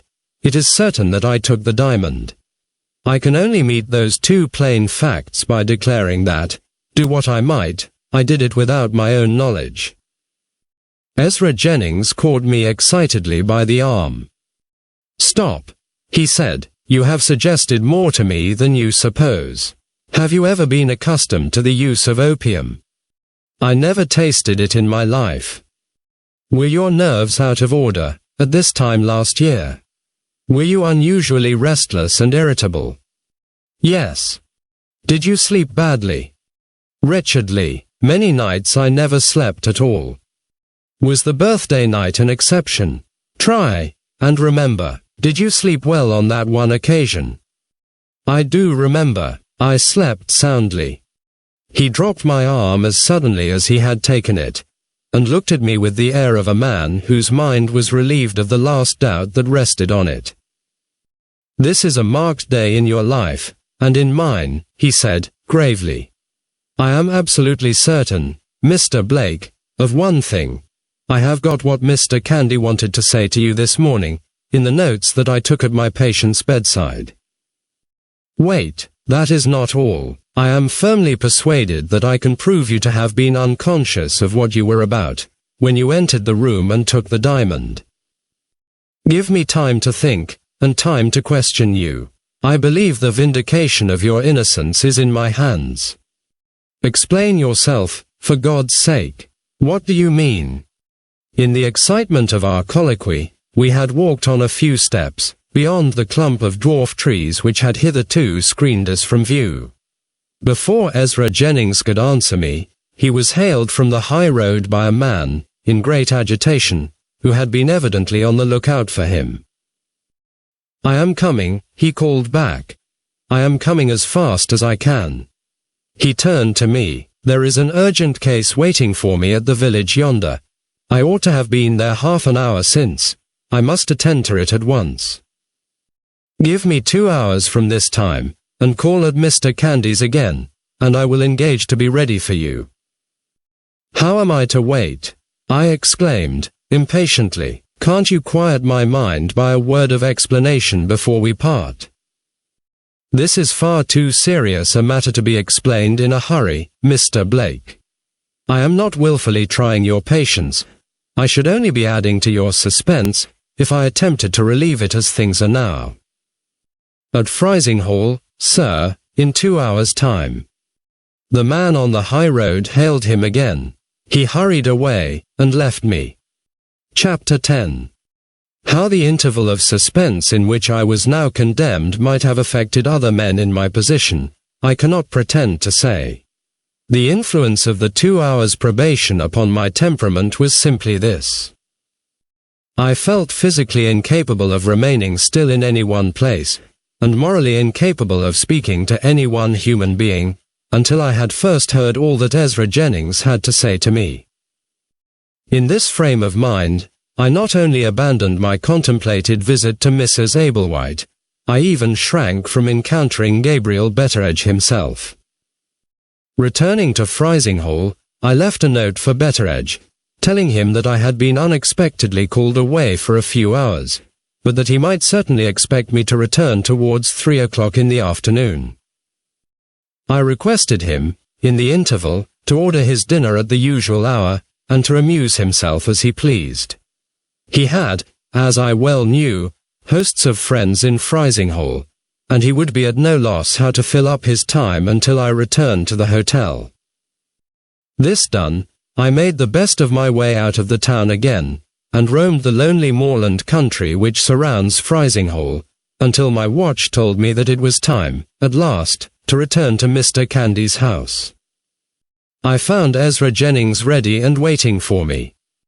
He was sitting alone in a bare little room, which communicated by a glazed door with a surgery. Hideous coloured diagrams of the ravages of hideous diseases decorated the barren buff-coloured walls. A bookcase filled with dingy medical works, and ornamented at the top with a skull, in place of the customary bust, a large deal table copiously splashed with ink, wooden chairs of the sort that are seen in kitchens and cottages, a threadbare drugget in the middle of the floor, a sink of water, with a basin and waste pipe roughly let into the wall, horribly suggestive of its connection with surgical operations, comprised the entire furniture of the room. The bees were humming among a few flowers placed in pots outside the window, the birds were singing in the garden, and the faint intermittent jingle of a tuneless piano in some neighbouring house forced itself now and again on the ear. In any other place, these everyday sounds might have spoken pleasantly of the everyday world outside. Here, they came in as intruders on a silence which nothing but human suffering had the privilege to disturb.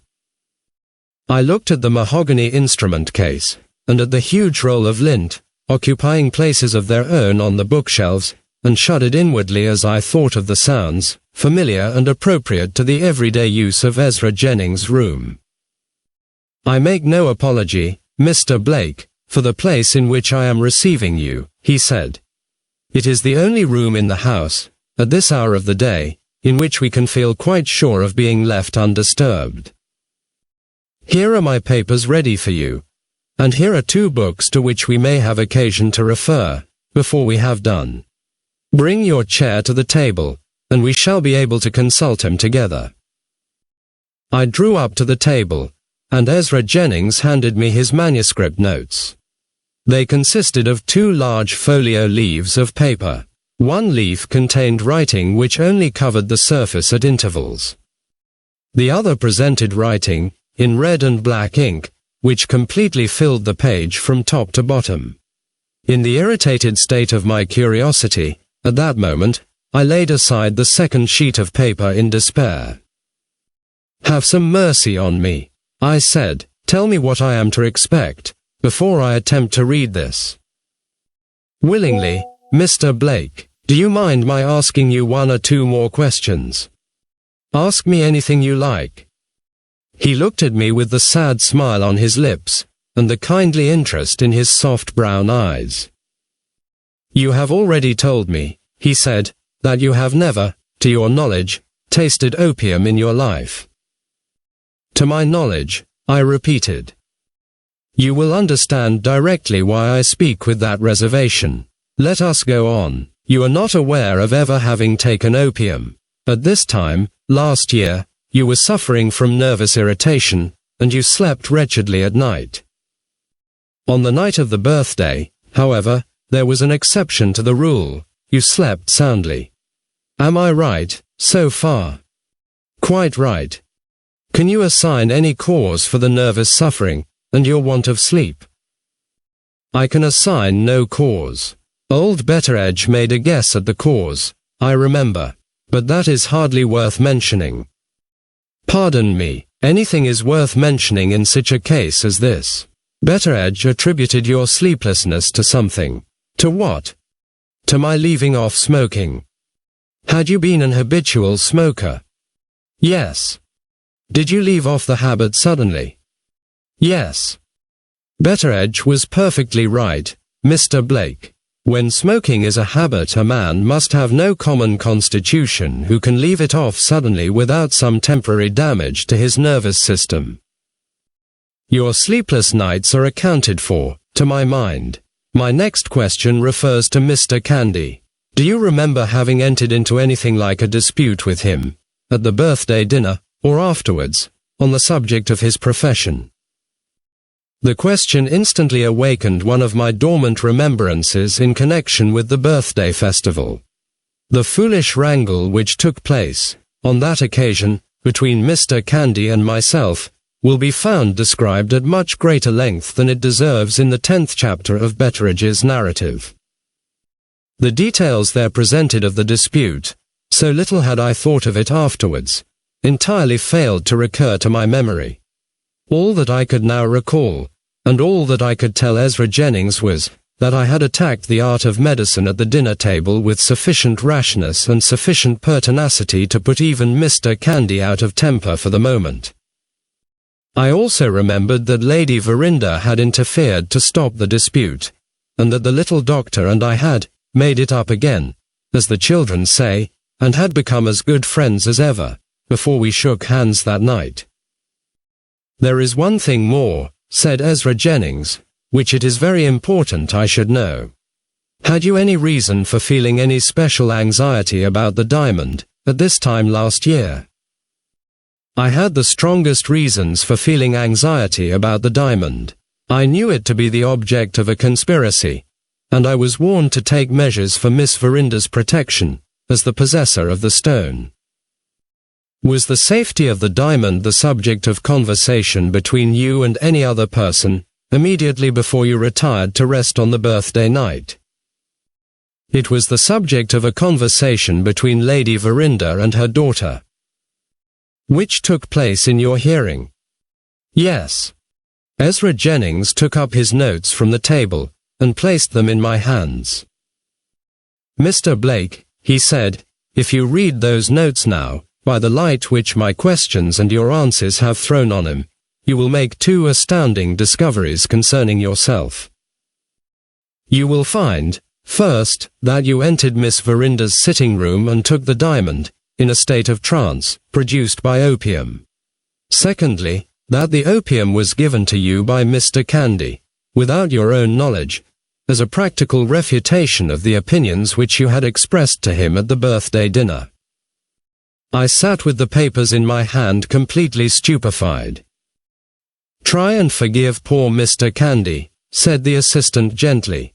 He has done dreadful mischief, I own, but he has done it innocently. If you will look at the notes, you will see that, but for his illness, he would have returned to Lady Verinder's the morning after the party, and would have acknowledged the trick that he had played you. Miss Verinder would have heard of it, and Miss Verinder would have questioned him, and the truth which has laid hidden for a year would have been discovered in a day. I began to regain my self-possession. Mr. Candy is beyond the reach of my resentment, I said angrily. But the trick that he played me is not the less an act of treachery, for all that. I may forgive, but I shall not forget it. Every medical man commits that act of treachery, Mr. Blake, in the course of his practice. The ignorant distrust of opium, in England, is by no means confined to the lower and less cultivated classes. Every doctor in large practice finds himself, every now and then, obliged to deceive his patients, as Mr. Candy deceived you. I don't defend the folly of playing you a trick under the circumstances. I only plead with you for a more accurate and more merciful construction of motives. How was it done? I asked. Who gave me the laudanum, without my knowing it myself? I am not able to tell you. Nothing relating to that part of the matter dropped from Mr. Candy's lips, all through his illness. Perhaps your own memory may point to the person to be suspected. No. It is useless, in that case, to pursue the inquiry. The laudanum was secretly given to you in some way. Let us leave it there, and go on to matters of more immediate importance. Read my notes, if you can. Familiarize your mind with what has happened in the past. I have something very bold and very startling to propose to you, which relates to the future. Those last words roused me. I looked at the papers, in the order in which Ezra Jennings had placed them in my hands. The paper which contained the smaller quantity of writing was the uppermost of the two. On this, the disconnected words, and fragments of sentences, which had dropped from Mr. Candy in his delirium, appeared as follows. Mr. Franklin Blake, and agreeable, down a peg, medicine, confesses, sleep at night, tell him, out of order, medicine, he tells me, and groping in the dark mean one and the same thing, all the company at the dinner table. I say, groping after sleep, nothing but medicine, he says, leading the blind, know what it means, witty, a night's rest in spite of his teeth, wants sleep. Lady Verinder's medicine chest, 25 minims, without his knowing it, tomorrow morning. Well, Mr. Blake, medicine today. Never, without it. Out, Mr. Candy. Excellent. Without it. Down on him. Truth. Something besides. Excellent. Dose of laudanum, sir. Bed. What? Medicine now. There, the first of the two sheets of paper came to an end. I handed it back to Ezra Jennings. That is what you heard at his bedside, I said. Literally and exactly what I heard, he answered, except that the repetitions are not transferred here from my shorthand notes. He reiterated certain words and phrases a dozen times over, 50 times over, just as he attached more or less importance to the idea which they represented. The repetitions, in this sense, were of some assistance to me in putting together those fragments. Don't suppose, he added, pointing to the second sheet of paper, that I claim to have reproduced the expressions which Mr. Candy himself would have used if he had been capable of speaking connectedly. I only say that I have penetrated through the obstacle of the disconnected expression, to the thought which was underlying it connectedly all the time. Judge for yourself. I turned to the second sheet of paper, which I now knew to be the key to the first. Once more, Mr. Candy's wanderings appeared, copied in black ink, the intervals between the phrases being filled up by Ezra Jennings in red ink. I reproduce the result here, in one plain form, the original language and the interpretation of it coming close enough together in these pages to be easily compared and verified. Mr. Franklin Blake is clever and agreeable, but he wants taking down a peg when he talks of medicine. He confesses that he has been suffering from want of sleep at night. I tell him that his nerves are out of order, and that he ought to take medicine. He tells me that taking medicine and groping in the dark mean one and the same thing. This before all the company at the dinner table. I say to him, you are groping after sleep, and nothing but medicine can help you to find it. He says to me, I have heard of the blind leading the blind, and now I know what it means. Witty, but I can give him a night's rest in spite of his teeth. He really wants sleep, and Lady Verinder's medicine chest is at my disposal. Give him 25 minims of laudanum tonight, without his knowing it, and then call tomorrow morning. Well, Mr. Blake, will you try a little medicine today? You will never sleep without it. There you are out, Mr. Candy. I have had an excellent night's rest without it. Then, come down on him with the truth. You have had something besides an excellent night's rest. You had a dose of laudanum, sir, before you went to bed. What do you say to the art of medicine, now? Admiration of the ingenuity which had woven this smooth and finished texture out of the revelled skein was naturally the first impression that I felt on handing the manuscript back to Ezra Jennings. He modestly interrupted the first few words in which my sense of surprise expressed itself, by asking me if the conclusion which he had drawn from his notes was also the conclusion at which my own mind had arrived. Do you believe as I believe, he said, that you were acting under the influence of the laudanum in doing all that you did, on the night of Miss Verinder's birthday, in Lady Verinder's house? I am too ignorant of the influence of laudanum to have an opinion of my own, I answered. I can only follow your opinion, and feel convinced that you are right. Very well, the next question is this. You are convinced, and I am convinced. How are we to carry our conviction to the minds of other people? I pointed to the two manuscripts, lying on the table between us. Ezra Jennings shook his head.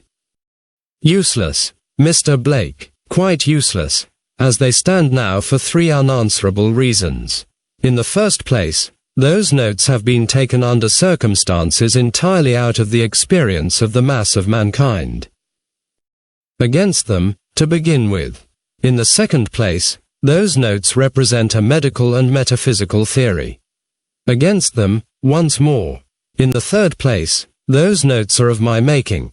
There is nothing but my assertion to the contrary, to guarantee that they are not fabrications. Remember what I told you on the moor, and ask yourself what my assertion is worth. No, my notes have but one value, looking to the verdict of the world outside. Your innocence is to be vindicated, and they show how it can be done. We must put our conviction to the proof, and you are the man to prove it. How? I asked. He leaned eagerly nearer to me across the table that divided us. Are you willing to try a bold experiment? I will do anything to clear myself of the suspicion that rests on me now. Will you submit to some personal inconvenience for a time? To any inconvenience, no matter what it may be. Will you be guided implicitly by my advice? It may expose you to the ridicule of fools. It may subject you to the remonstrances of friends whose opinions you are bound to respect. Tell me what to do, I broke out impatiently, and, come what may, I'll do it. You shall do this, Mr. Blake, he answered. You shall steal the diamond, unconsciously, for the second time, in the presence of witnesses whose testimony is beyond dispute. I started to my feet. I tried to speak. I could only look at him. I believe it can be done, he went on, and it shall be done, if you will only help me. Try to compose yourself, sit down, and hear what I have to say to you. You have resumed the habit of smoking. I have seen that for myself. How long have you resumed it? For nearly a year. Do you smoke more or less than you did? More. Will you give up the habit again, suddenly, mind, as you gave it up before? I began dimly to see his drift. I will give it up, from this moment, I answered. If the same consequences follow, which followed last June, said Ezra Jennings, if you suffer once more as you suffered then, from sleepless nights, we shall have gained our first step. We shall have put you back again into something assimilating to your nervous condition on the birthday night. If we can next revive, or nearly revive, the domestic circumstances which surrounded you, and if we can occupy your mind again with the various questions concerning the diamond which formerly agitated it, we shall have replaced you, as nearly as possible in the same position, physically and morally, in which the opium found you last year. In that case we may fairly hope that a repetition of the dose will lead, in a greater or lesser degree, to a repetition of the result. There is my proposal, expressed in a few hasty words. You shall now see what reasons I have to justify me in making it. He turned to one of the books at his side, and opened it at a place marked by a small slip of paper. Don't suppose that I am going to weary you with a lecture on physiology, he said. I think myself bound to prove, in justice to both of us, that I am not asking you to try this experiment in deference to any theory of my own devising. Admitted principles, and recognized authorities, justify me in the view that I take. Give me 5 minutes of your attention, and I will undertake to show you that science sanctions my proposal, fanciful as it may seem. Here, in the first place, is the physiological principle on which I am acting, stated by no less a person than Dr. Carpenter. Read it for yourself. He handed me the slip of paper which had marked the place in the book. It contained a few lines of writing, as follows.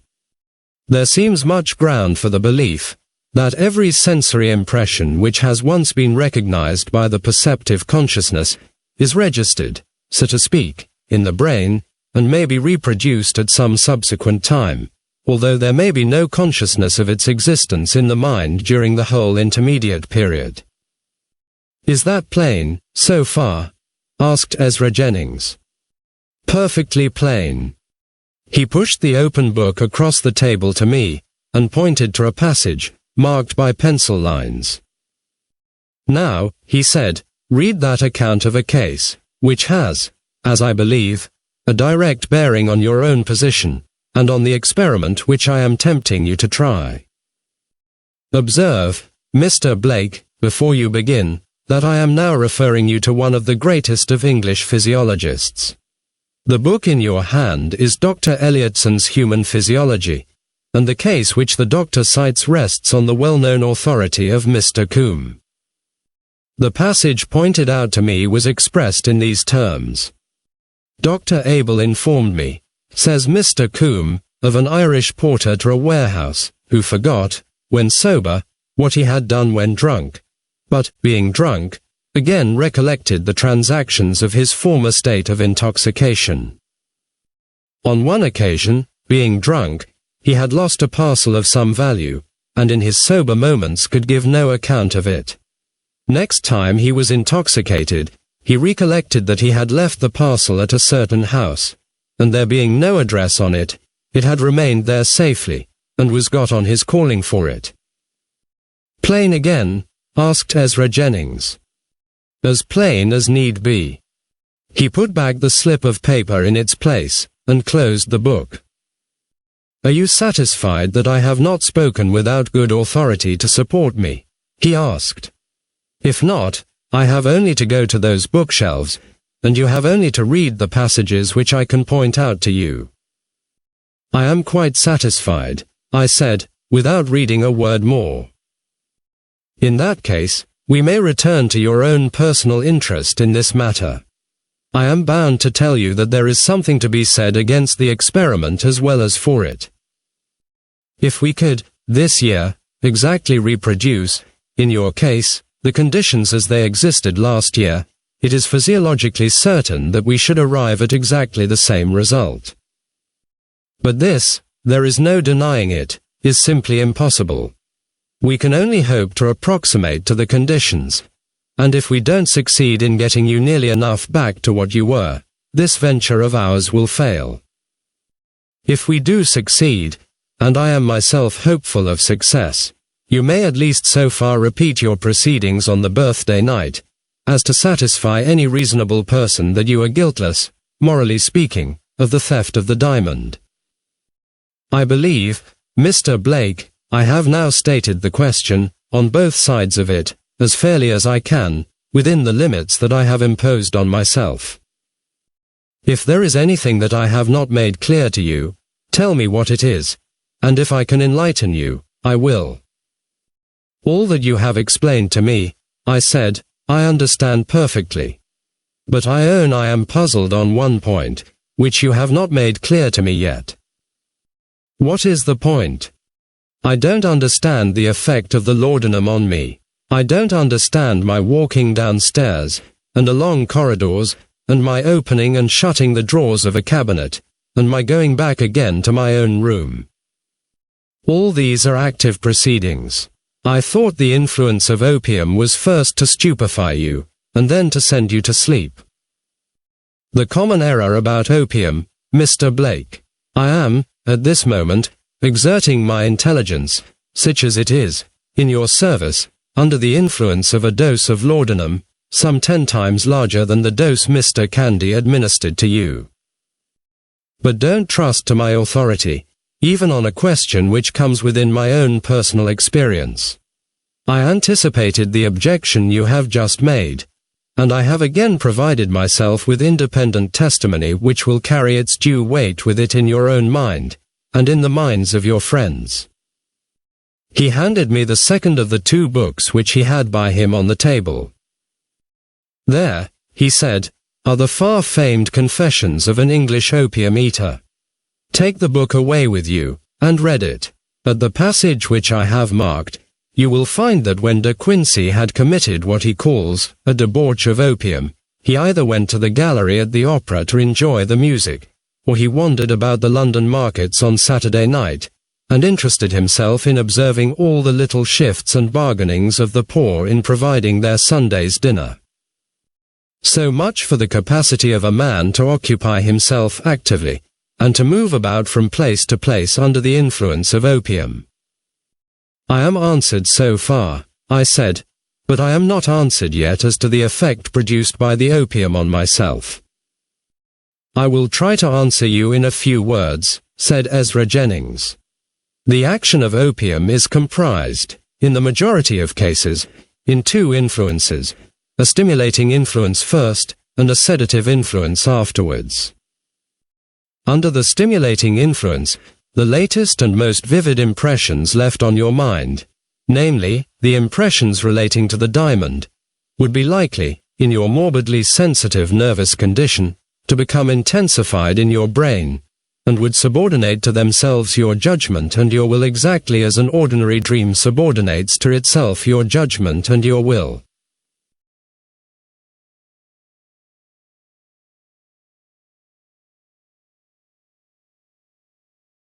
Little by little, under this action, any apprehensions about the safety of the diamond which you might have felt during the day would be liable to develop themselves from the state of doubt to the state of certainty, would impel you into practical action to preserve the jewel, would direct your steps, with that motive in view, into the room which you entered, and would guide your hand to the drawers of the cabinet, until you had found the drawer which held the stone.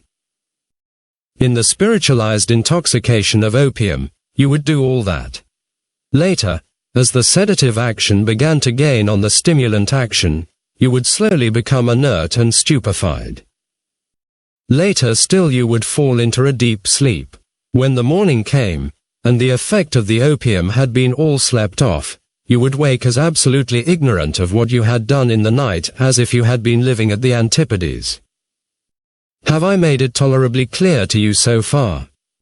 You have made it so clear, I said, that I want you to go farther. You have shown me how I entered the room, and how I came to take the diamond. But Miss Verinder saw me leave the room again, with the jewel in my hand. Can you trace my proceedings from that moment? Can you guess what I did next? That is the very point I was coming to, he rejoined.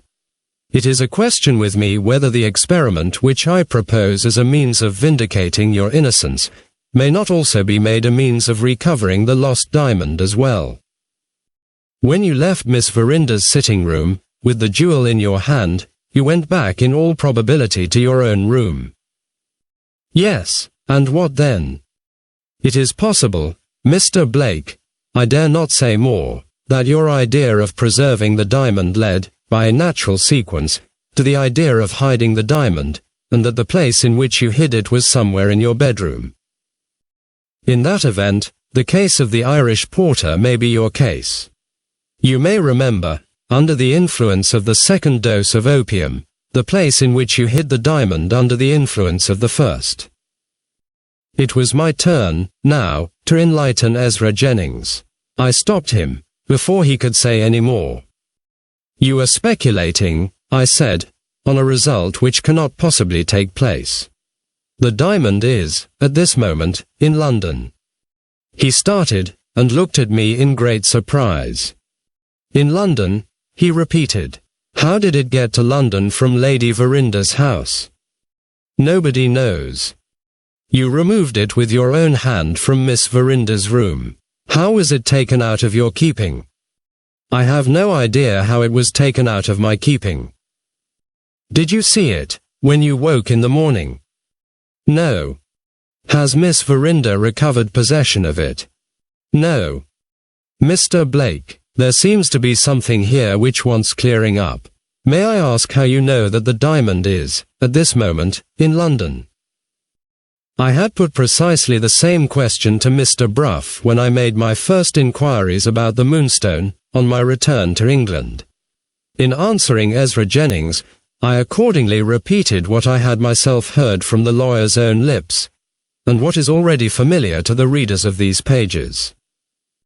He showed plainly that he was not satisfied with my reply. With all deference to you, he said, and with all deference to your legal adviser, I maintain the opinion which I expressed just now. It rests, I am well aware, on a mere assumption. Pardon me for reminding you that your opinion also rests on a mere assumption as well. The view he took of the matter was entirely new to me. I waited anxiously to hear how he would defend it. I assume, pursued Ezra Jennings, that the influence of the opium, after impelling you to possess yourself of the diamond, with the purpose of securing its safety, might also impel you, acting under the same influence and the same motive, to hide it somewhere in your own room. You assume that the Hindu conspirators could by no possibility commit a mistake. The Indians went to Mr. Luca's house after the diamond, and, therefore, in Mr. Luca's possession the diamond must be. Have you any evidence to prove that the Moonstone was taken to London at all? You can't even guess how, or by whom, it was removed from Lady Verinder's house. Have you any evidence that the jewel was pledged to Mr. Luca? He declares that he never heard of the Moonstone, and his banker's receipt acknowledges nothing but the deposit of a valuable of great price. The Indians assume that Mr. Luca is lying, and you assume again that the Indians are right. All I say, in differing with you, is that my view is possible. What more, Mr. Blake, either logically or legally, can be said for yours? It was put strongly, but there was no denying that it was put truly as well. I confess you stagger me, I replied. Do you object to my writing to Mr. Bruff, and telling him what you have said? On the contrary, I shall be glad if you will write to Mr. Bruff. If we consult his experience, we may see the matter under a new light. For the present, let us return to our experiment with the opium. We have decided that you leave off the habit of smoking from this moment. From this moment. That is the first step. The next step is to reproduce, as nearly as we can, the domestic circumstances which surrounded you last year. How was this to be done? Lady Verinder was dead. Rachel and I, so long as the suspicion of theft rested on me, were parted irrevocably. Godfrey Ablewhite was away travelling on the continent. It was simply impossible to reassemble the people who had inhabited the house when I had slept in it last. The statement of this objection did not appear to embarrass Ezra Jennings. He attached very little importance, he said, to reassembling the same people, seeing that it would be vain to expect him to reassume the various positions which they had occupied towards me in the past times. On the other hand, he considered it essential to the success of the experiment that I should see the same objects about me which had surrounded me when I was last in the house. Above all things, he said, you must sleep in the room which you slept in, on the birthday night, and it must be furnished in the same way. The stairs, the corridors, and Miss Verinda's sitting room must also be restored to what they were when you saw them last. It is absolutely necessary, Mr. Blake, to replace every article of furniture in that part of the house which may now be put away. The sacrifice of your cigars will be useless, unless we can get Miss Verinda's permission to do that. Who is to apply to her for permission? I asked. Is it not possible for you to reply? Quite out of the question. After what has passed between us on the subject of the lost diamond, I can neither see her, nor write to her, as things are now. Ezra Jennings paused, and considered for a moment. May I ask you a delicate question? He said. I signed to him to go on. Am I right, Mr. Blake, in fancying, from one or two things which have dropped from you, that you felt no common interest in Miss Verinda, in former times? Quite right. Was the feeling returned? It was. Do you think Miss Verinda would be likely to feel a strong interest in the attempt to prove your innocence? I am certain of it. In that case, I will write to Miss Verinda, if you will give me leave. Telling her of the proposal that you have made to me. Telling her of everything that has passed between us today. It is needless to say that I eagerly accepted the service which he had offered to me. I shall have time to write by today's post, he said, looking at his watch. Don't forget to lock up your cigars when you get back to the hotel. I will call tomorrow morning and hear how you have passed the night. I rose to take leave of him, and attempted to express the grateful sense of his kindness which I really felt. He pressed my hand gently. Remember what I told you on the moor, he answered. If I can do you this little service, Mr. Blake, I shall feel it like a last gleam of sunshine, falling on the evening of a long and clouded day. We parted. It was then the 15th of June. The events of the next 10 days, every one of them more or less directly connected with the experiment of which I was the passive object, are all placed on record, exactly as they happened, in the journal habitually kept by Mr. Candy's assistant. In the pages of Ezra Jennings nothing is concealed, and nothing is forgotten. Let Ezra Jennings tell how the venture with the opium was tried, and how it ended. This concludes part 2 of The Discovery of the Truth. The final part follows. You can find the link in description of this video.